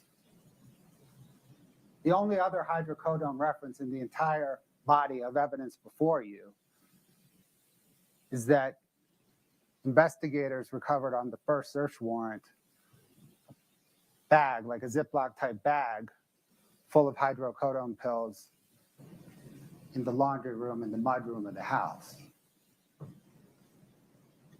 Perhaps Kouri Richins removed them from that bottle and staged the crime scene.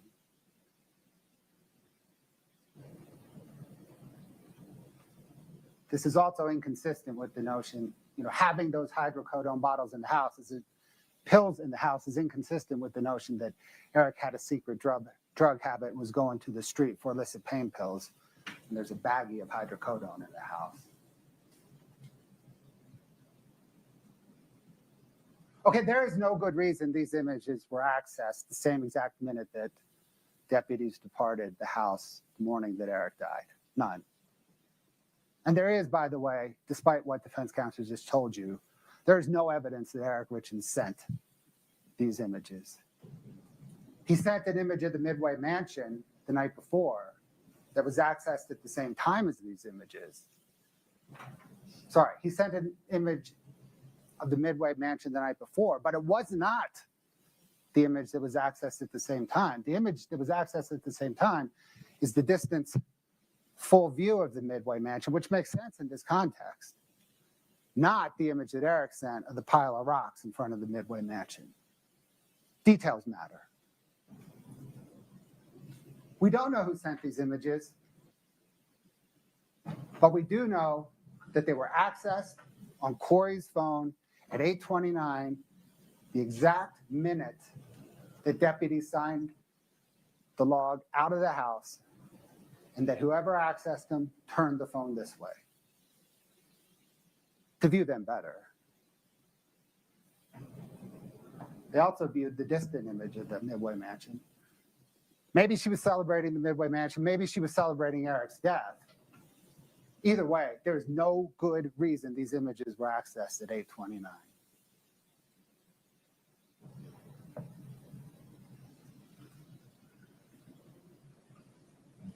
Kouri Richins minimized how Eric died because she needed to cover up her involvement in Eric's death. The worst minimization was the one to his father. After speaking on March 17th with the medical examiner's office, Kouri Richins told Eric's father, knowing this was not true, that Eric Richins died in part of COVID and in part of the same lung fungus that Jean's wife, Linda, died of. That is not only covering up her involvement, that is cruel.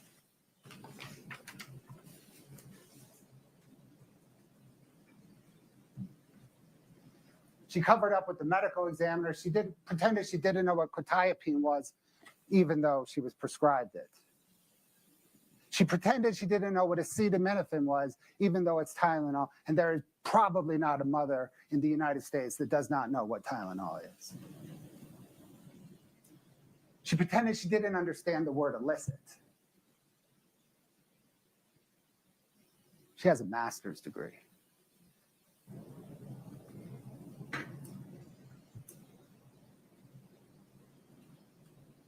In feigning ignorance with Dr. Christensen, she was fishing for information to craft her defense. She was asking, was it injected? Did he eat it? She wanted to know what the medical examiners knew so that she could craft around it. She was really worried about the amount of alcohol.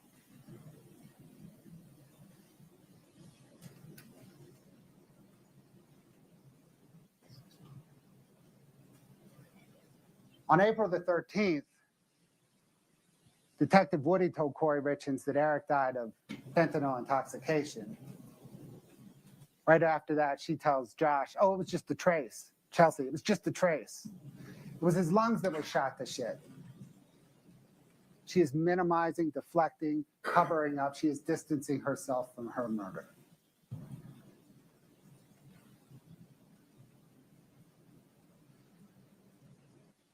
Manner of death on the death certificate is immaterial. It's a box we check. It's used for statistical purposes. They turn the information over to the Bureau of Vital Statistics. It's immaterial for this case. You determine the manner of death. It's murder, aggravated murder.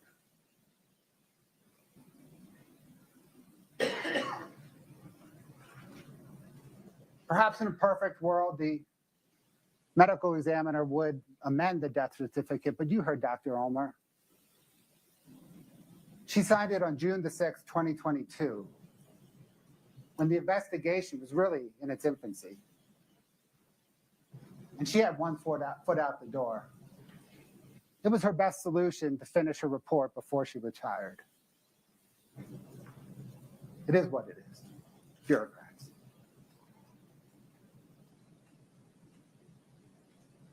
Eric did not ingest the THC gummy laced with fentanyl. When asked if she ate one that night by Deputy Wynn, it didn't seem like he did. Toxicology, there was no measurable THC in the toxicology analysis of Eric's blood or gastric.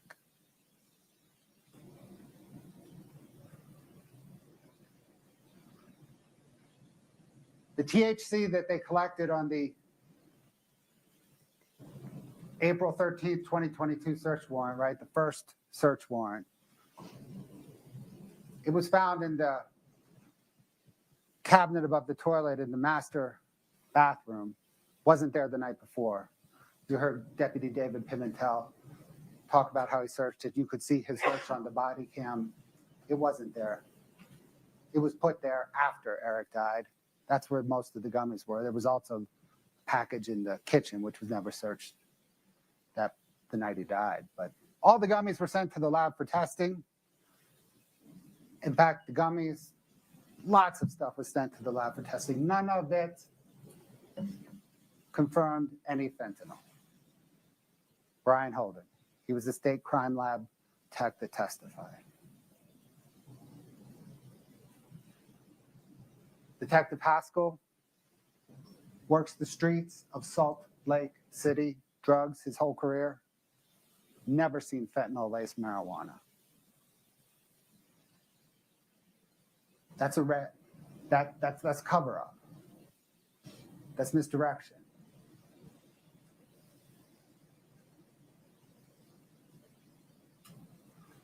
Kouri Richins' plan, if it was a plan, to make money on the Midway mansion is not tethered to reality. Across her portfolio, she lost money, and she lost money on nearly every individual project. She even admitted, it's out of my league, but the margins are so insane that I had to pick it up and then figure it out. Ha, ha, ha, help. That's ha ha ha with $3.2 million of other people's money. She is intensely ambitious.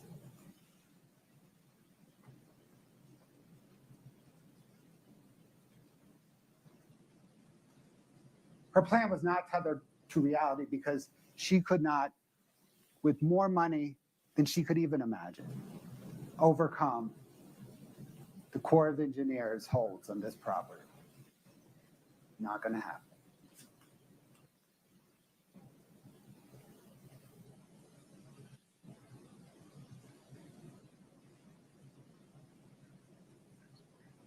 She asked Eric Richins for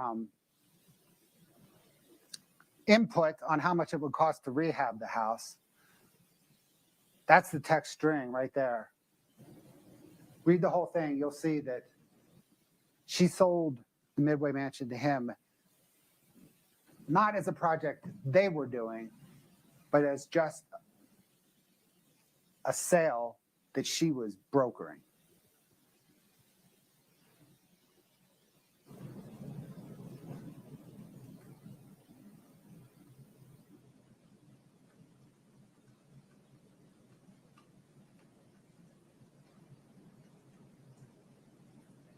Okay, you can clean that one, right? Okay, ready?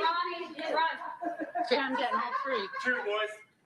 Yep, come back in the corner with us. There we go. Richard? Richard. Yep.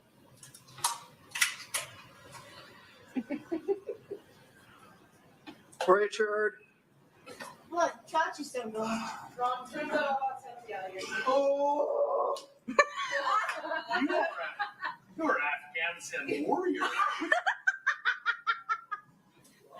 You are an Afghanistan warrior. People grieve differently. There's no ancient artwork of that photograph.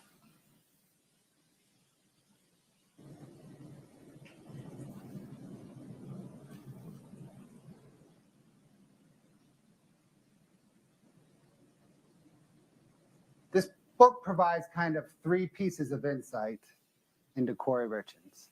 The first is she wrote it, had it written, and published it in early 2023 when she knew that investigators were investigating her for the murder of Eric Richins. She promoted it. Her mother sent a book to investigators, all to deflect attention away from Kouri Richins. She also wrote it to make money. You see the emails, they're in evidence. She thought she would sell 100,000 copies in 10 months at $5 profit a copy. That is not tethered to reality. But it does provide insight in how desperate she was for money. That she would trade. She would trade on her sons and the death of her father to make money. The final thing that tells you about Kouri Richins is that she wanted, as part of her facade, as part of her appearance of success, privilege, and affluence, she wanted to be an author. But she didn't write it. And you can see from her writings and text messages, Orange Notebook, the notes, the Walk the Dog letter, not only did she not write it, she's not a good writer. But she wanted to appear as one. The appearance was what was important to her.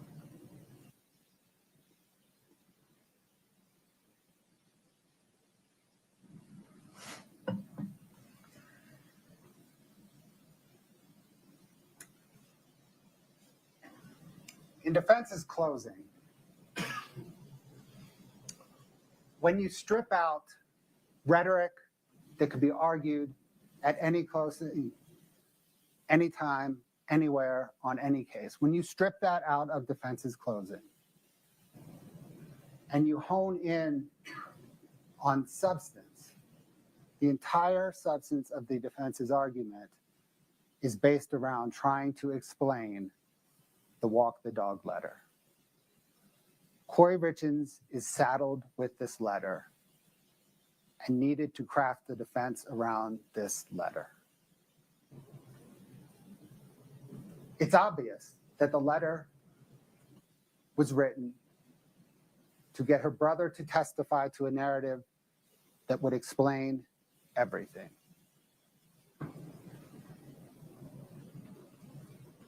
Let's unpack the letter in about 15 or so sentences,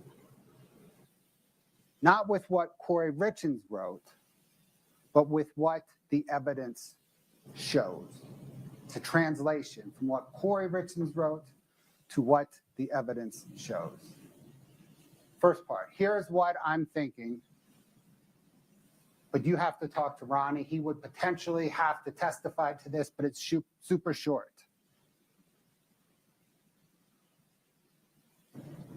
What the evidence shows is this says, I'm thinking that if you tell Ronnie to testify to what I'm about to write, it will explain everything and I will not get convicted.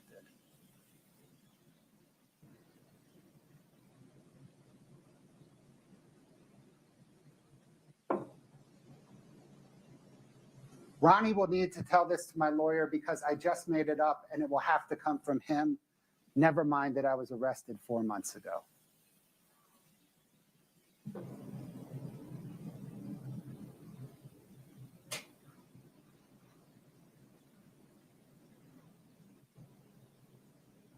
I need an excuse for Ronnie and Eric to be hanging out. Never mind that football season ended a month earlier.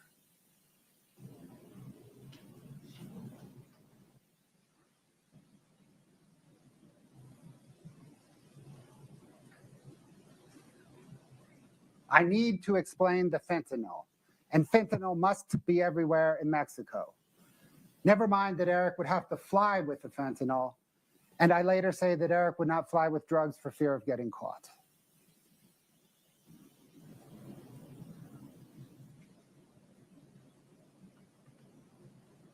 Never mind that I know this story despite Ronnie never telling me.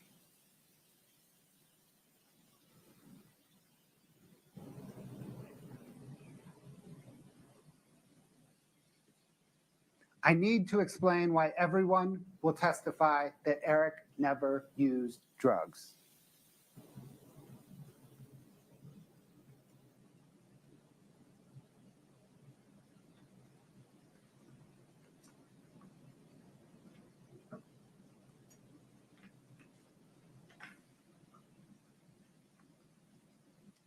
This kind of happened once with THC gummies on a trip to Hawaii.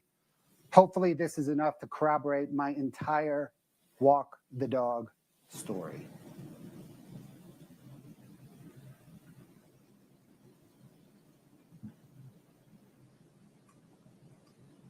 I need to distance myself from fentanyl.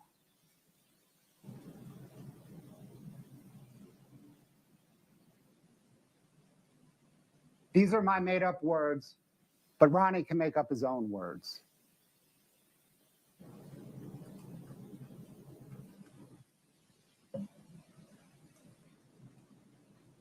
If Ronnie does not say these things, I'm convicted.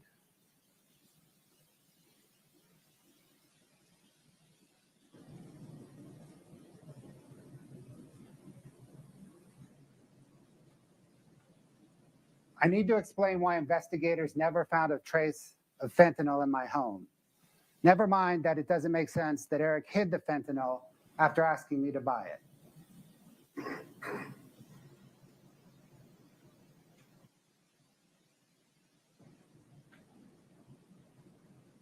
Don't get caught passing this made-up story along to Ronnie. That would be horrible.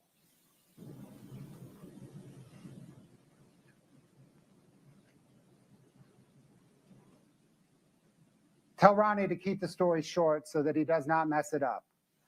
Since his conversation with Eric never happened, tell him that it was only 2 minutes long.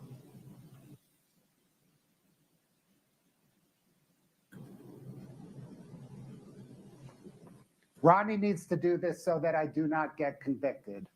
I can then extract revenge on Eric's sisters.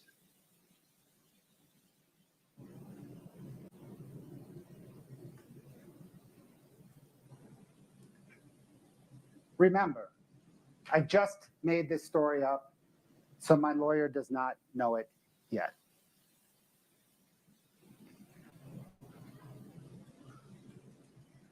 All the evidence in this case proves that Kouri Richins murdered her husband and the father of her 3 children, Eric Richins. There is no other rational explanation for the evidence. And despite all the evidence, Kouri Richins clings to the facade that has enabled her to get away with so much for so long. And despite all the evidence, Kouri Richins doubles down and blames Eric. She is intensely ambitious. See through her facade, check her ambition.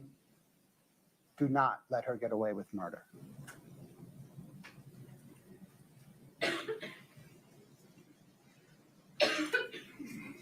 All right.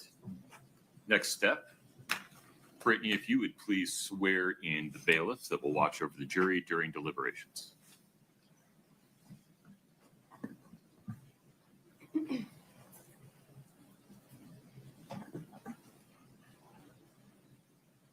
You all raise your right hand.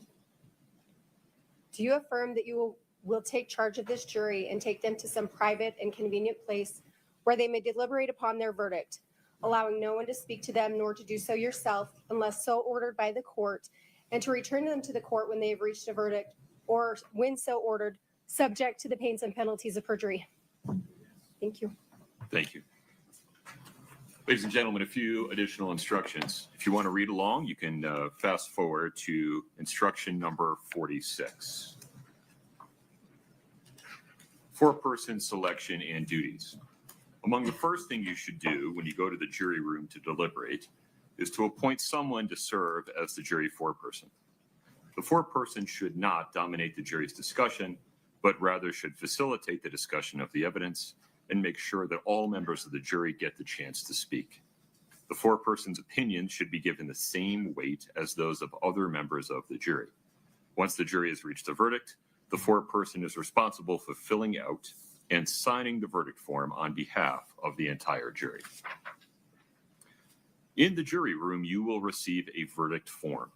Please read the instructions on the form carefully. The verdict form is separated into several sections, one section for each count charged. Each count has separate instructions. When rendering your verdicts, you need to make sure only one verdict for each count is marked. You may be asked additional questions about the basis of your verdicts. Remember, any response you give on the verdict form must be unanimous. Regarding jury questions during deliberations, these instructions should contain all the information you need to decide this case based upon the evidence. However, if you have a question or need clarification during deliberations, please write a note and give it to the bailiff. I will review it with the lawyers. We will answer your question as appropriate.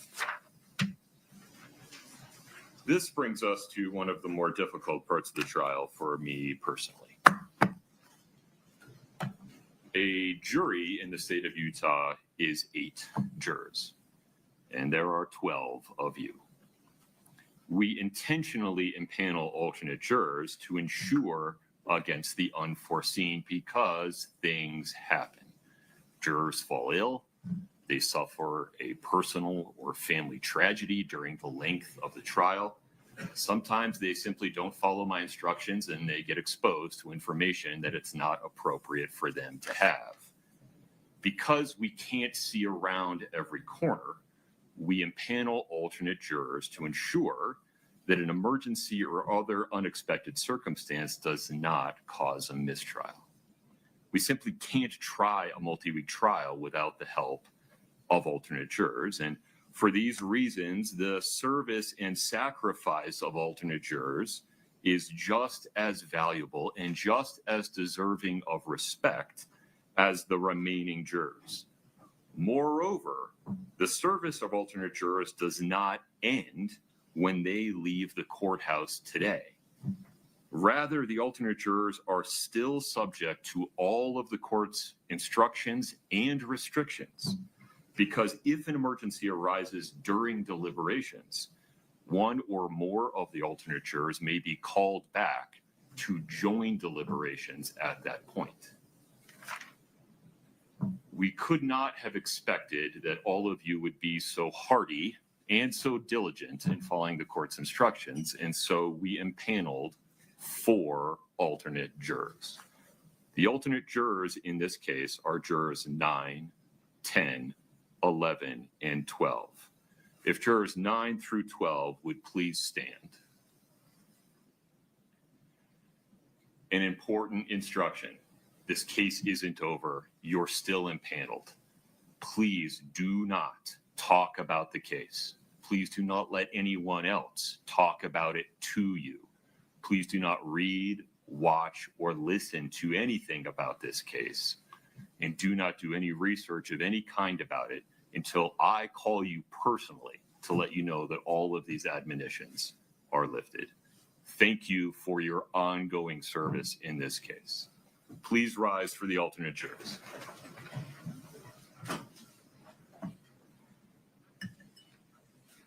Greg, I can't see who's over there. Yeah, Greg, if you would let them out. I have a couple of extra instructions for the 8 remaining. Thank you.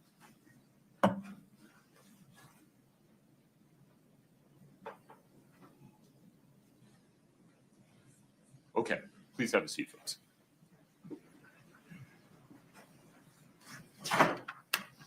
Members of the jury, as you deliberate, you may have questions. If you do, please remember, you can write a note, give it to the bailiff. I'll review it with the lawyers, and we'll answer your questions as appropriate. Please remember, though, that the bailiff cannot answer any trial questions for you. Just as you have not been allowed to research or investigate matters on your own during the trial, you may not use any outside source to research or investigate any matter as you deliberate. No online dictionaries, no online maps, nothing outside the evidence presented in this case. We will provide for you in the deliberation room the exhibits. You may take your notes with you. You may take your copy of the jury instructions with you. We'll provide a copy of the verdict form. This case is now submitted to you for deliberation and determination of your verdict. Please rise for the jury.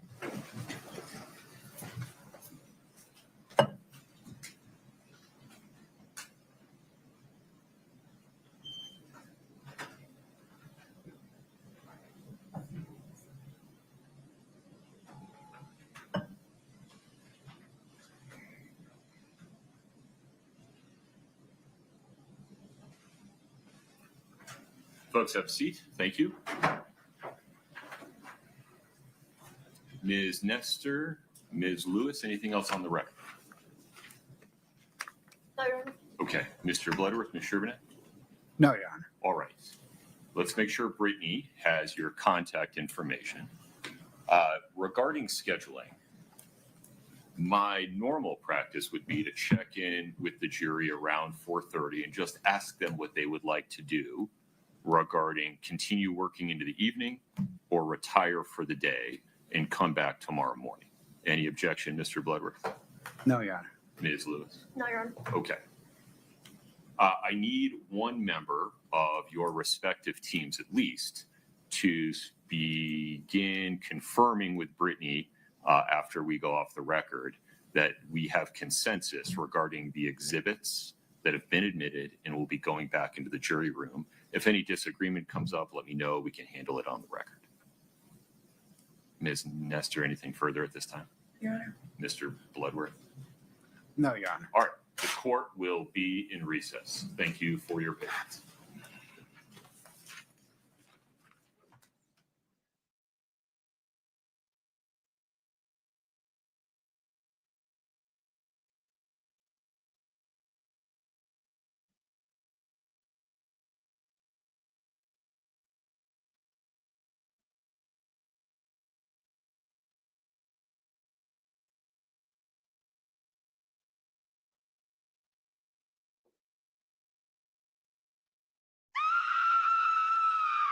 True crime just got darker. Catch the full episode on the link above. Subscribe to At Southern Sin today and hit the notification bell for more live original episodes Wednesdays at 8 p.m.